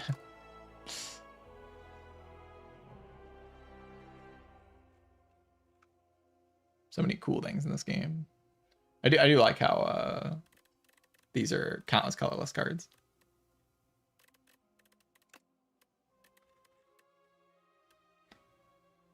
Thoughts on the whistle and the stun mechanic? I mean, it's kind of like vaults, but like doesn't work in multi-enemy fights. It's got to be pretty strong, right? 33 damage. Take an extra turn. It's got to be pretty strong.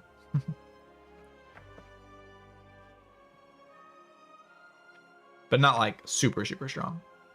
Like it's better to play like a 3. Like it's interesting because it's like a 3-cost card, but it's probably better to play like other 3-cost cards, like things like you know, Demesne or Reaper Form, or you know, stuff like that.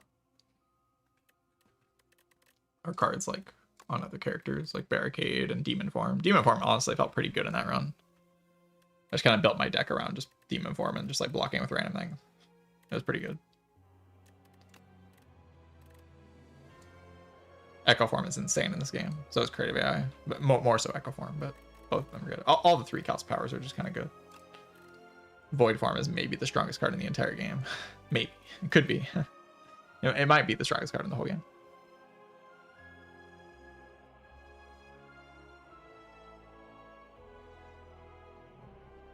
But I'm kind of here for it. You know, I'm kind of here for Void Form being the strongest card in the whole game. That's kind of sick. This card's kind of fun. It's insane, but it's kind of fun.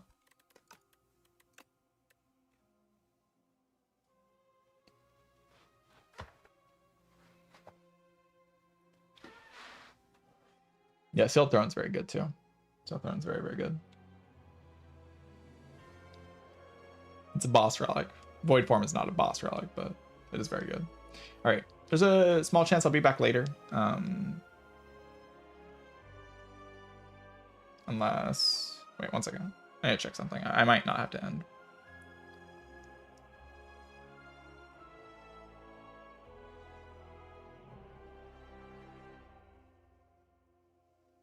Yeah, I have to go check on something real quick, and I'll know if I have to end after I check on it. I thought I actually have to end, but there's a chance that I don't. I'll be right back.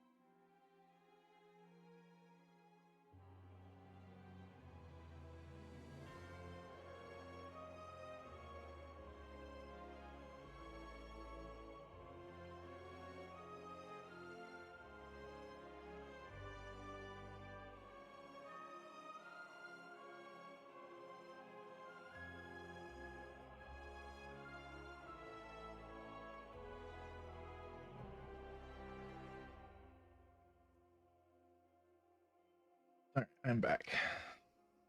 I do not have to end. Hello, Papa. Thank you for the raid. Luckily, I don't have to end. No, yeah, this is not...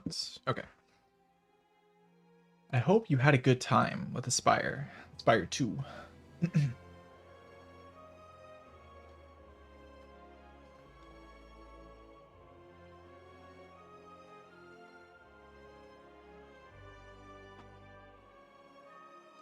Features Necro. If I rotate back to Necro. I'm a little bit far away from Necro in the rotation right now, but... I get to play Silent.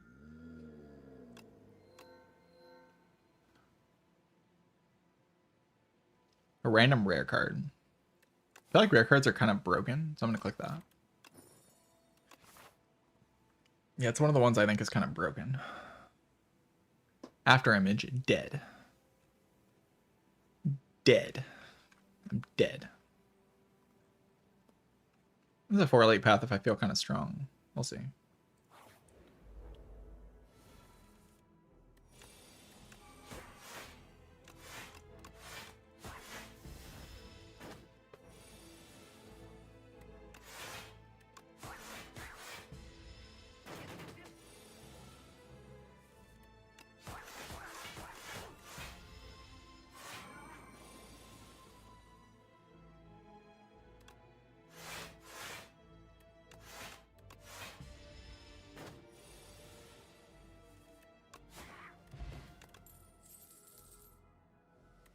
Alright, Ricochet's pretty cool. My boss is Laga. I'm gonna take Blade Dance. I still kind of feel like Blade Dance is good. A mid. It'd be such an unhinged thing to take in Spire 1. I feel like in Spire 2 it's kind of okay though. You're just like fine. Taking Pyramid. Piercing Well, a mid. Retain Intangible. Right now I exhaust down to my base deck, which isn't very good.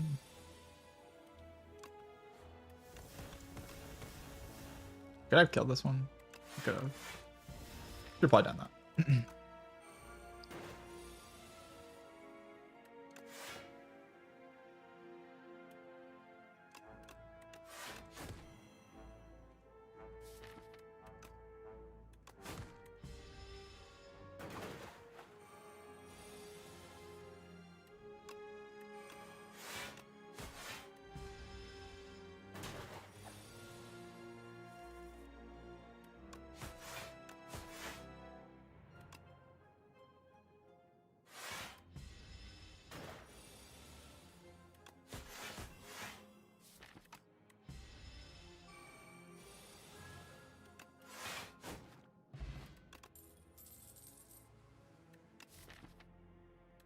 Flask. GG. Good to get Infinite Blades as well. But if I want to beat the lag of Doom, you know, maybe I need a Flask. Go with the boss for me.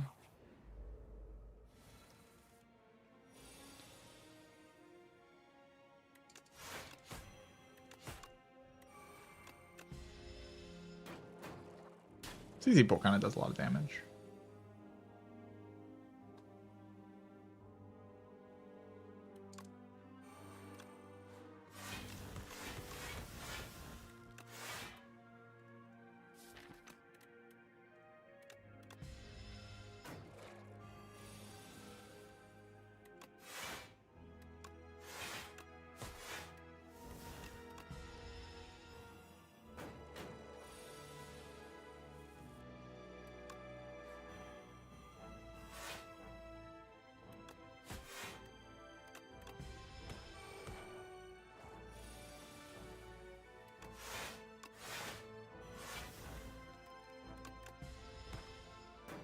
Kind of gaming.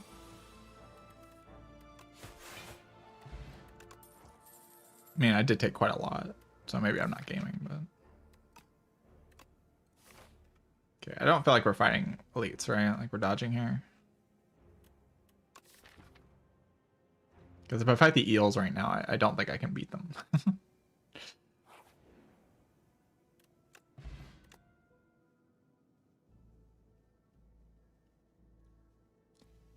Volley. Okay.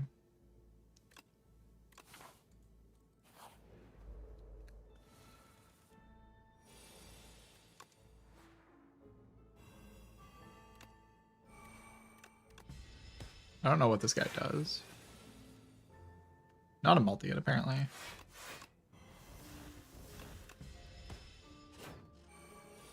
What does a multi-hit this turn?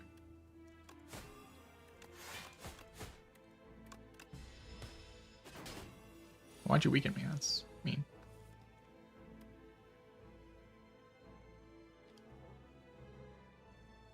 I don't know how much it blocks for.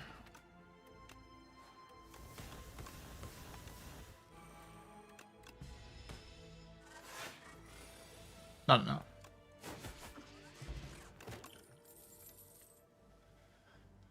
All right, up my sleeve has been pretty solid for me. I think it's okay. I have a flex spot now, so like ricochet is like fine.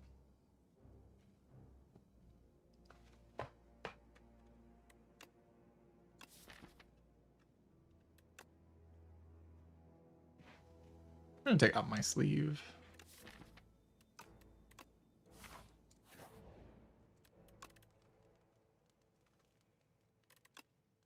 $14? Really? Okay. It's a big number.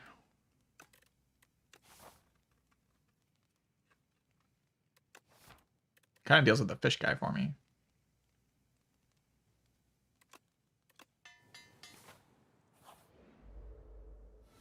Doesn't really deal with this guy, sadly.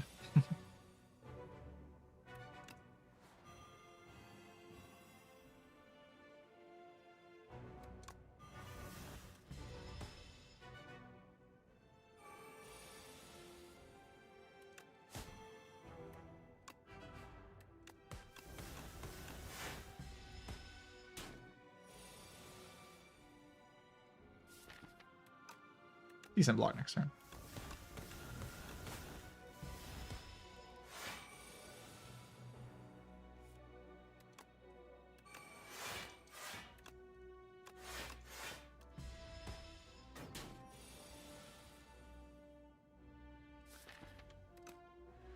I'm kind of a little bit dead right now. Just a little bit.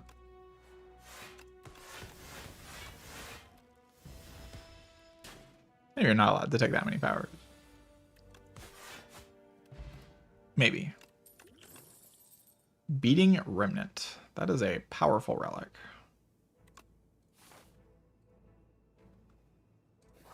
However, it doesn't do anything here, notably.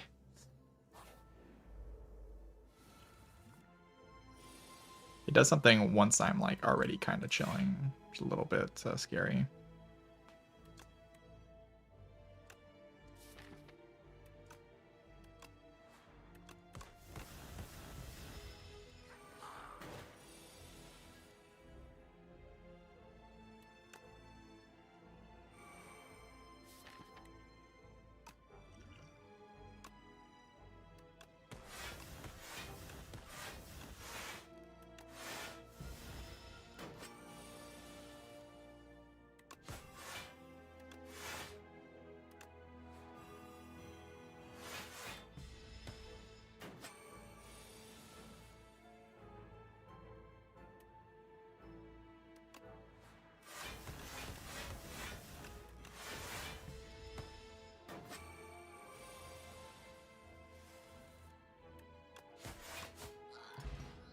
Oh, I'm 95.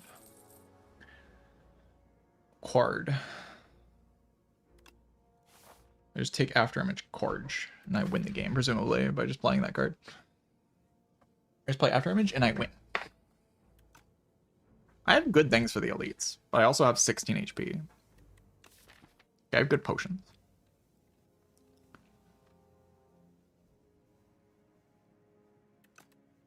I'm just gonna farm. It's gonna happen. We're making it happen.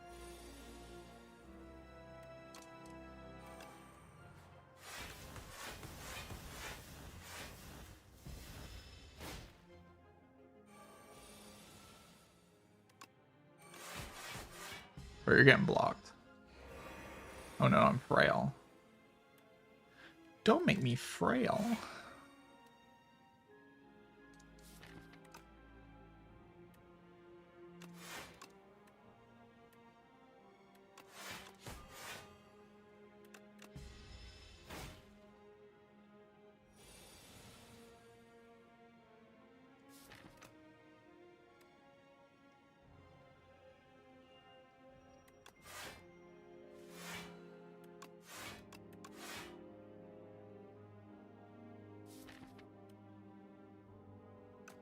You're gonna debuff me next turn.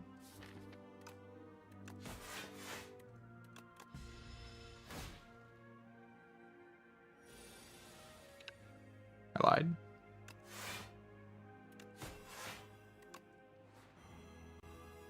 That's okay. I'm not debuffed, so like I'm not gonna take damage. It doesn't ever debuff you again. Okay.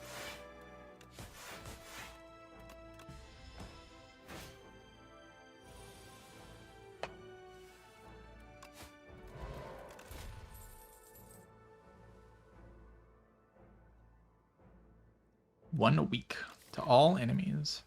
I'm a big fan of weakness. And I think AoE is like kind of okay.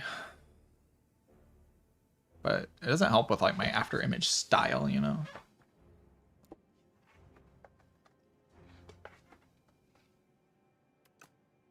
So I don't really want. So really hoping for a hallway fight here, I won't lie to you. I want to play Flask so badly. I don't know what this thing does. Like, I don't know if I have to play Flask here or not.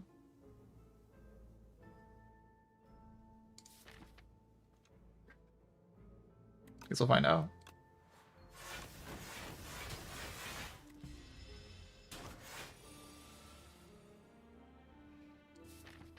That is so bad. Currently I deal 5. Plus 28. It's nowhere even close to enough.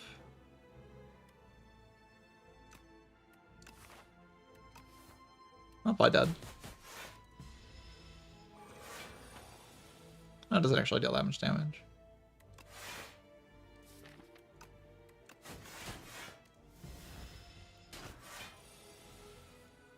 Oh, it's kind of chill.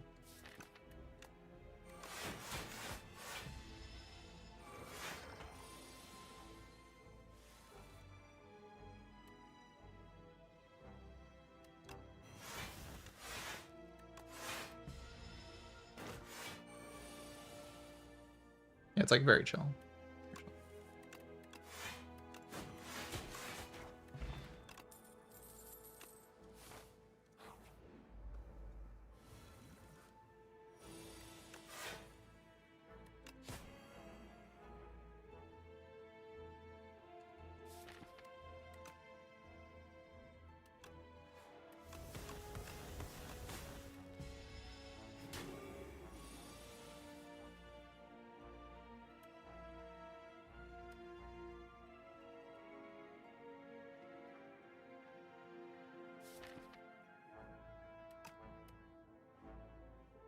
So I could double potion to kill it right now.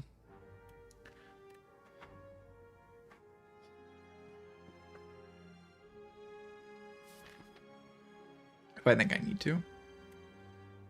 How much HP do the little guys have? Because I can explosive potion them.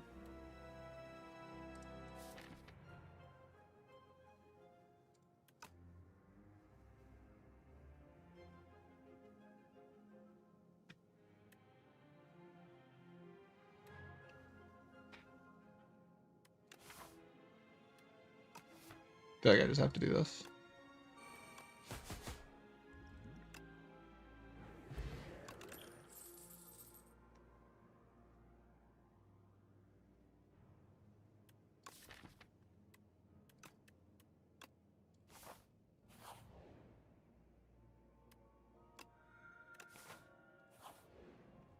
Alright, can I upgrade here?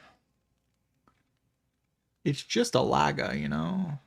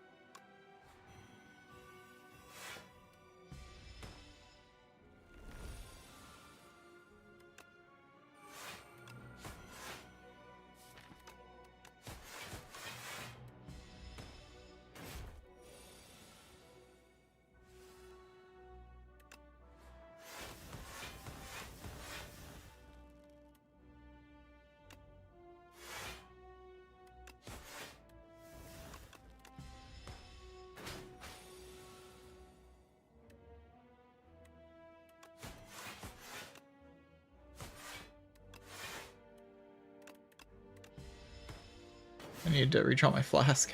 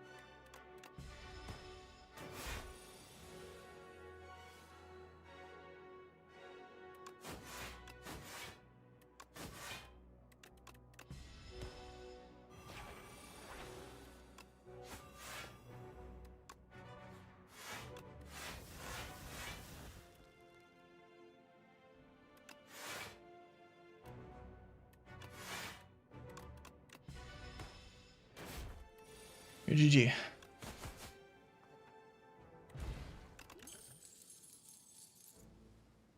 Shiv now hit all enemies. Add 4 shivs into your hand. Go with the double after image thing. Like the up my sleeve. You just kind of play this and then you know. I also just like kind of want to try out this card because it's kind of cool. Tools I think is pretty strong in this game. Just because of Sly. I don't have any Sly cards though.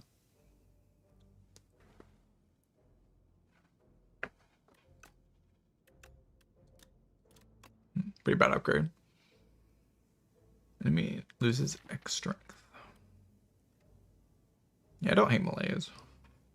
Malaise volley, Chemex, GG.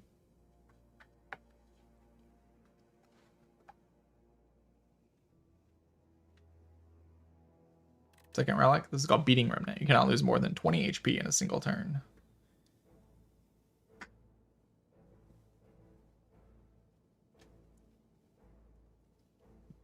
I don't think it's that strong in this run, to be honest, because I'm mostly going to be taking chip damage.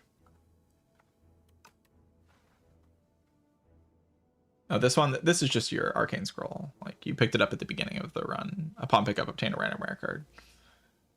It's like one of the relics you get at the whale. Just kind of tells you what my whale bonus is if you recognize it.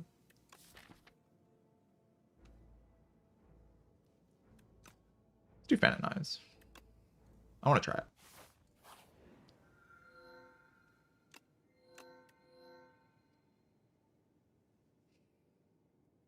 Very Hot Cocoa is back.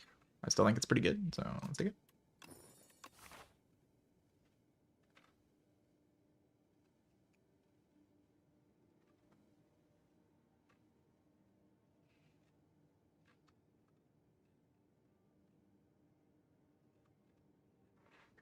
Starting here no matter what.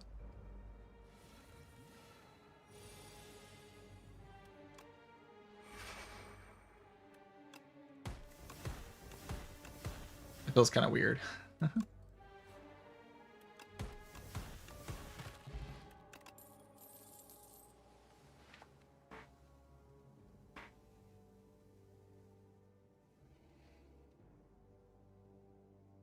Two pickable relics. I mean, I think the wax relics are fine. The like ancient card's decent. This is good. Yeah, I don't know.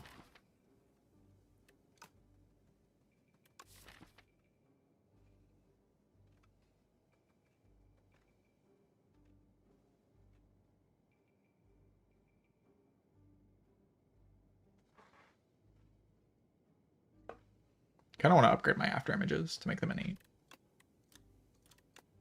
with my Very Hot Cocoa.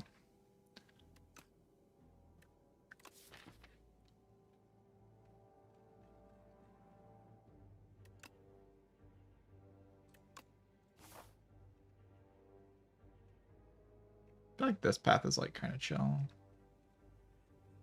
A lot of optionality.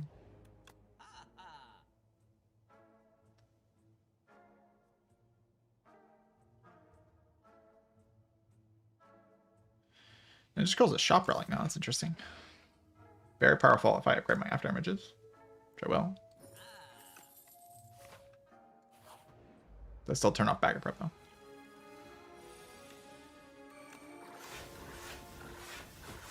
Whee!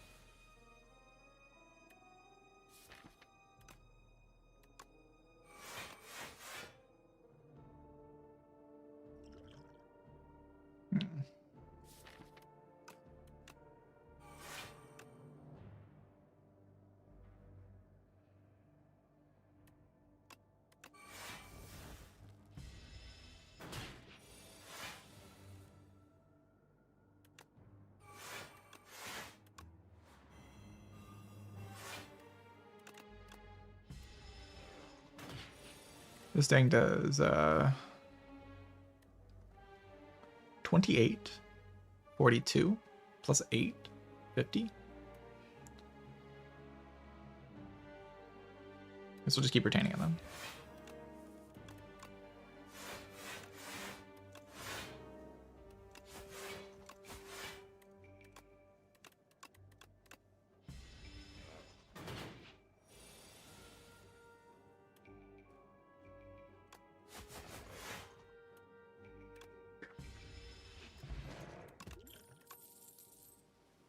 It could be an elite. I don't think that thing could be an elite. No, that would be a little bit weird.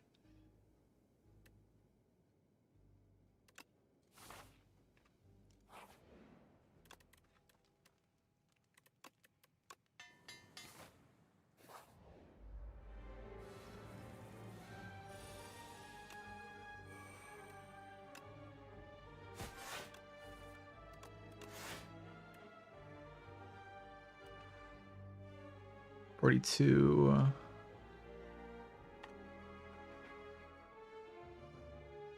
$57. So one ship there will kill. Oh wait, it's random. Well, I mean, I forgot that it's random. It works out though. It works out.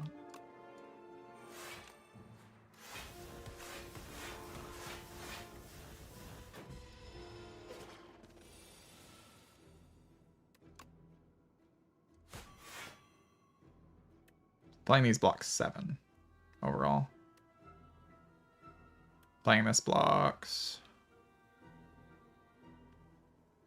10. 10 is notably more than 7.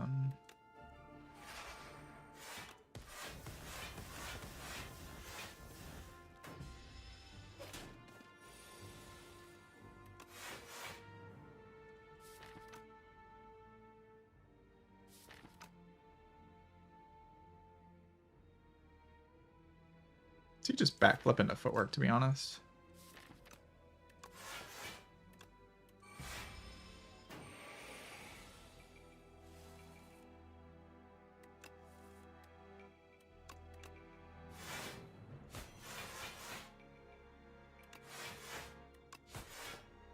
That was a really, really, really, really bad draw.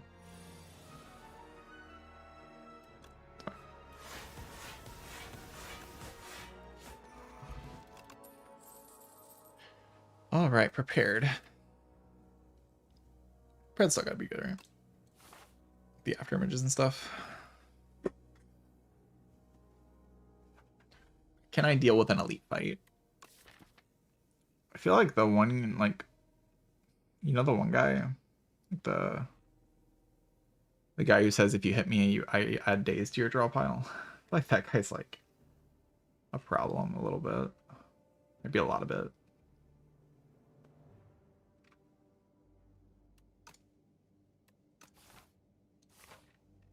Yeah, that guy seems like a mild problem. It's only a 1 in 3 that I get him. I think the other ones are kind of chill. Just don't get it.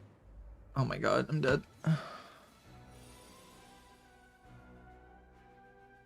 am I dead? Oh wait, is it dead? 14 times 7. It's like kind of dead. I can go like whale volley.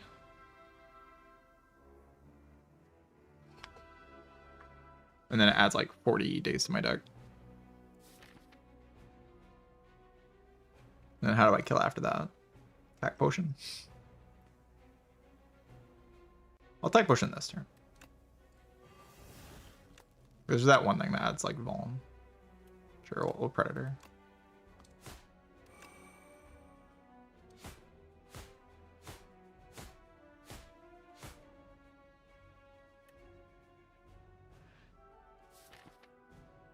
I don't love that. How do I deal with the rest of the damage here? Do I like use the ball's potential as well? Not this turn, right? I wait for myself to brick.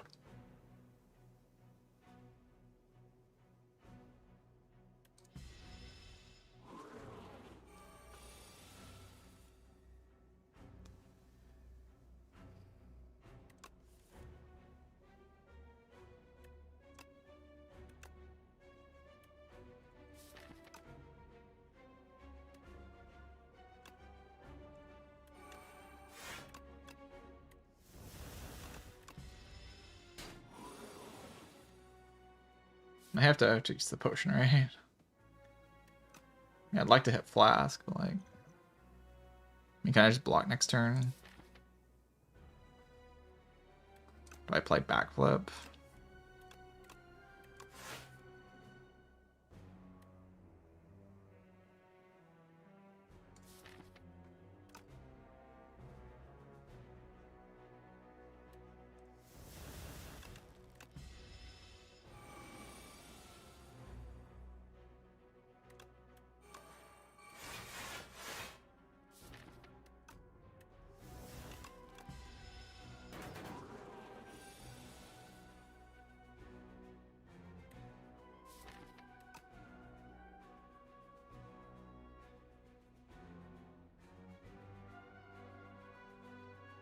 Kind of fun.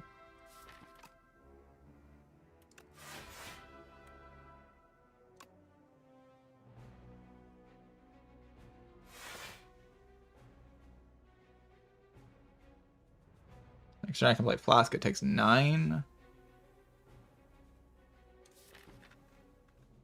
I can just try to hit volley.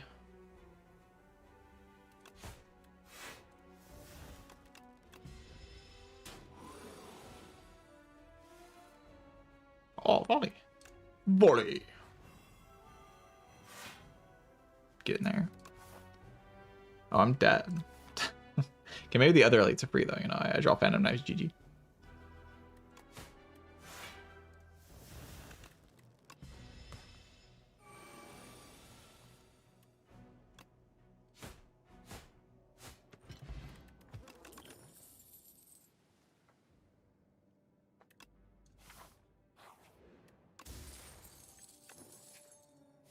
Turn 1 energy deck.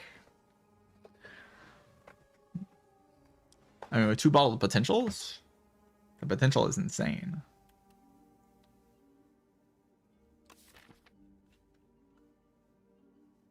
So I feel like the one guy can kind of just kill me. Just farm. These guys I can kill. Alright, volley, GG. They're all dead, right? Right, chat? Aren't they all dead? 14 times 8, that kills everything, right? That's 150 damage.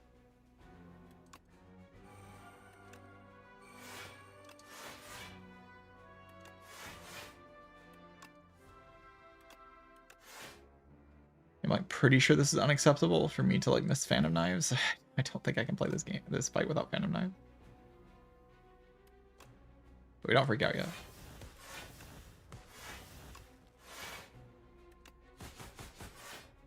AoE. Wait, I don't have...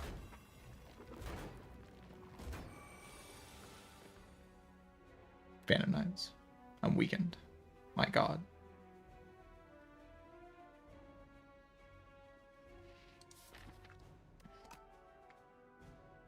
I'm weakened. Why am I weakened? What am I doing? Like, chat, I need to lock in. Why am I weakened? It does 3 times 4 to all enemies. I just need to like bottle potential into the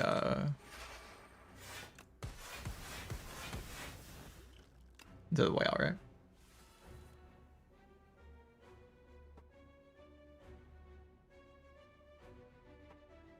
It's not whale.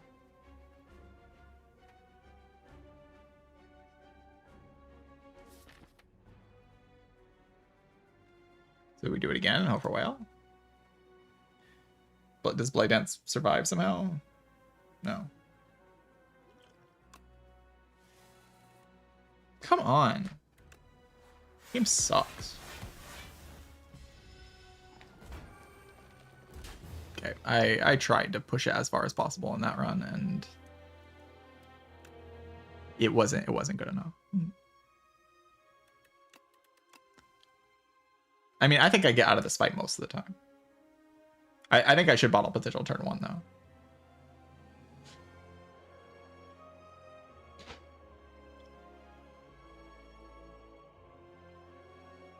No, I can't just play volley and kill. That is not gonna happen.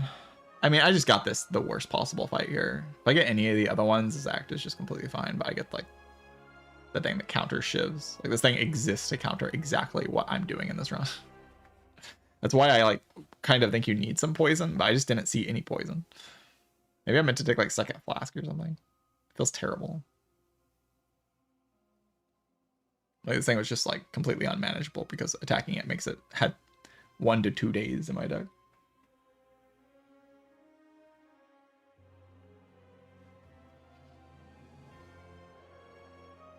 Yeah, if I would have added Ricochet, the Sly card, that would have made this fight so much better. It's just been so much better. I would have completely chilled in that fight with Sly Ricochet. It's been so good. You're just meant to dodge. Like you're just not meant to like actually fight these elite. The run has like double after image while like plans footwork. Like you just dodge and you win easily. I just like want to farm max because that's how I want to play the game right now.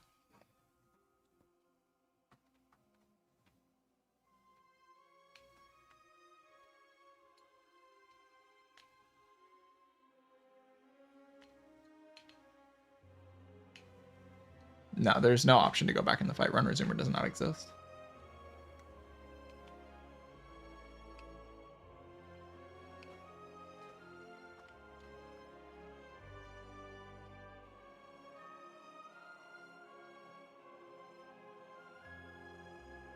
My idea against this fight was just draw Phantom Knives on turn 1.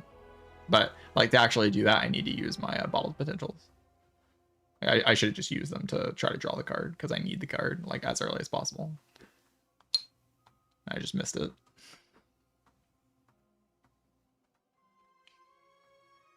Because you get weakened on turn 1 in this fight, so no share. They're teasing a feature here. You will be able to share your runs eventually.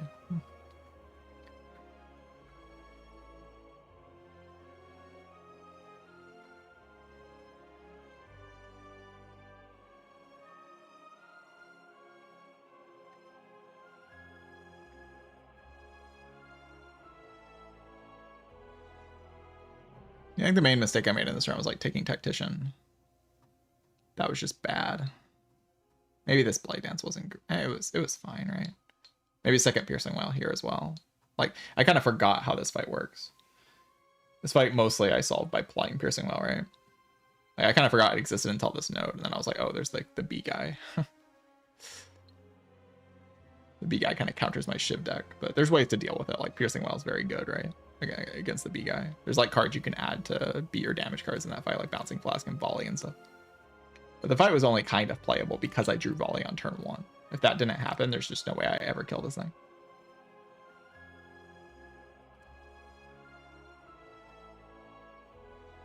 I definitely think Poison's my preferred way to deal damage on Silent right now because this guy exists. But sometimes you just don't get the Poison cards.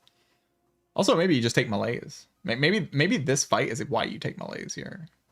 Band of Knives is for this thing, but like maybe this thing's scarier. I don't know. It's kind of an idea. Something to think about. Piercing Wail feels very strong in Act 2 elites though, for sure. Like still that's still true. Very good in this fight, very good in this fight.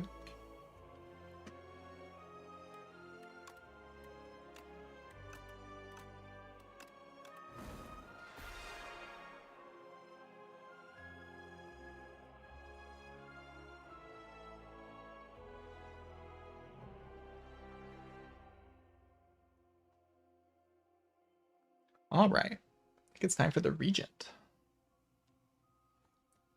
Cool character. Excited to learn more about this guy. All right, kind of like Booming Conch. Every time I use it, I mean, I like all these web bonuses, honestly. I think they're all kind of solid. I don't love curses on the Regent, though.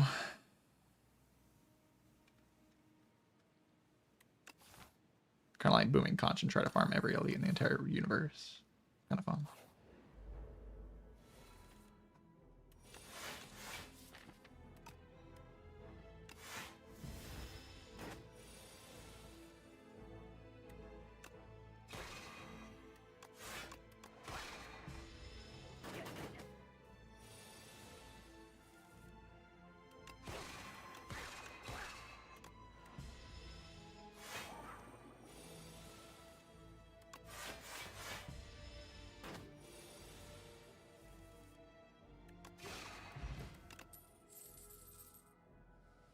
All right, we are in the docks again.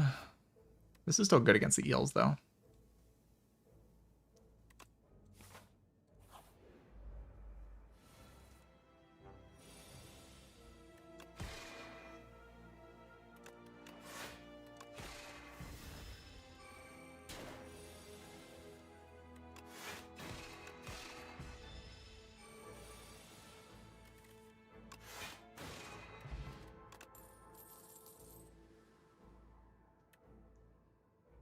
Alright.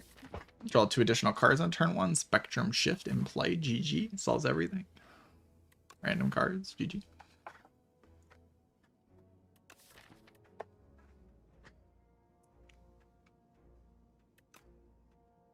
Magnetism. I feel like Refined Blade is okay. I need to like have enough to deal with the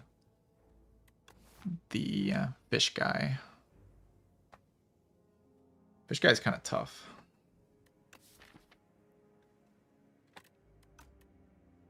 Right now, all I have is an Astral Pulse. Like, that's not very good against a fish guy.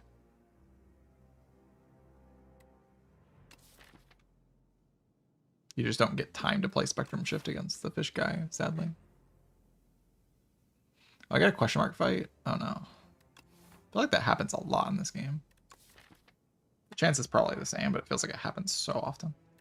Your first question mark is a fight.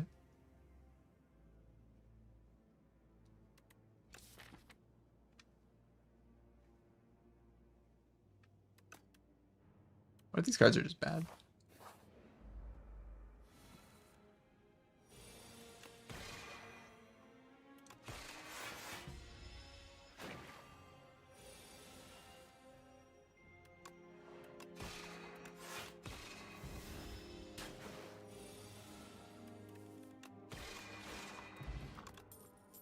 Oh, potion.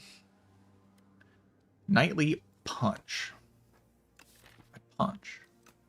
Punch. 11 damage for 1. Punch.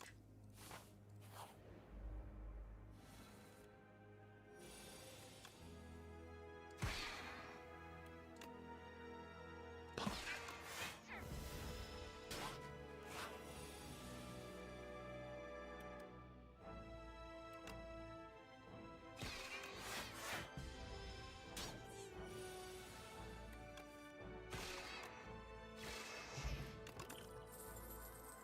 The card.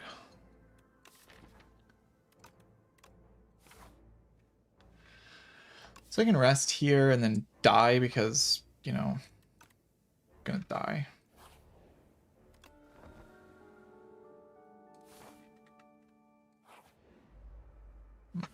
It's the one I didn't want to fight, I think.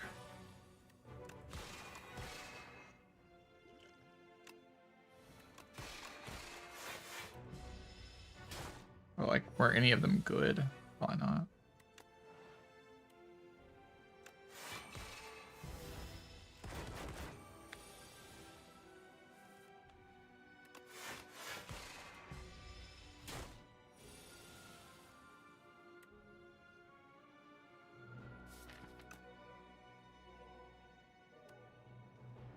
$14's like kind of not enough, or kind of too much. 75 is where it splits. Guess we have to though. I don't know if I'm meant to split there. I might be meant to just like take the damage.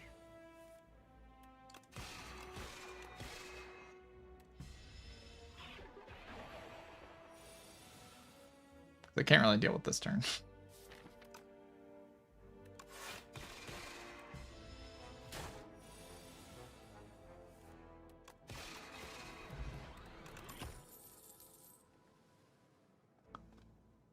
Gain star card.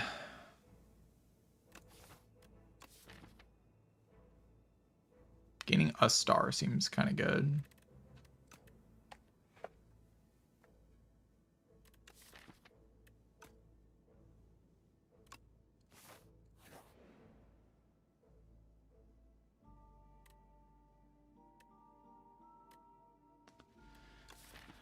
I mean, I would like some of my cards to say retain on them. Like reflect retain is kind of crazy.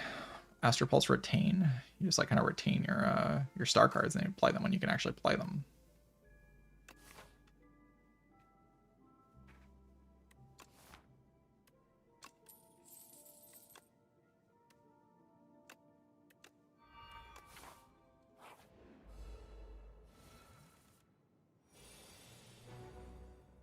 Well, I fear I am dead. I'll be fine, I'll be fine.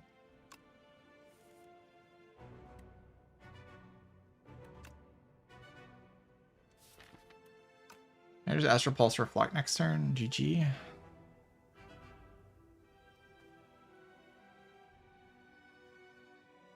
Enough stars to be able to do that though. It's 6 stars. So I have to play both of the star generating cards. I have to.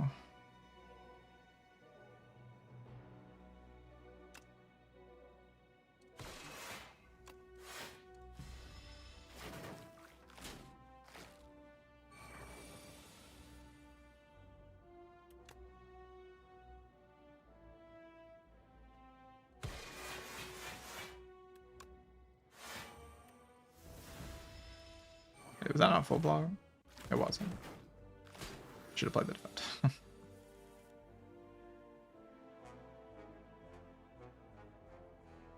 I dead? It's like literally impossible that I'm dead, but I still have to ask.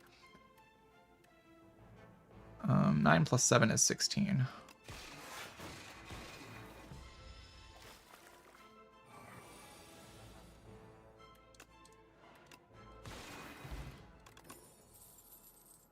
Gather Light card, Convergence card. Retaining my hand is a little bit weaker because I have the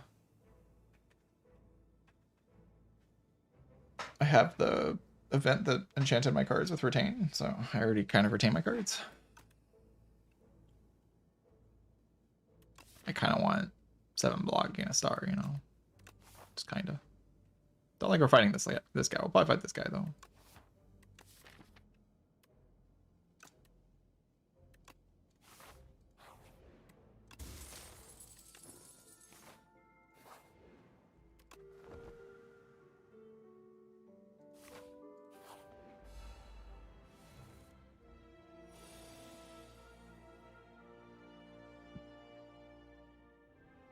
No, I think you can pick the gold for curse thing.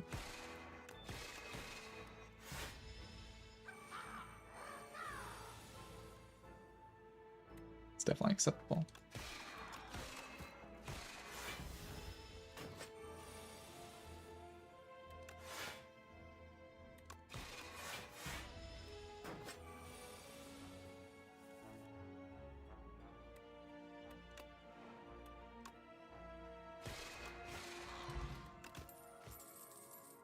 Whenever you spend or gain stars, deal 3 damage to all enemies. Well, that's like my entire deck.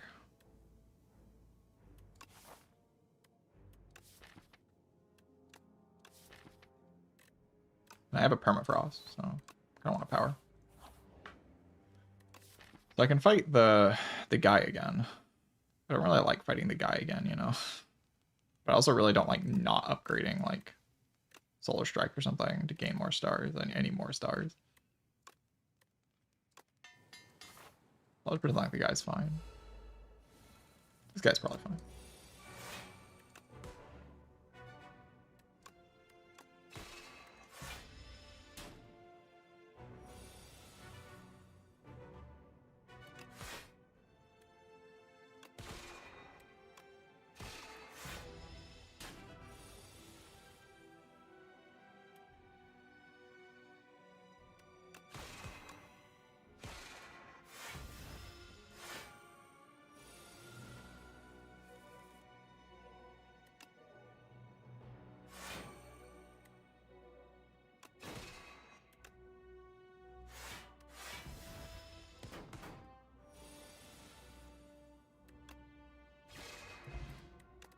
King's Courage, Forge 15. Cool.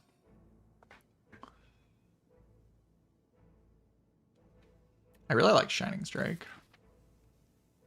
Feels like I'm kind of already gaining a lot of stars. And I don't want to get in the way too much of redrawing Reflect, because I need to redraw Reflect.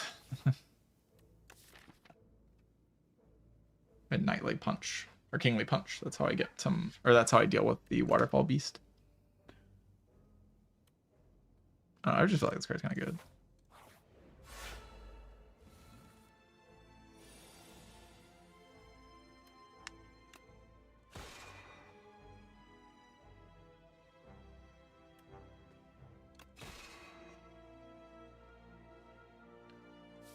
I don't need to take damage here. But like, if I don't play Venerate, then like... actually, I have the one thing.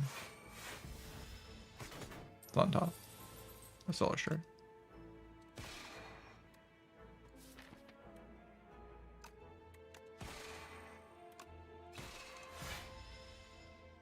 Now Astral Pulse kills both.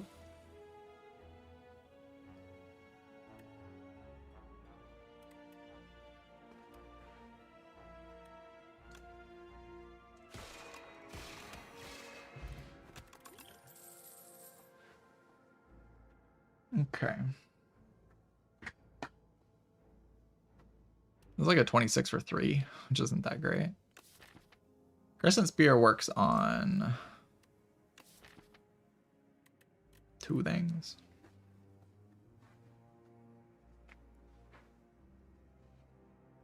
What's this upgrade do? 4 damage.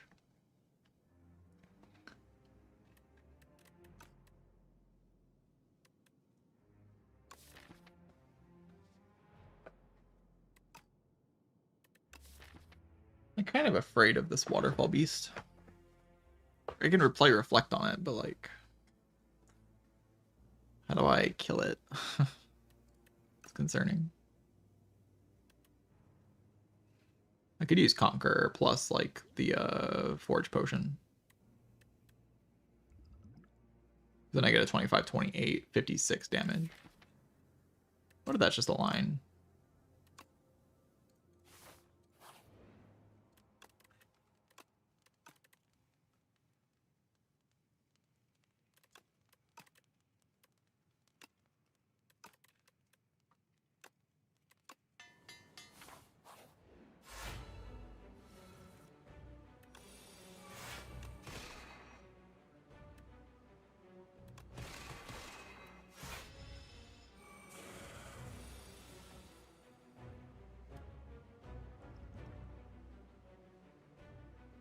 Cannot block this turn.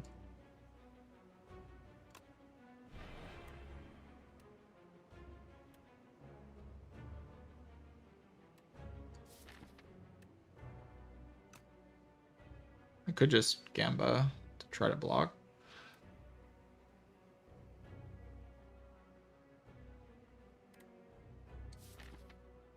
Like likely to be able to block if I Gamba. Only taking 13 though. Like I kind of want to kill it.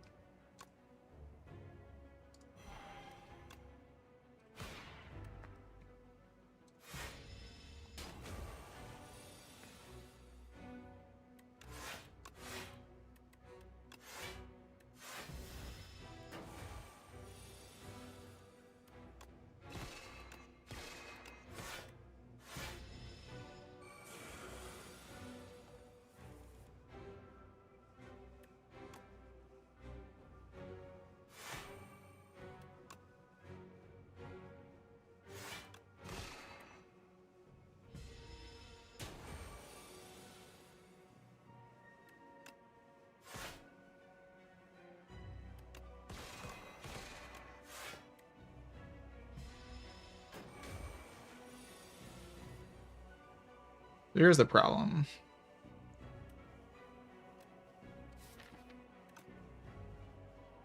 It's dealing 35.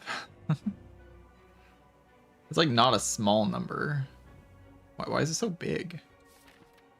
I need to like get this in my hand. Like have both of these.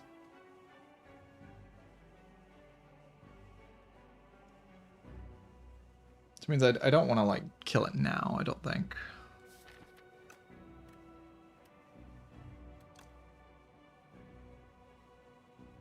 But if I take 6 here, how do I win? To kill it next turn, and then the turn after I play 17 block plus like weakness maybe. There's like a few things. But I need to not draw anything next turn. Which means I probably want to play Shining Strike here, right? Because I kill it with the sword next turn. This thing will deal... I don't know, I only forged 3 actually. So do I have to play this? This goes to 32-64, so exact lethal with Kingly Punch. So if I do Kingly Punch, next turn I play Conquer Sword. Then the turn after I try to play Reflect, Gather Light, or like Reflect, Defend, Falling Star, these types of things.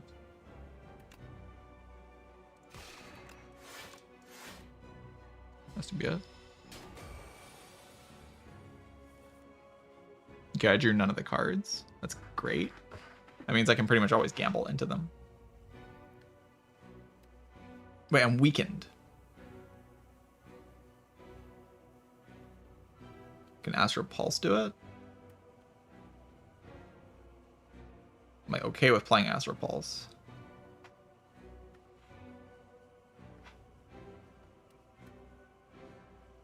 Has 53 HP. There's no way that's enough, right?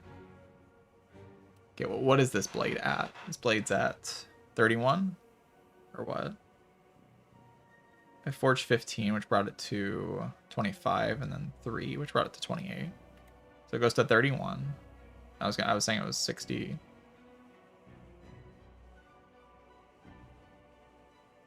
Wait, hold on.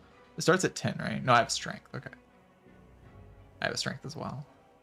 So it's at 32, which was going to be 64. But now it's going to be at 32, which weakens to...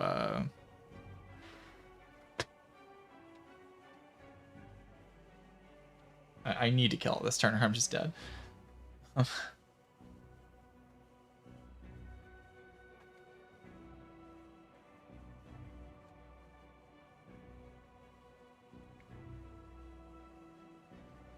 And I can't kill it this turn, so I'm just dead.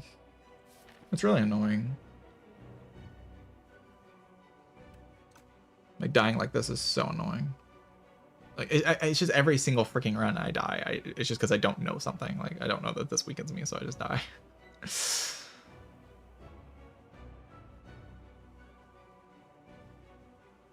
Like, just not knowing that this weakens me is like the only reason I'm dead here. gamble for Vuln, but gambling now just is a death sentence because I don't have Reflect.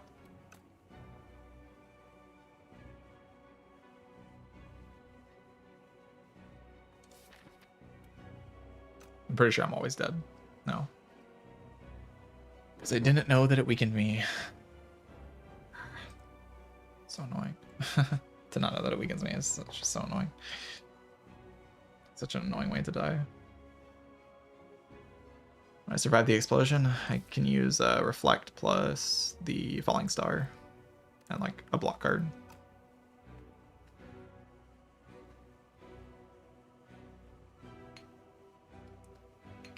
There's lots of ways I can do it.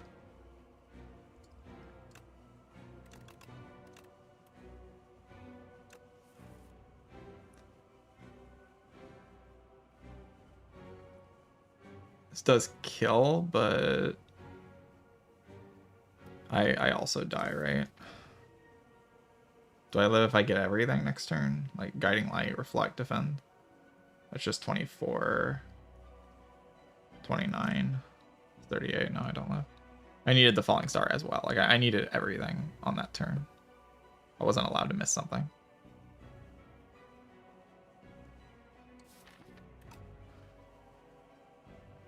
There's nothing I can do, right? Yeah. I need it. Wait. This was gonna deal 4 more. Oh my god, it was exact lethal. It was exact lethal. I forgot about the...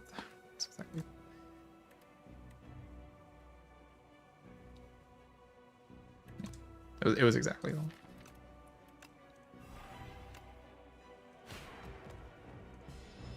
I had a... it would have worked.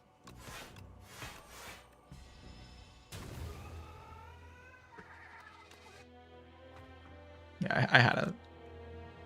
It would have won. I just forgot about the power. No, actually, it's 59 plus 4, so I'm 1 damage off. Okay, I'm 1 damage off. I was 1 damage off. Well, that makes it feel even worse.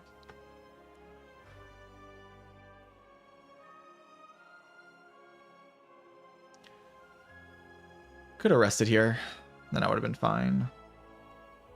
Guess I should have rested. I'm trying to push it against this guy, but I guess you should just like always rest against him. It's just like I felt like I mean I don't have a feeling for the numbers yet. I have to die to the boss to get a feeling for the numbers. Like, I don't know how big the thing's gonna be. I know I can deal a lot of damage quickly, so I was like I don't know how big the thing is gonna be. You know, I need to get a feeling for it to know when I can actually get away with upgrading. If I just rest every single time, then I'll never learn when I can't get away with it.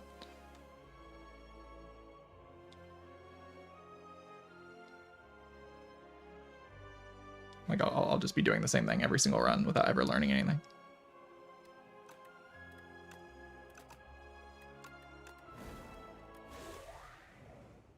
Let's say that bosses kill me more than anything else in this game, which is kind of funny because I don't think that boss is that hard. I just think I'm like playing too greedily against it.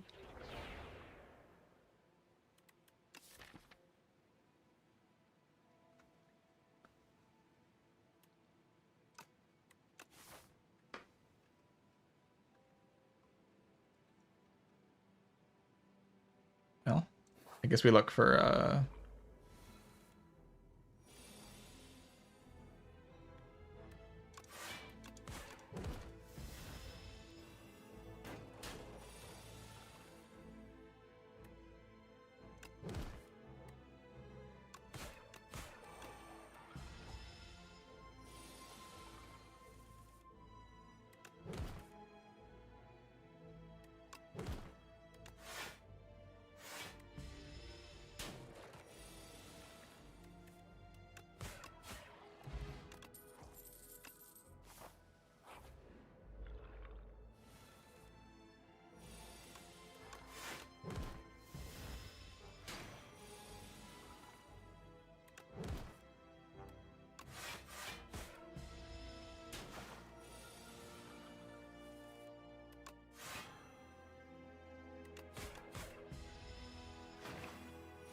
yeah, Necro is a she. far as I'm aware.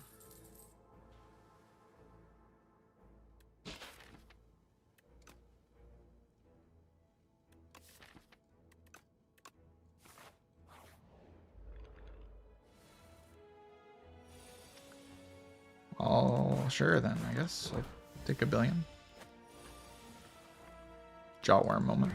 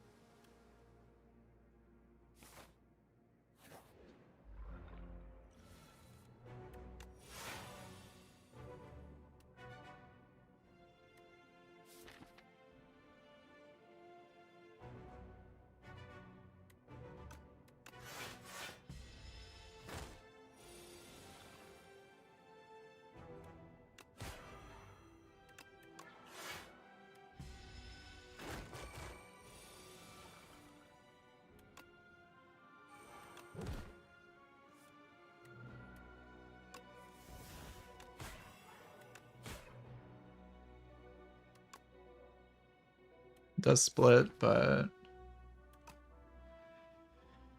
exactly splits. Maybe we look for something. Ultimate defend, Blom.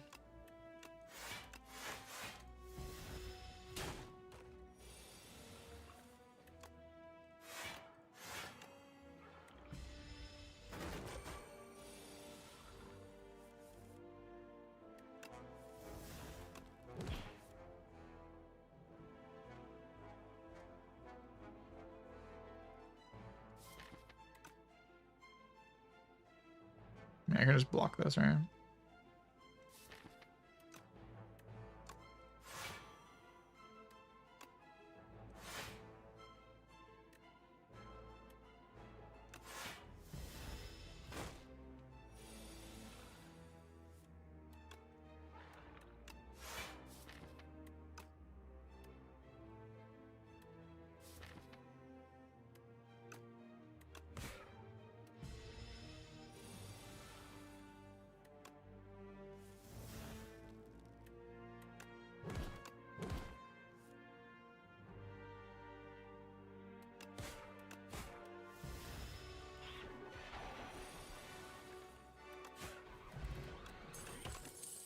Rich.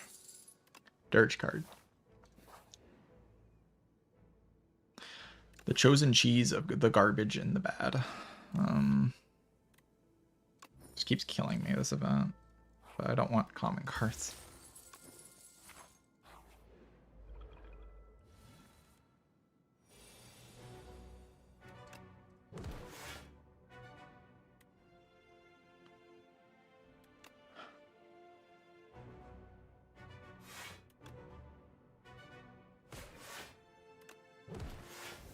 It's extremely concerning. If I just miss Banshee's Cry, I just die. It's like fairly likely. Yeah, just miss Banshee's Cry. Page Storm kind of helps though, like redraw the Banshee's Cry.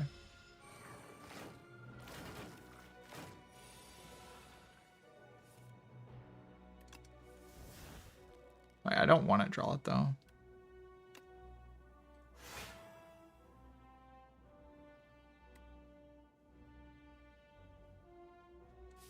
Because I draw it right now to cost 2, and I can't have that. I need to play Fear and then just kill them all next turn.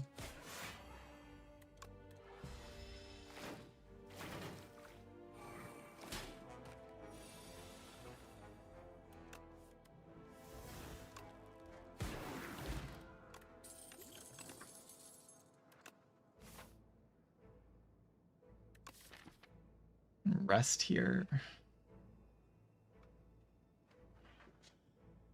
I don't like really want to rest. I want to upgrade Dirge, but I'm okay with resting.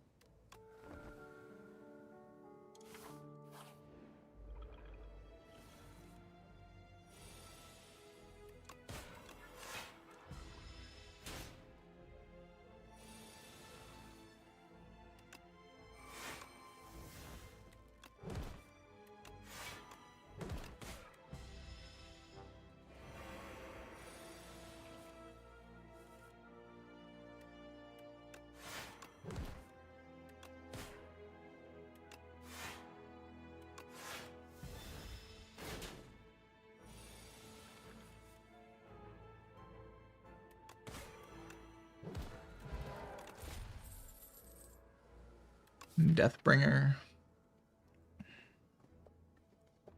It's kind of good if I'm not playing Banshee's Cry.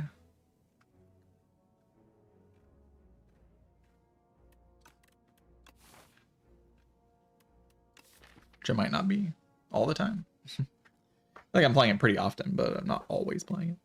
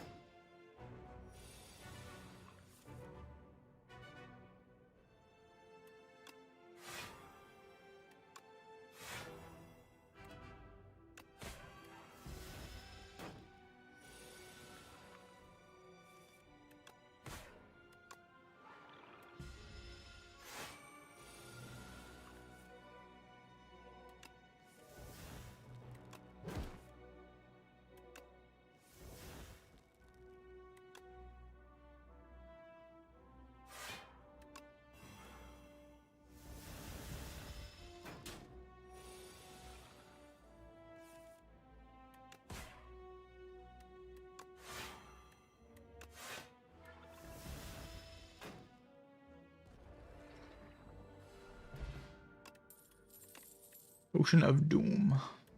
An alright one.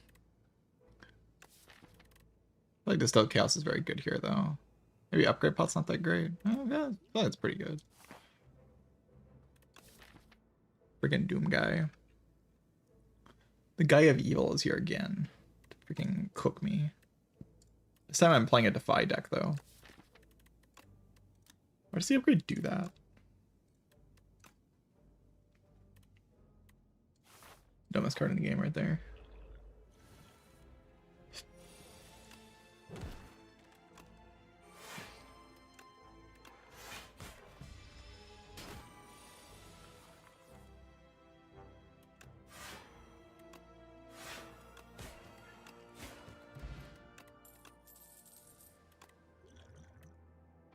Beetlejuice is like, okay.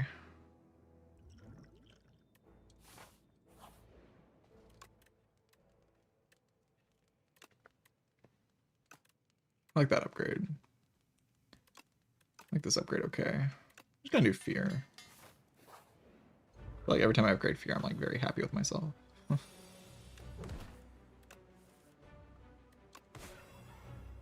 don't really want to lose Defy, so I won't.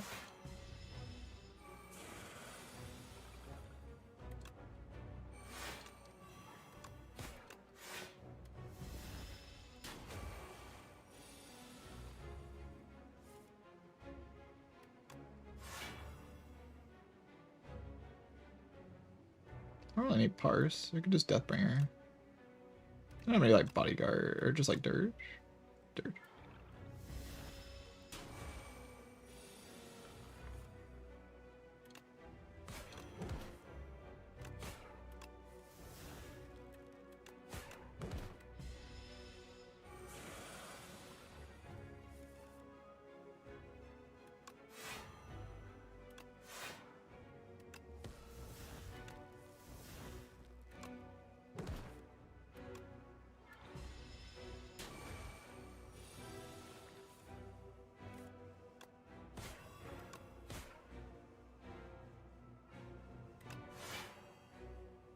Lose Defy again. Why would I want to lose Defy? It's like the best card in the entire game.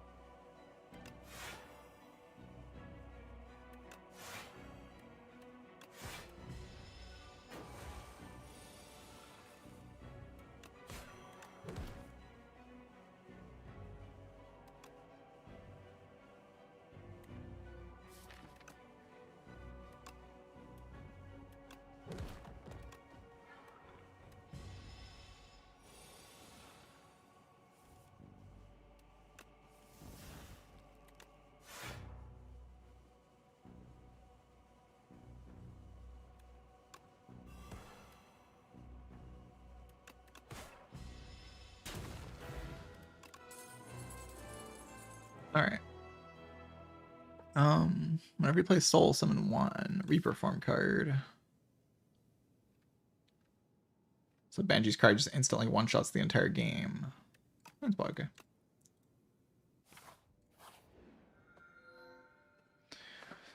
okay. Transform Unleash into Protector. It does seem quite good, actually.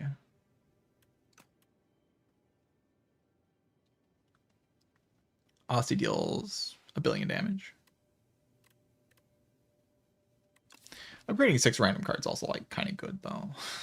It's like you just randomly hit like Dirge, Banshee's Cry, you hit things like Defy. Upgrading this is kind of crazy. Upgrading Deathbringer is kind of crazy. Yeah, maybe this is like just fine. A Defy upgrade, but I did get like Grave Warden and stuff. This thing retains now, it's kind of good. Bitch deals 6. The strike upgrades are a bit disappointing. It's okay.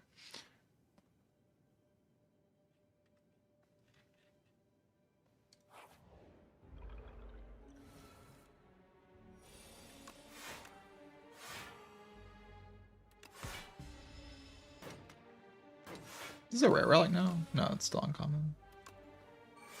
Could be a rare relic, it's kind of broken.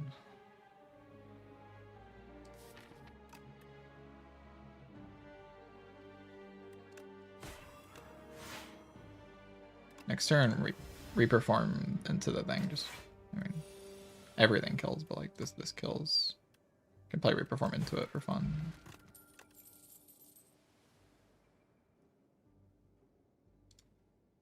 Really need that. Upgrade pot got a little bit worse when I got a bunch of upgrades.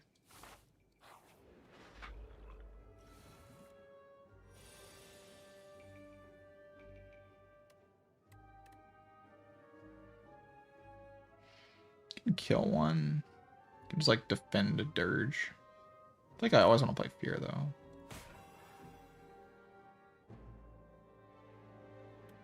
Defend Dirge does block more than the other thing.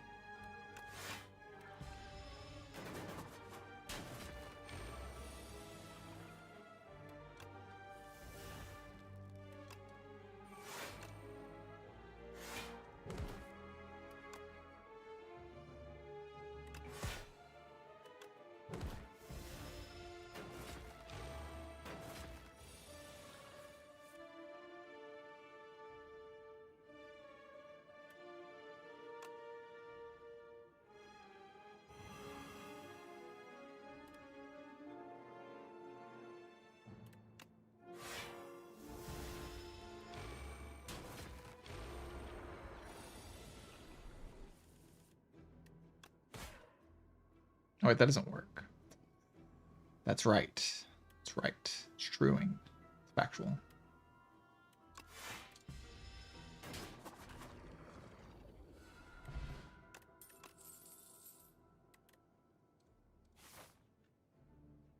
The Giga Shop. Here we go. Art of the Boss Relic.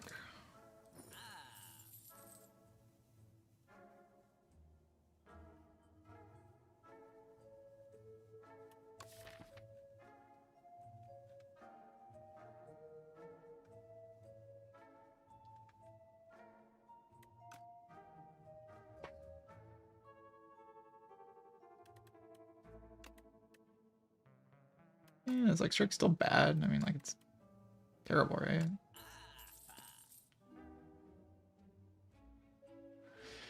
Oh, Dense Macabre. Like, gives me bonus stuff when I play Deathbringer. Dirge for 2, Banshee's Cry for 2, whenever that happens. Feels like that doesn't happen very often, though. I only have to have one more card to get, like, this 15 heal, but I can just do that next floor, you know? Could take a Secret Tech. Secret Tech is kind of broken.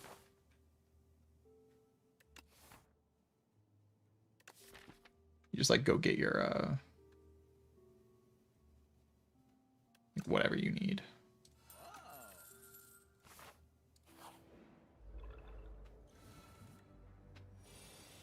Invoke's alright. I just like it. I just think this deck's doing better things than what Invoke is offering me.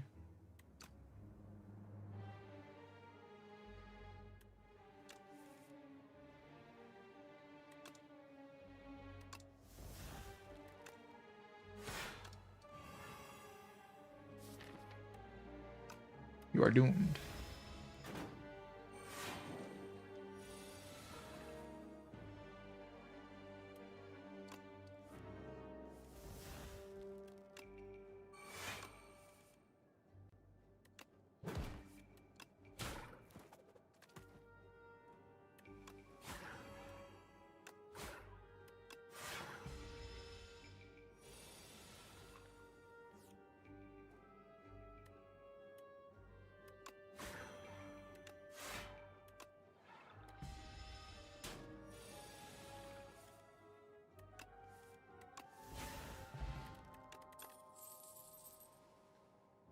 Yeah, it's an ethereal block card. I can search it with Secret Tech. Doesn't turn off Artivore.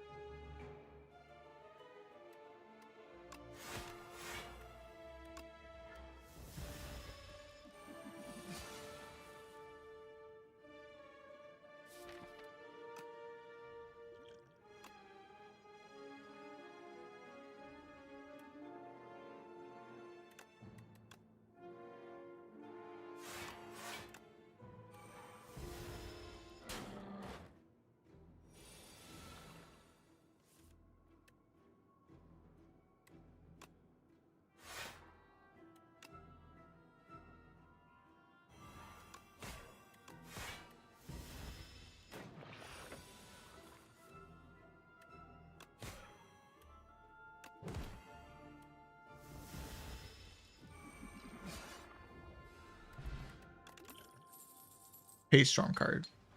Is this just the best card in the character? Might be. I feel like one's just kind of good enough though. Like one just draws your whole deck like by itself, and it's already upgraded. Like I don't have to waste an upgrade on it. I can like upgrade my my Banshee's Cry or my Defy. It's like I can just upgrade both Defy. It kind of makes my deck better a little bit.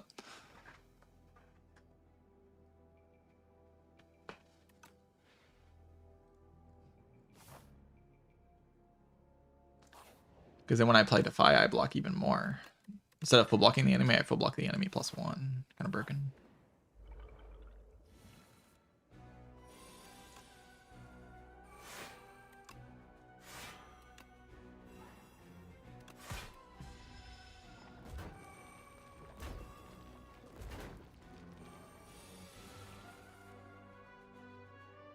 You reperform, Defy, Banshee's Cry. They just kill them all. Kind of like winning the fight, you know?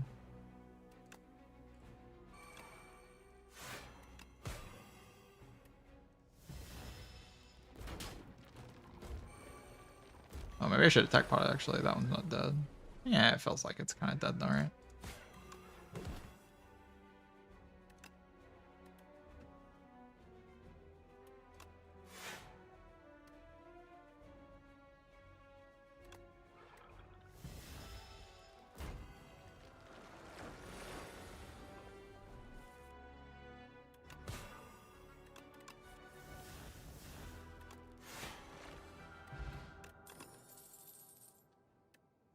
Negative pulse is okay. I don't really want it though. Gorget. Every run has Gorget. So I could upgrade my other Defy. This deck kind of like destroys the B guy, right? Like there's no problem with this deck with the B guy. Maybe this character is stronger than the Silent just because like you don't have to deal with the B guy. You don't play attacks on this character, so like you don't have to deal with the B guy. You play like this attack because this attack is kind of crazy, but.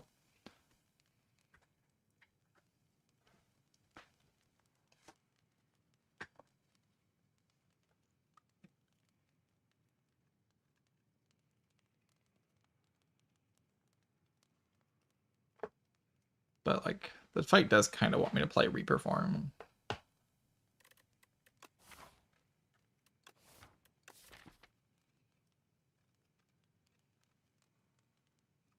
I just love the Defy upgrade. Like I think it's stupid. I just think it's so good.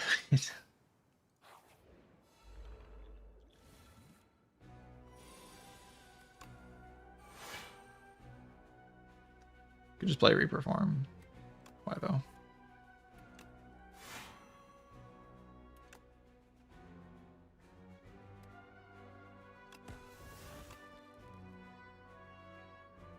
Play Fury.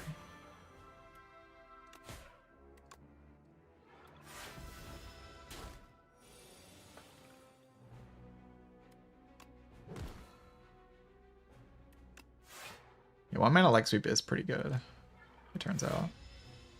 Shockingly.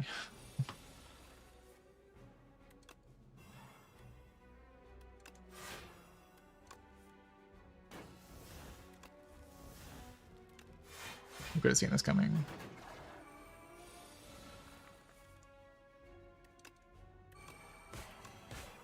Wom.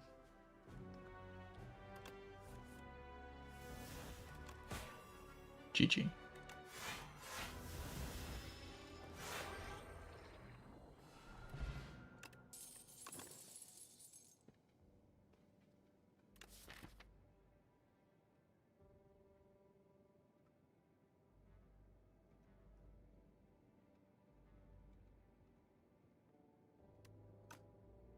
I don't really like these cards all that much. Deck Spot I do like though. Deck Spot's really good.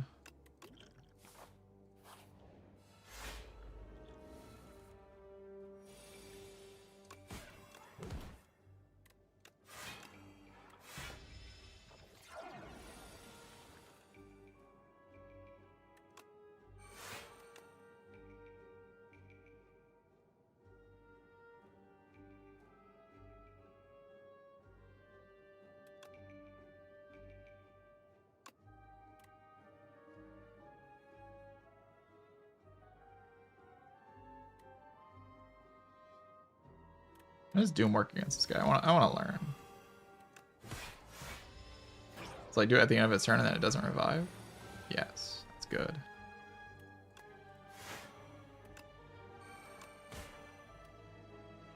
It's very good.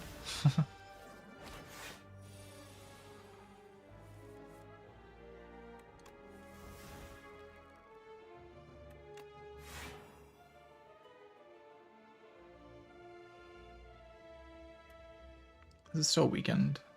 But Deathbringer just ends the fire.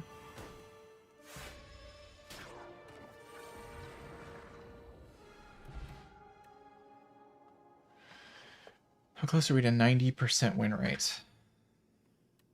I mean, this question is just kind of like, well, like, I don't know. I'm just learning the game.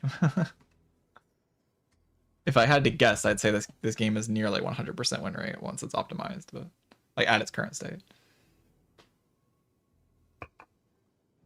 Maybe Defect can even like straight up just get basically 100% because you don't die in Act 1, and then the other characters only die in Act 1 sometimes.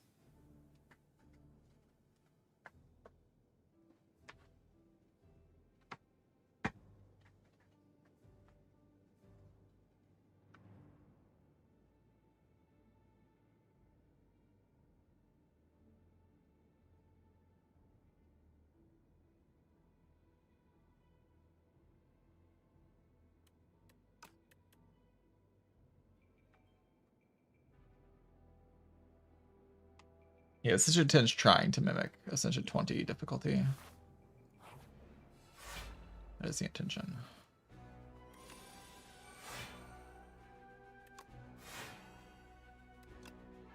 That Defy card, though, man. That Defy card is really good.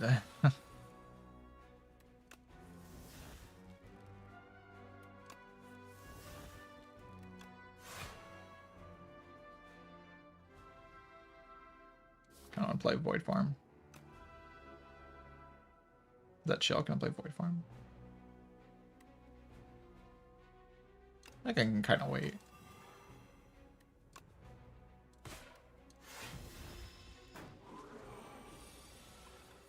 I just play it this turn, yeah.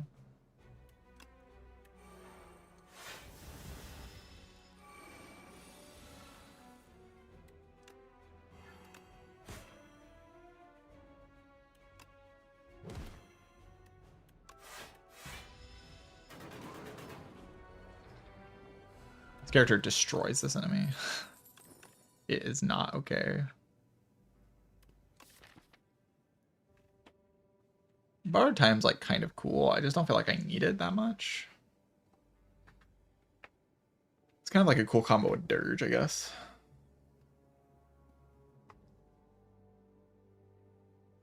Blocking is like my main problem, so I could get that one power that when you apply Doom you gain block and then reperform combos with it, and then this also applies Doom, so this card blocks for you.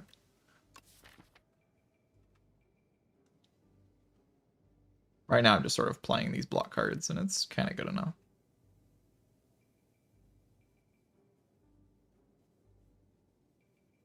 I mean, Fight's kind of fast. It's like a Borrowed Time.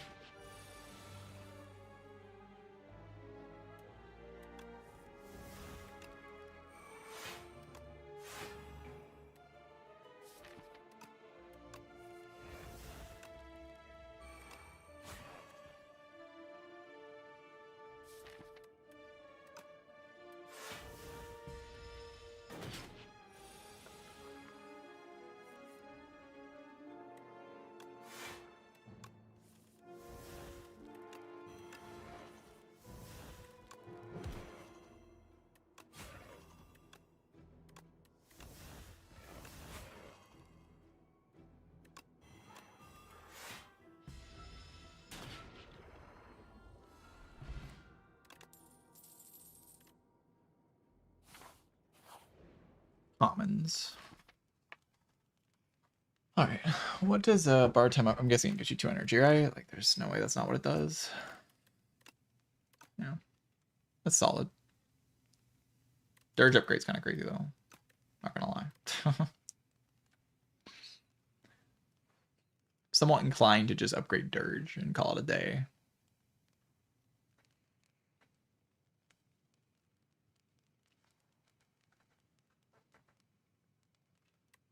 You Borrowed Time.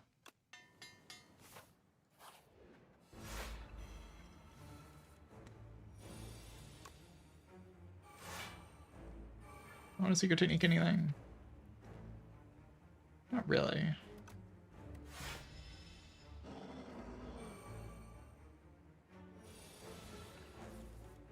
This fight's cool.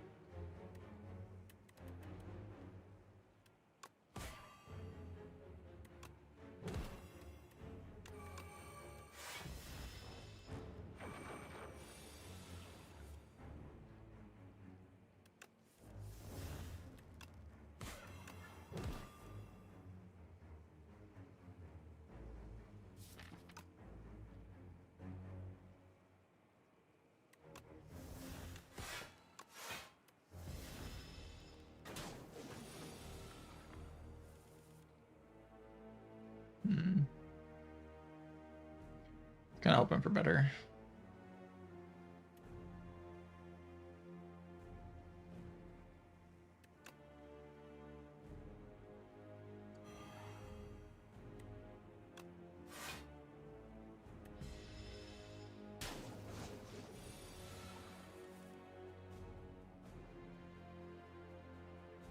I draw on the reshuffle here. Missing all the defies.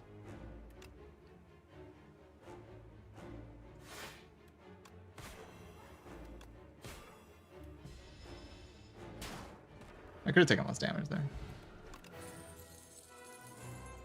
No, Surge Quad. Draw 3 billion.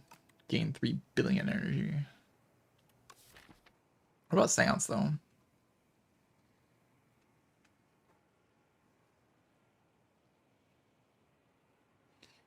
Yeah, I want to end fights quickly. I want to just like reperform Banshee's Cry. Blom, blom, blom.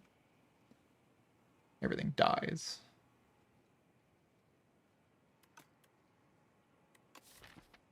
Shared Fate's also pretty good.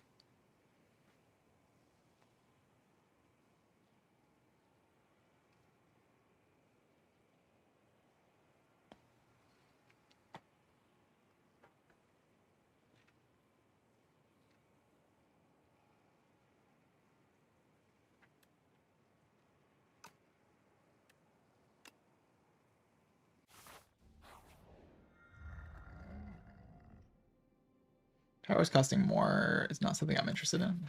So I guess this is Psy. And Psy's fine. The Maul thing is just kind of cringe.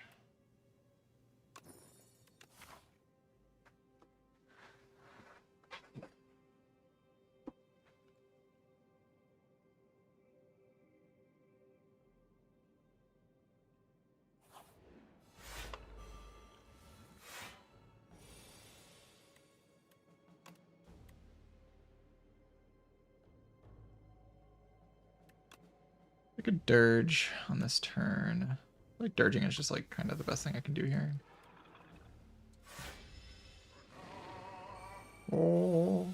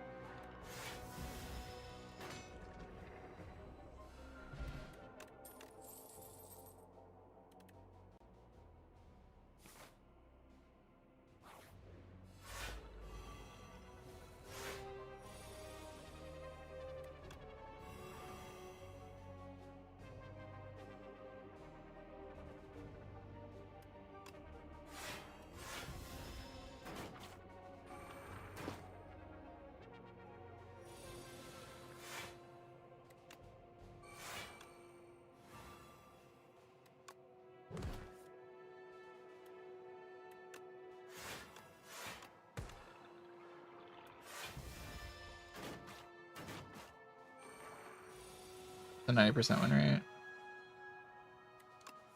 I said it's more about like how soon do we think we can get to like nearly 100% win rate with how the game is currently.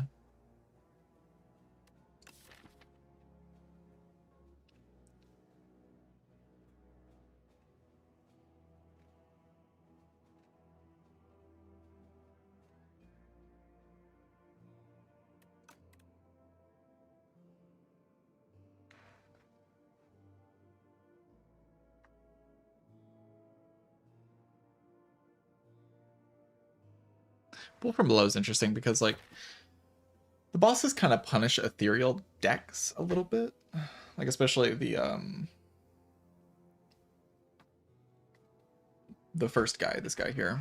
He punishes like the ethereal type of thing. I feel like Dirge just solves all my problems though. I think Dirge is one of the best cards in this character. I mean, I think a lot of people think that, but I think I'm starting to like understand all the ways that it's good. Because like a lot of the problems that you can run into, Dirt just kind of patches up those problems. Like it's not as game defining as Defy, but like it is good.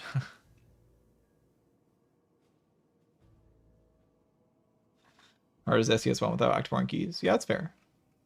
I'm not saying this game is like doomed or anything. I'm pretty optimistic about this game's future. Just right now, the game is very easy, I think. You can see it in my thoughts. I'm excited for the future of the game. But I don't think that the enemies are killing me. And then I love the new characters, because I do. These characters are really cool. They did a great job.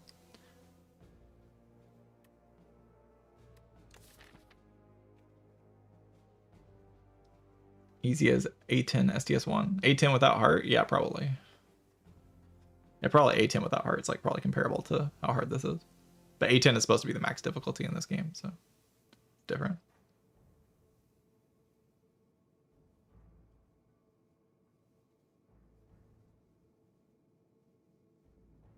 Yeah, we're in day 5. Like the game's not settled at all. This game is not even finished. I feel like Banshee's Cry is good enough payoff with the Reaper form. I don't know. Banshee's Cry is just like the best payoff card in the whole game. Kinda.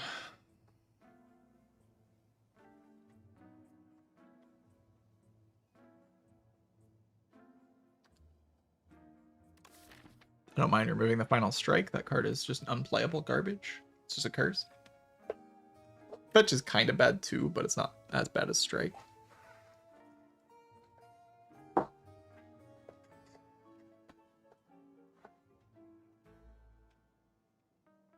I don't believe the enemy patterns change.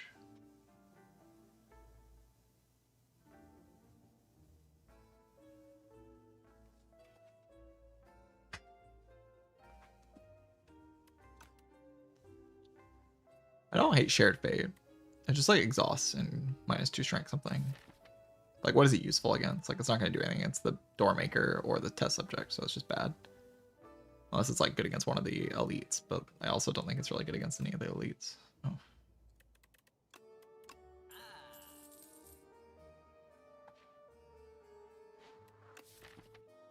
Haunt does an immense amount of damage. It's like a decent payoff option. Right now my payoff is basically just Banshee's Cry.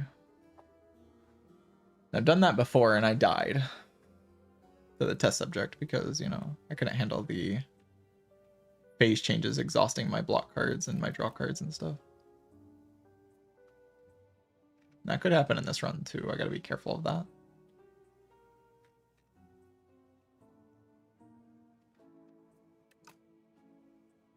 I gotta be careful.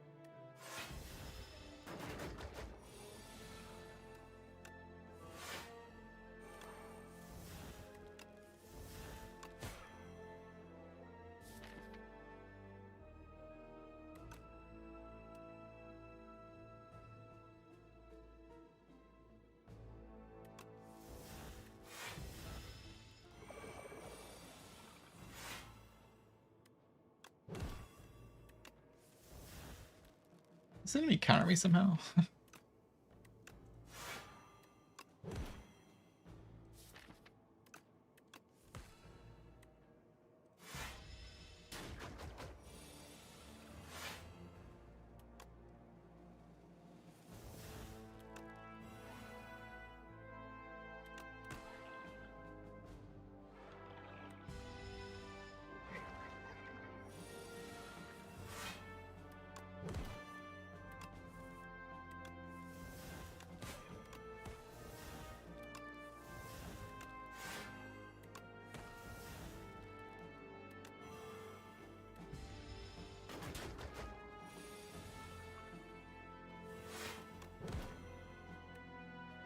I've been kind of annoying without the Reaper form.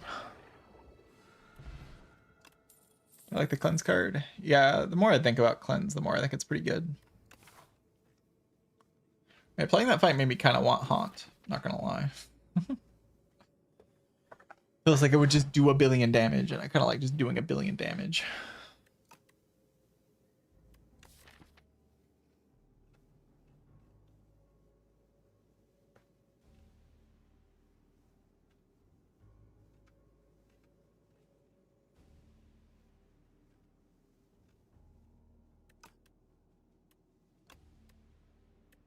Or juice.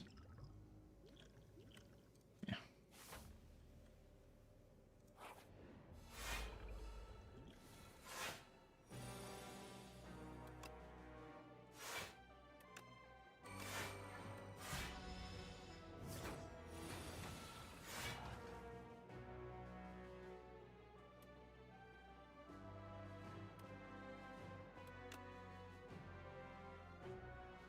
Do I just dirge? What is dirging? Like fear dirge.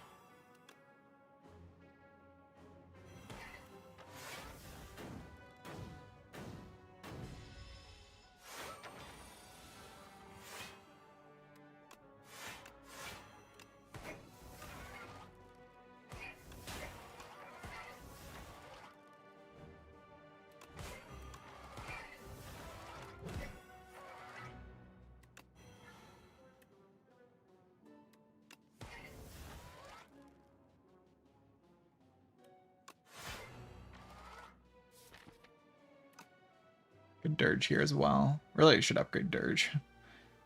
This card is gross.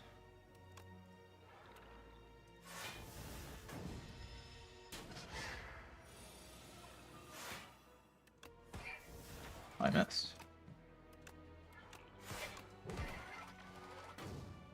It's fine. Like, it'll die this turn probably.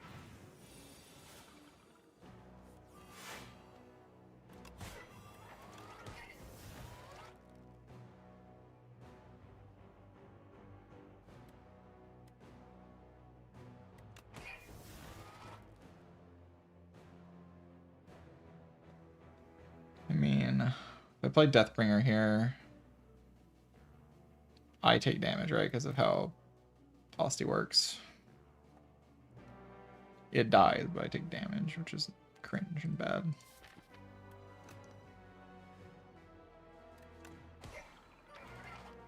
Why would I do that?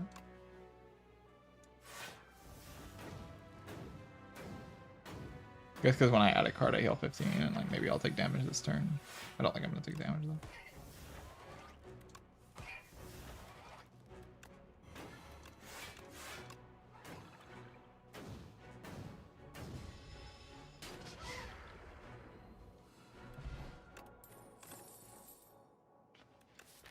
Well, my only attack that I use is unupgraded, I guess, except for Fear. Fear is okay, I guess. I could go Invoke Exponential. Exponential Invoke. Which doesn't really work because you don't have enough card draw.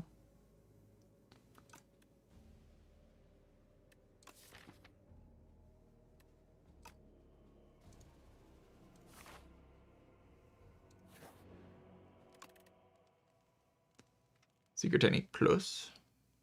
Or I could upgrade this because now it's a 6, 9 damage upgrade. Ah, dirge. Like the best upgrade ever. Oh! Weston. Let's go.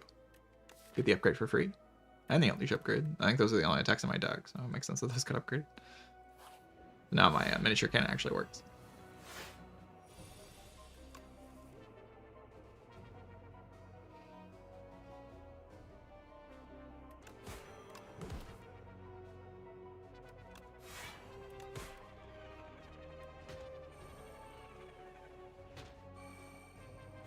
I've never seen this fight before.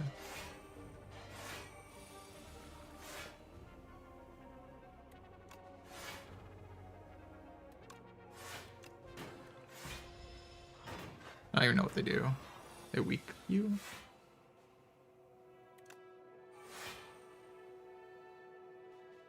I want a Reaper farm, or do I just want to play like Deathbringer Dirge? I think Deathbringer Dirge is like kind of chill.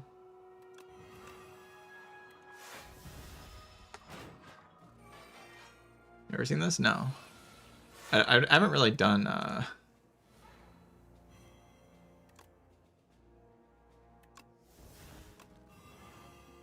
Jeez. I haven't really done wow, it's 42. Did they come back? Oh, they do. How many times do they come back?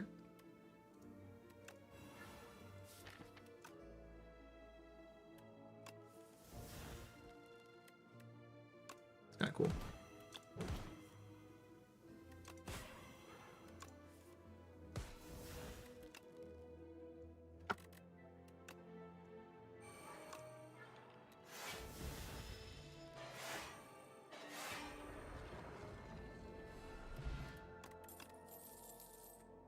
That was cool. That was cool.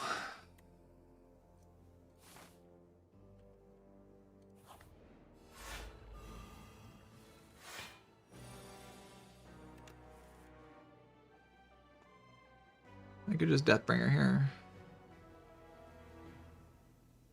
It's like okay. Just Deathbringer here, I think.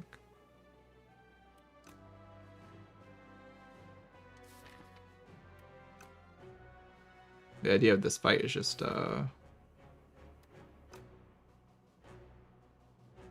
Banshees cry them all to death.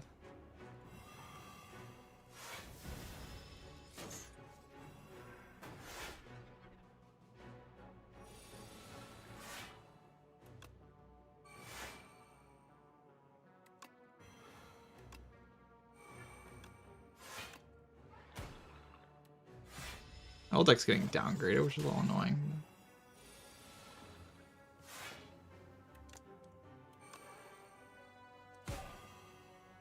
Looks like it's fine.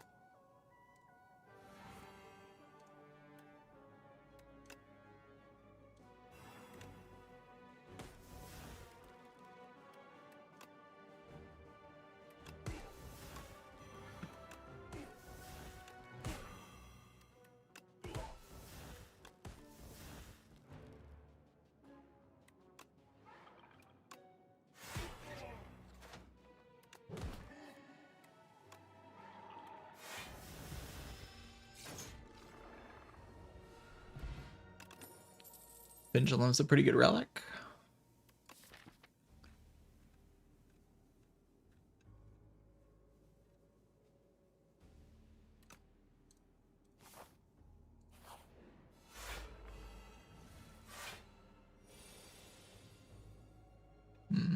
Any reason to play Reaper Farm here? I don't really think so.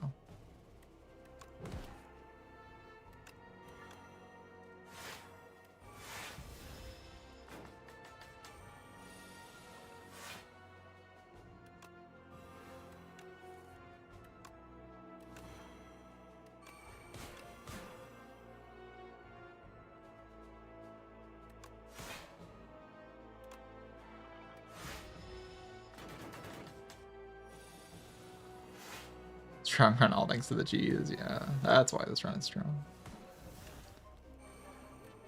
It's all thanks to the cheese.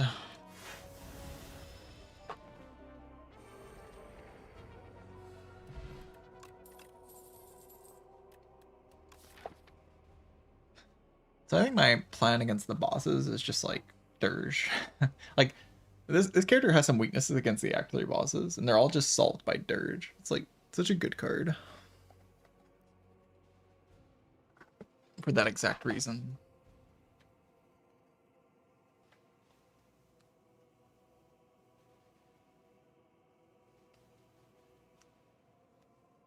Feels very powerful.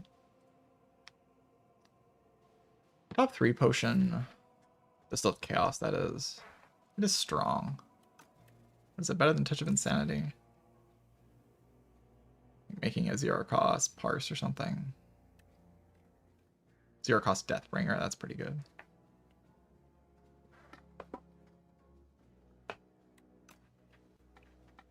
Dexpot's definitely staying, I think. I just use that against the guy. You know the guy. I'll keep the Distal Chaos.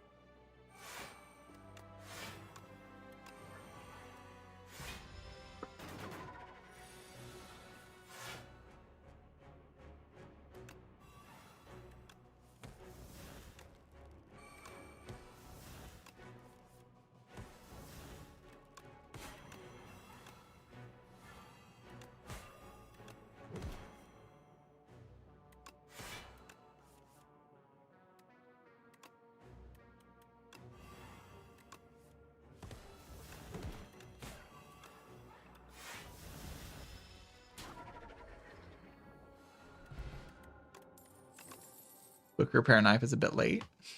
Still okay.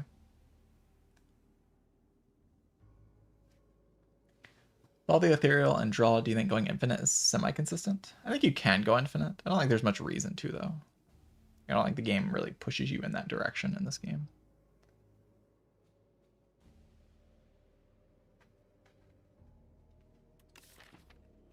My thoughts are basically I miss Knob. Yeah, you get it.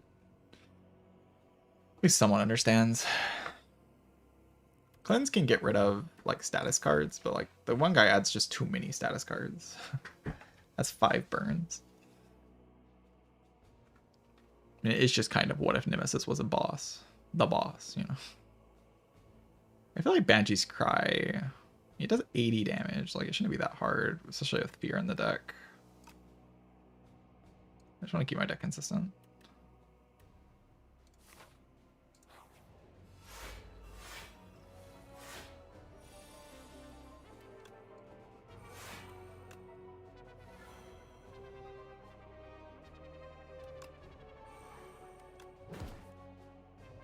Reperform.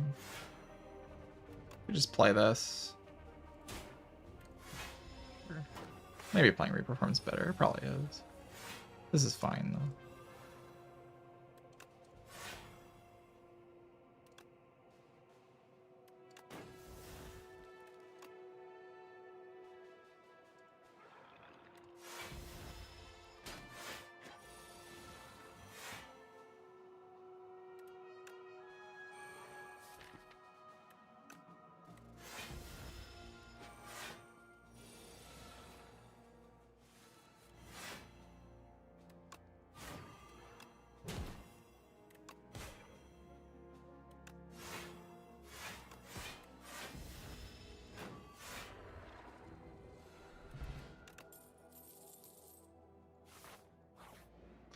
All right, time for the final boss. This guy I'm about to fight is definitely the final boss. This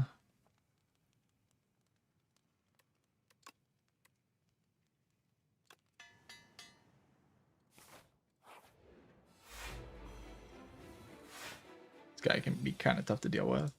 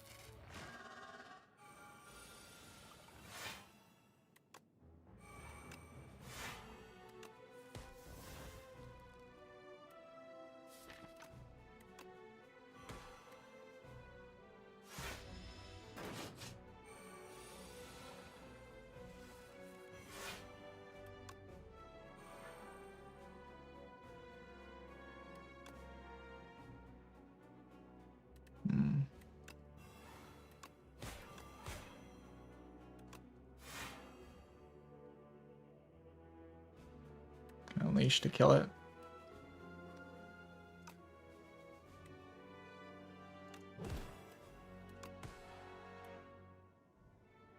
It doesn't kill it this turn, no. It's fine. Oh, this gives me an extra turn. Oh no. That's fine. It lets me like build up the also means I'm getting doomed faster, which is a little bit scary.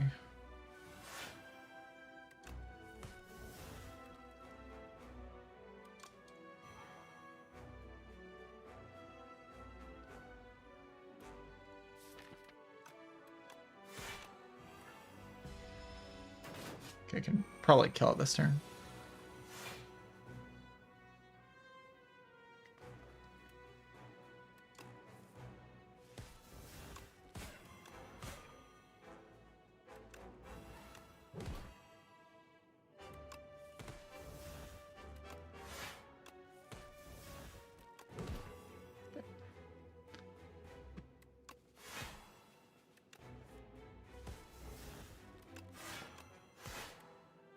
Alright, GG.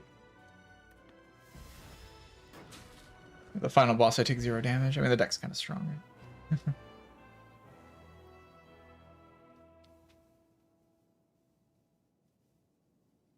Definitely stronger than the other deck that I had, where I was like forcing infinite. I mean, if that deck just had a dirge, then it doesn't have any of the problems that it had. I think you definitely want to go a little wider with this character, like as wide as is sensible for the final bosses.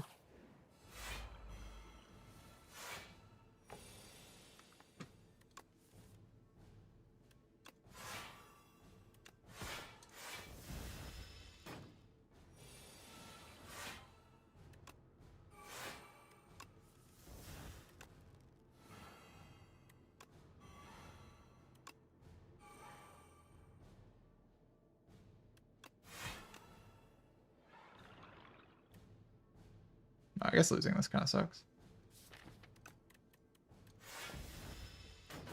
I mean, it's fine.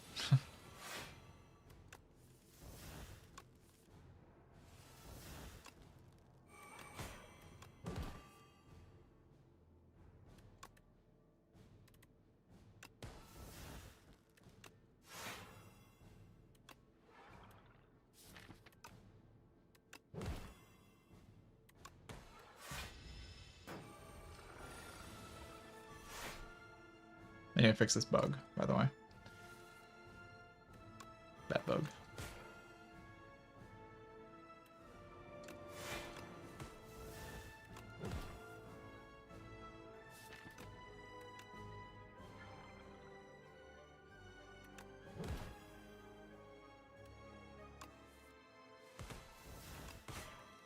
Don't really need parse when they're just doing all this nonsense.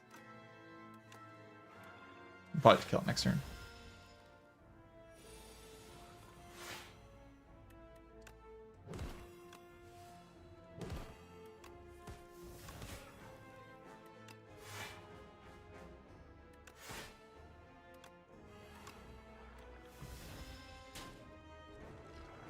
GG.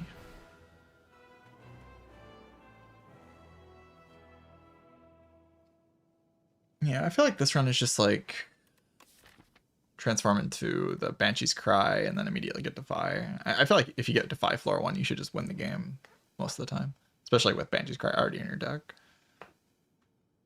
This card is actually crazy. The fact that it synergizes with this and is also a 1-cost leg sweep is just... Then I also got Dirge and Page Storm Act 1. Just ridiculous cards. This is like the S tier on the character. Very good cards this round. Dirge feels like the Dirge and like Neurosurge feel like the strongest card. And of course Defy is like the best common in the game. Much do I like Fear? I like Fear. I think it's pretty good. I think Vuln's kind of like a good debuff on this character. It's like the common Vuln. Like you kind of prefer the one other Vuln card. There's another Vuln card in the character. It's like the Apple one.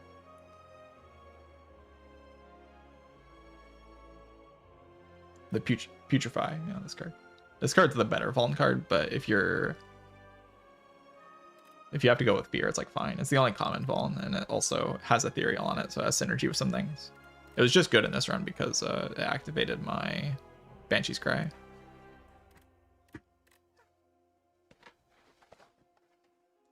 It's a very powerful attack, by the way. Had this twice. It's felt very strong both times.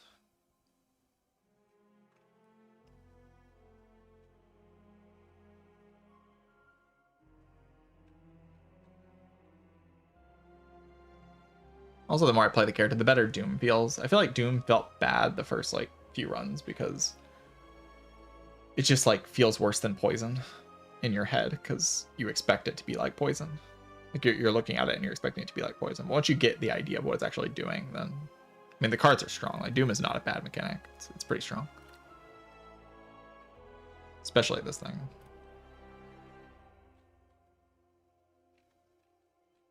Doom is just win more. It's definitely not just win more. Say it's win more and then go play a fight and play this card and say it's win more. Tell me it's win more after you play this card.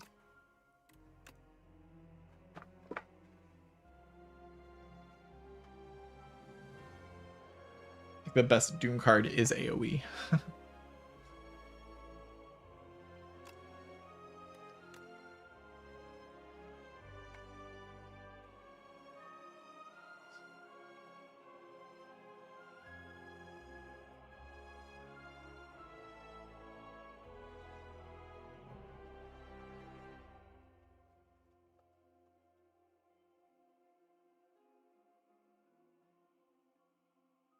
Page Storm feels like a very solid thing, especially the upgrade, making it 0 energy. It's a very strong upgrade. For your draw power to upgrade to 0 energy. Be a lot weaker if upgraded to 2 draw. 0 energy is kind of crazy. Did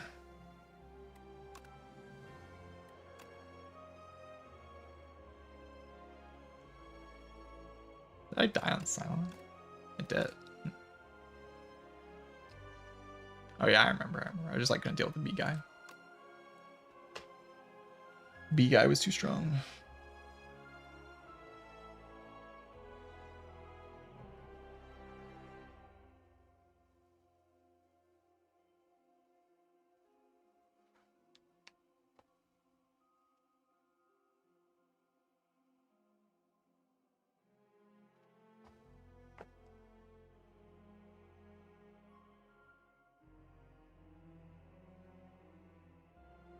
It's interesting because they made Art of War a rare relic, but also just like pay full price for it in shop.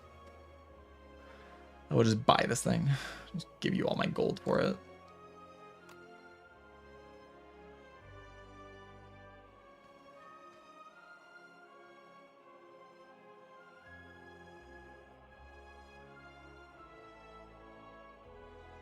Less energy.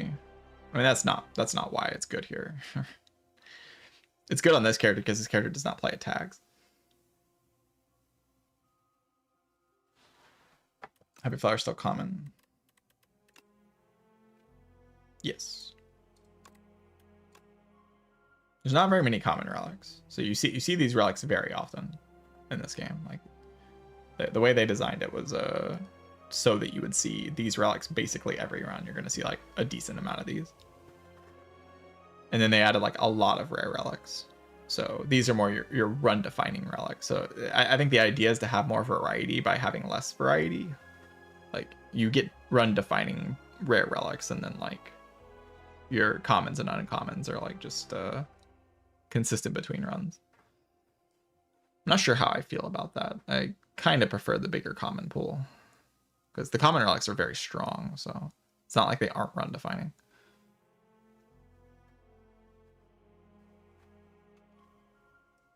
The heart piece relic, are you meaning the piece of the heart? This is the beating remnant. You cannot lose more than 20 HP in a single turn. If you're talking about something else, just tell me.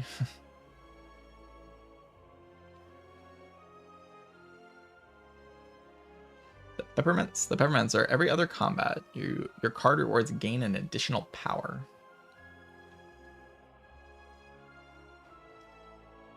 Pretty interesting relic. I feel like they understand the powers are very strong in this game, so they made this relic because of that, maybe. Also worth noting that whenever you see an option that's like you can gain a random relic, that option does actually mean that you will gain any relic in like the entire collection. So you can gain any common or uncommon or rare relic.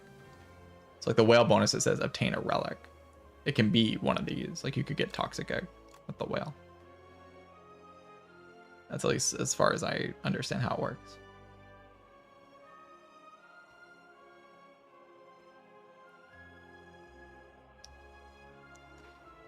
So it seems kind of miserable. I think shovel might be pretty good in this game.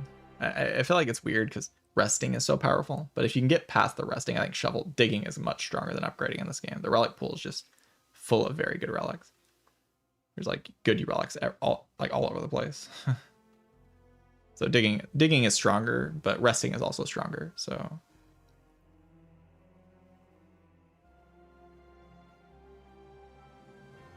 because upgrading, I think, is a little weaker than maybe it should be right now. They got rid of a lot of the bad relics from Spire 1 and then added a bunch of new good relics. So it's just like, kind of all the relics are good. Missed the boot? The boot's still here. Look, the boot. The boot. Has to be an event relic, though. I don't know where to get it. I haven't gotten it yet, but it does exist.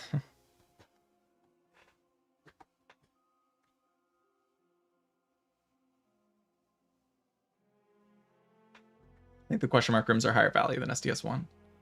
Yeah, I would say overall, like throughout the entire run, there's less swingy ones. Like it doesn't feel like I still like going to hallway fights, but like it does feel like the events do make you stronger more often than they don't. Like you just kind of get stronger by going to events rather than getting owned. Like there's no like Forgotten Altar equivalent. The bad events are just kind of bad / neutral, or like maybe the closest thing to Forgotten Altar is honestly cheese. Chosen cheese might be the closest thing to Forgotten Altar. But like you can also just take the commons, and most of the time the cheese is fine. I mean, in this run it gave me like a very large amount of max HP, to be honest. It just never mattered because this game's very front loaded with its difficulty, so the chosen cheese is just kind of weird because it takes forever to do anything. And the difficulty is like all in Act 1, so. T-Guy sucks. Give the second option a try. I know it's a lot of gold, but I paid for the second option a couple times. It gives you strength in the next 5 fights. It's honestly pretty good. Because again, the difficulty in this game is very front loaded. So like, if you see that like here, and then you can just go to all your elites with 3 or 2 strength, something like that. Or like you fight your boss with that much strength. It's honestly pretty good. Like it's felt very good every time I've taken the strength. Because it appears, if it appears in early game, like early enough, and you're like still not strong, it kind of lets you snowball. Feels like a pretty decent thing to pay for, actually.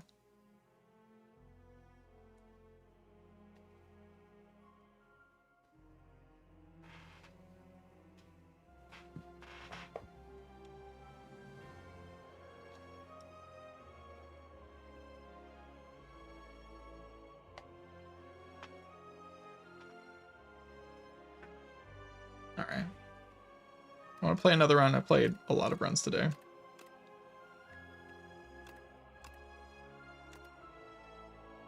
Wow, I've played a lot. This is not today. This is not today. Neither was this. This is my first run today. So I played 1, 2, 3, 4, 5, 6, 7. 7 runs is quite a bit. I've been streaming for longer than it looks. I think I've been streaming for like 9 hours today overall.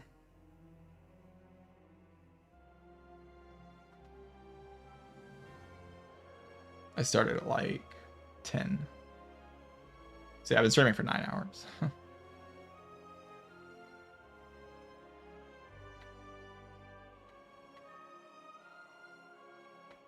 Yeah, I really like the game too. I think it's wonderful. I hope the game goes in the direction that I want it to go, like where it gets more difficult and more interesting. But even at its current state, it's a ton of fun, just an absolute blast. They did a really good job. I have not done any co-op, no, not yet.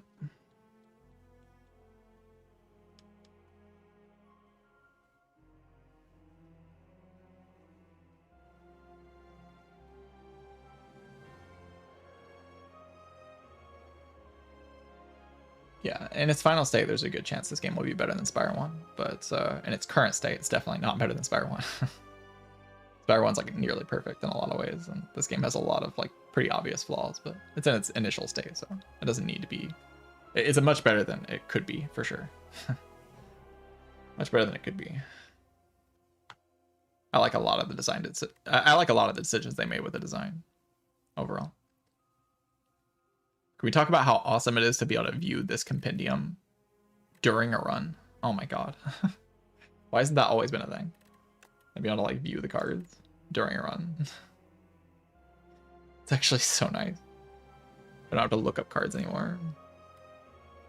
And maybe the bestiary as well will be viewable during a run, and you'll be able to see what the enemy's intentions are. That's also possible. Like the bestiary might show you what the enemy's intentions can be. I'm not sure that that's what they're going to do, but there's a chance. And you might be able to see that during the run. That would also be kind of wild. Wouldn't need to consult a reference sheet or anything like that to be able to see what the enemies do. You could just go to the bestiary during the run. Especially with the amount of things in this game, that would be pretty cool. Especially like there's gonna be 2 acts per act. Like every act has 2 acts with unique enemies in them.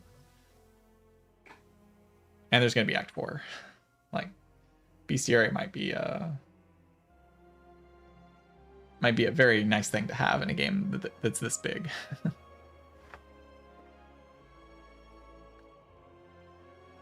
People that want to just install the mod anyway. I want it, and I won't install the mod, so please put it in the game.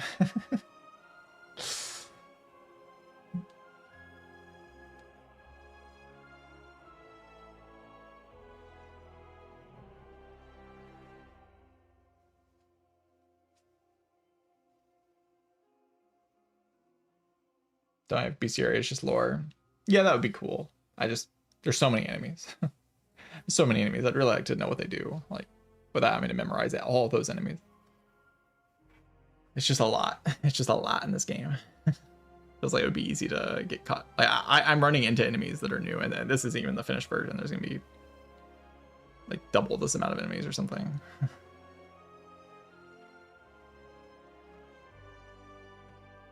A10 if you're comparing A10 currently to A20 Heart in Spire 1, this game is nowhere close to the difficulty of Spire 1 A20 Heart, in my opinion. It is substantially easier, but it doesn't have to be there yet. I hope it gets there at some point, but I hope it gets even more difficult because we've already done that difficulty. I hope it gets even more difficult, but the current state is definitely much easier.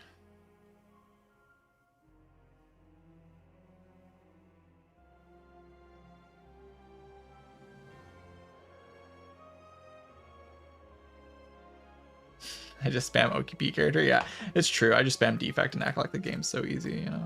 I just play the defect and go like, oh, the game's so free. Look at this character, the defect. It's kind of hilarious to me. I do think defect is the strongest character in the game, and I think it's pretty convincing. And that to me is like extremely funny. Defect has dealt with so much shit. It's put up with too much. It's come back big and buff, and it's just gonna kill everybody. The defect's best cards. I really think the best cards are Cold Snap and Cool Headed and Chill and Glacier and Iceland. No, but for real, I think the best cards are like Focus Strike and Hotfix are incredibly strong, like very, very powerful. Like Hologram is very good in this card pool. Cool Headed is very good, and Cold Snap is also very good. Chill is also very good. Boot Sequence is great in this game. It's still a card you have to be careful of, but it's still good. Subroutine is very broken, stupid bullshit. Mummified Hand and a Power. I don't know what are they doing with this thing. Makes no sense. Especially if you get this thing from Creative AI. Like, it's actually, wow. It's something. Thoughts on Glass? I think this card here, modded, also insane card. This card's ridiculous. Absolutely crazy. I think this card here, Spinner. I think Spinner is very good. Like, this card's like Electrodynamics, basically. It's like a 1-cost Electro. It's very, very strong. And Glass in general, I think, is quite strong. There's a lot of AoE tests in this game, and Glass just deals with it. Like, it actually just does. It does the job. It deals with the AoE fights. Meteor is pretty good. Lots of ways to gain energy in this game, so Meteor is just kind of strong. Even though you can't go infinite. Overclock is really good in this game, because the status cards are way less of a big deal, because you have access to iteration. With iteration, you don't have to worry about that as much. Like, about it. Like, iteration plus overclock's kind of just broken. It's like draw cards and then draw more cards later. It's pretty good.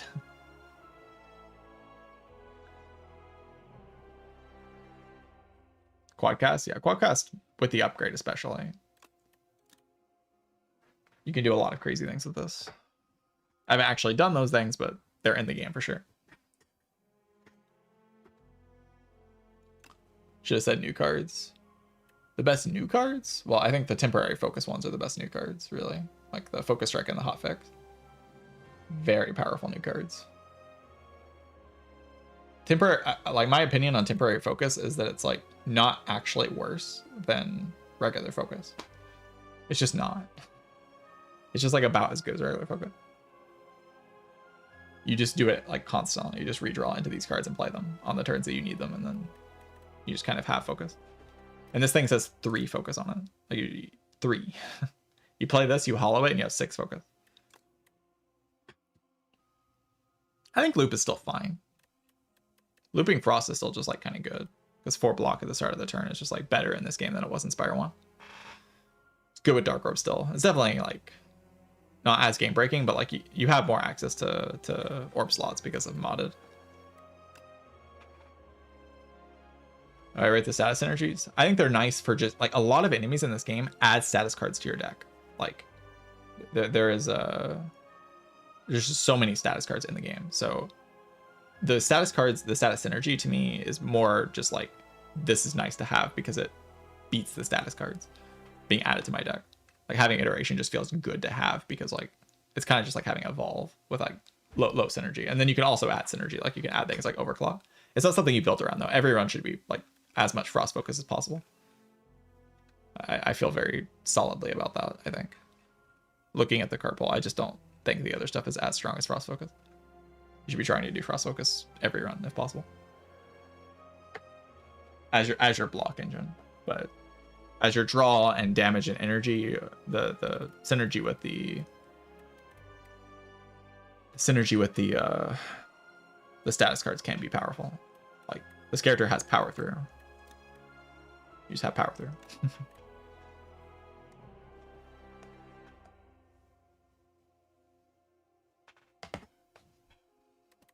Someone dies to Sandworm by playing Compact.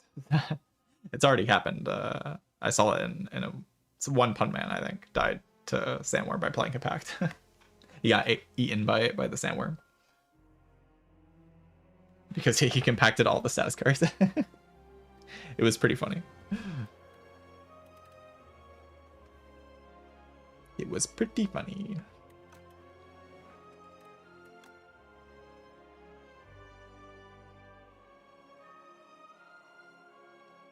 Yeah, I like how Defect just snatched Ironclad's like status package, and then didn't take Fire Breathing. Took like something similar to Fire Breathing, like a similar card to Fire Breathing. It's better just because Defect has like power synergies. We have Smokestack. Whenever you create a status, you deal 5 damage to all enemies. Kind of like Fire Breathing.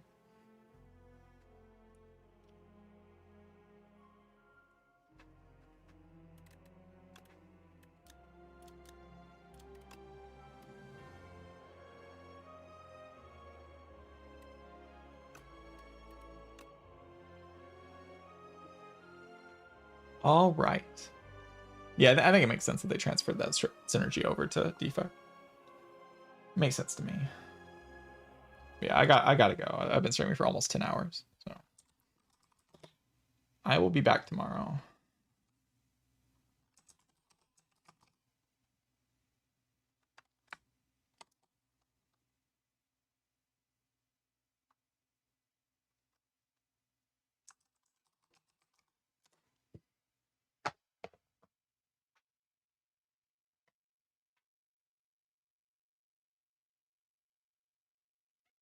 See you, Maddie. See you, Ramath.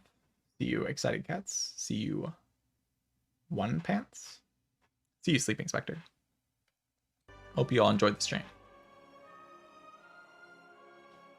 I'm getting better. I'm seeing more of the game. Every run I lose is just because I don't understand something. It's all just like, oh, I didn't really understand that worked. Or I was like pushing something a little too far.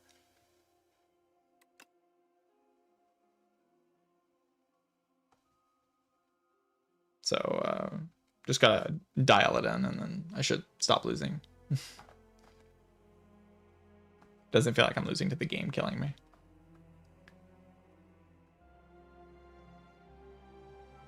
Anyway, thank you all for watching.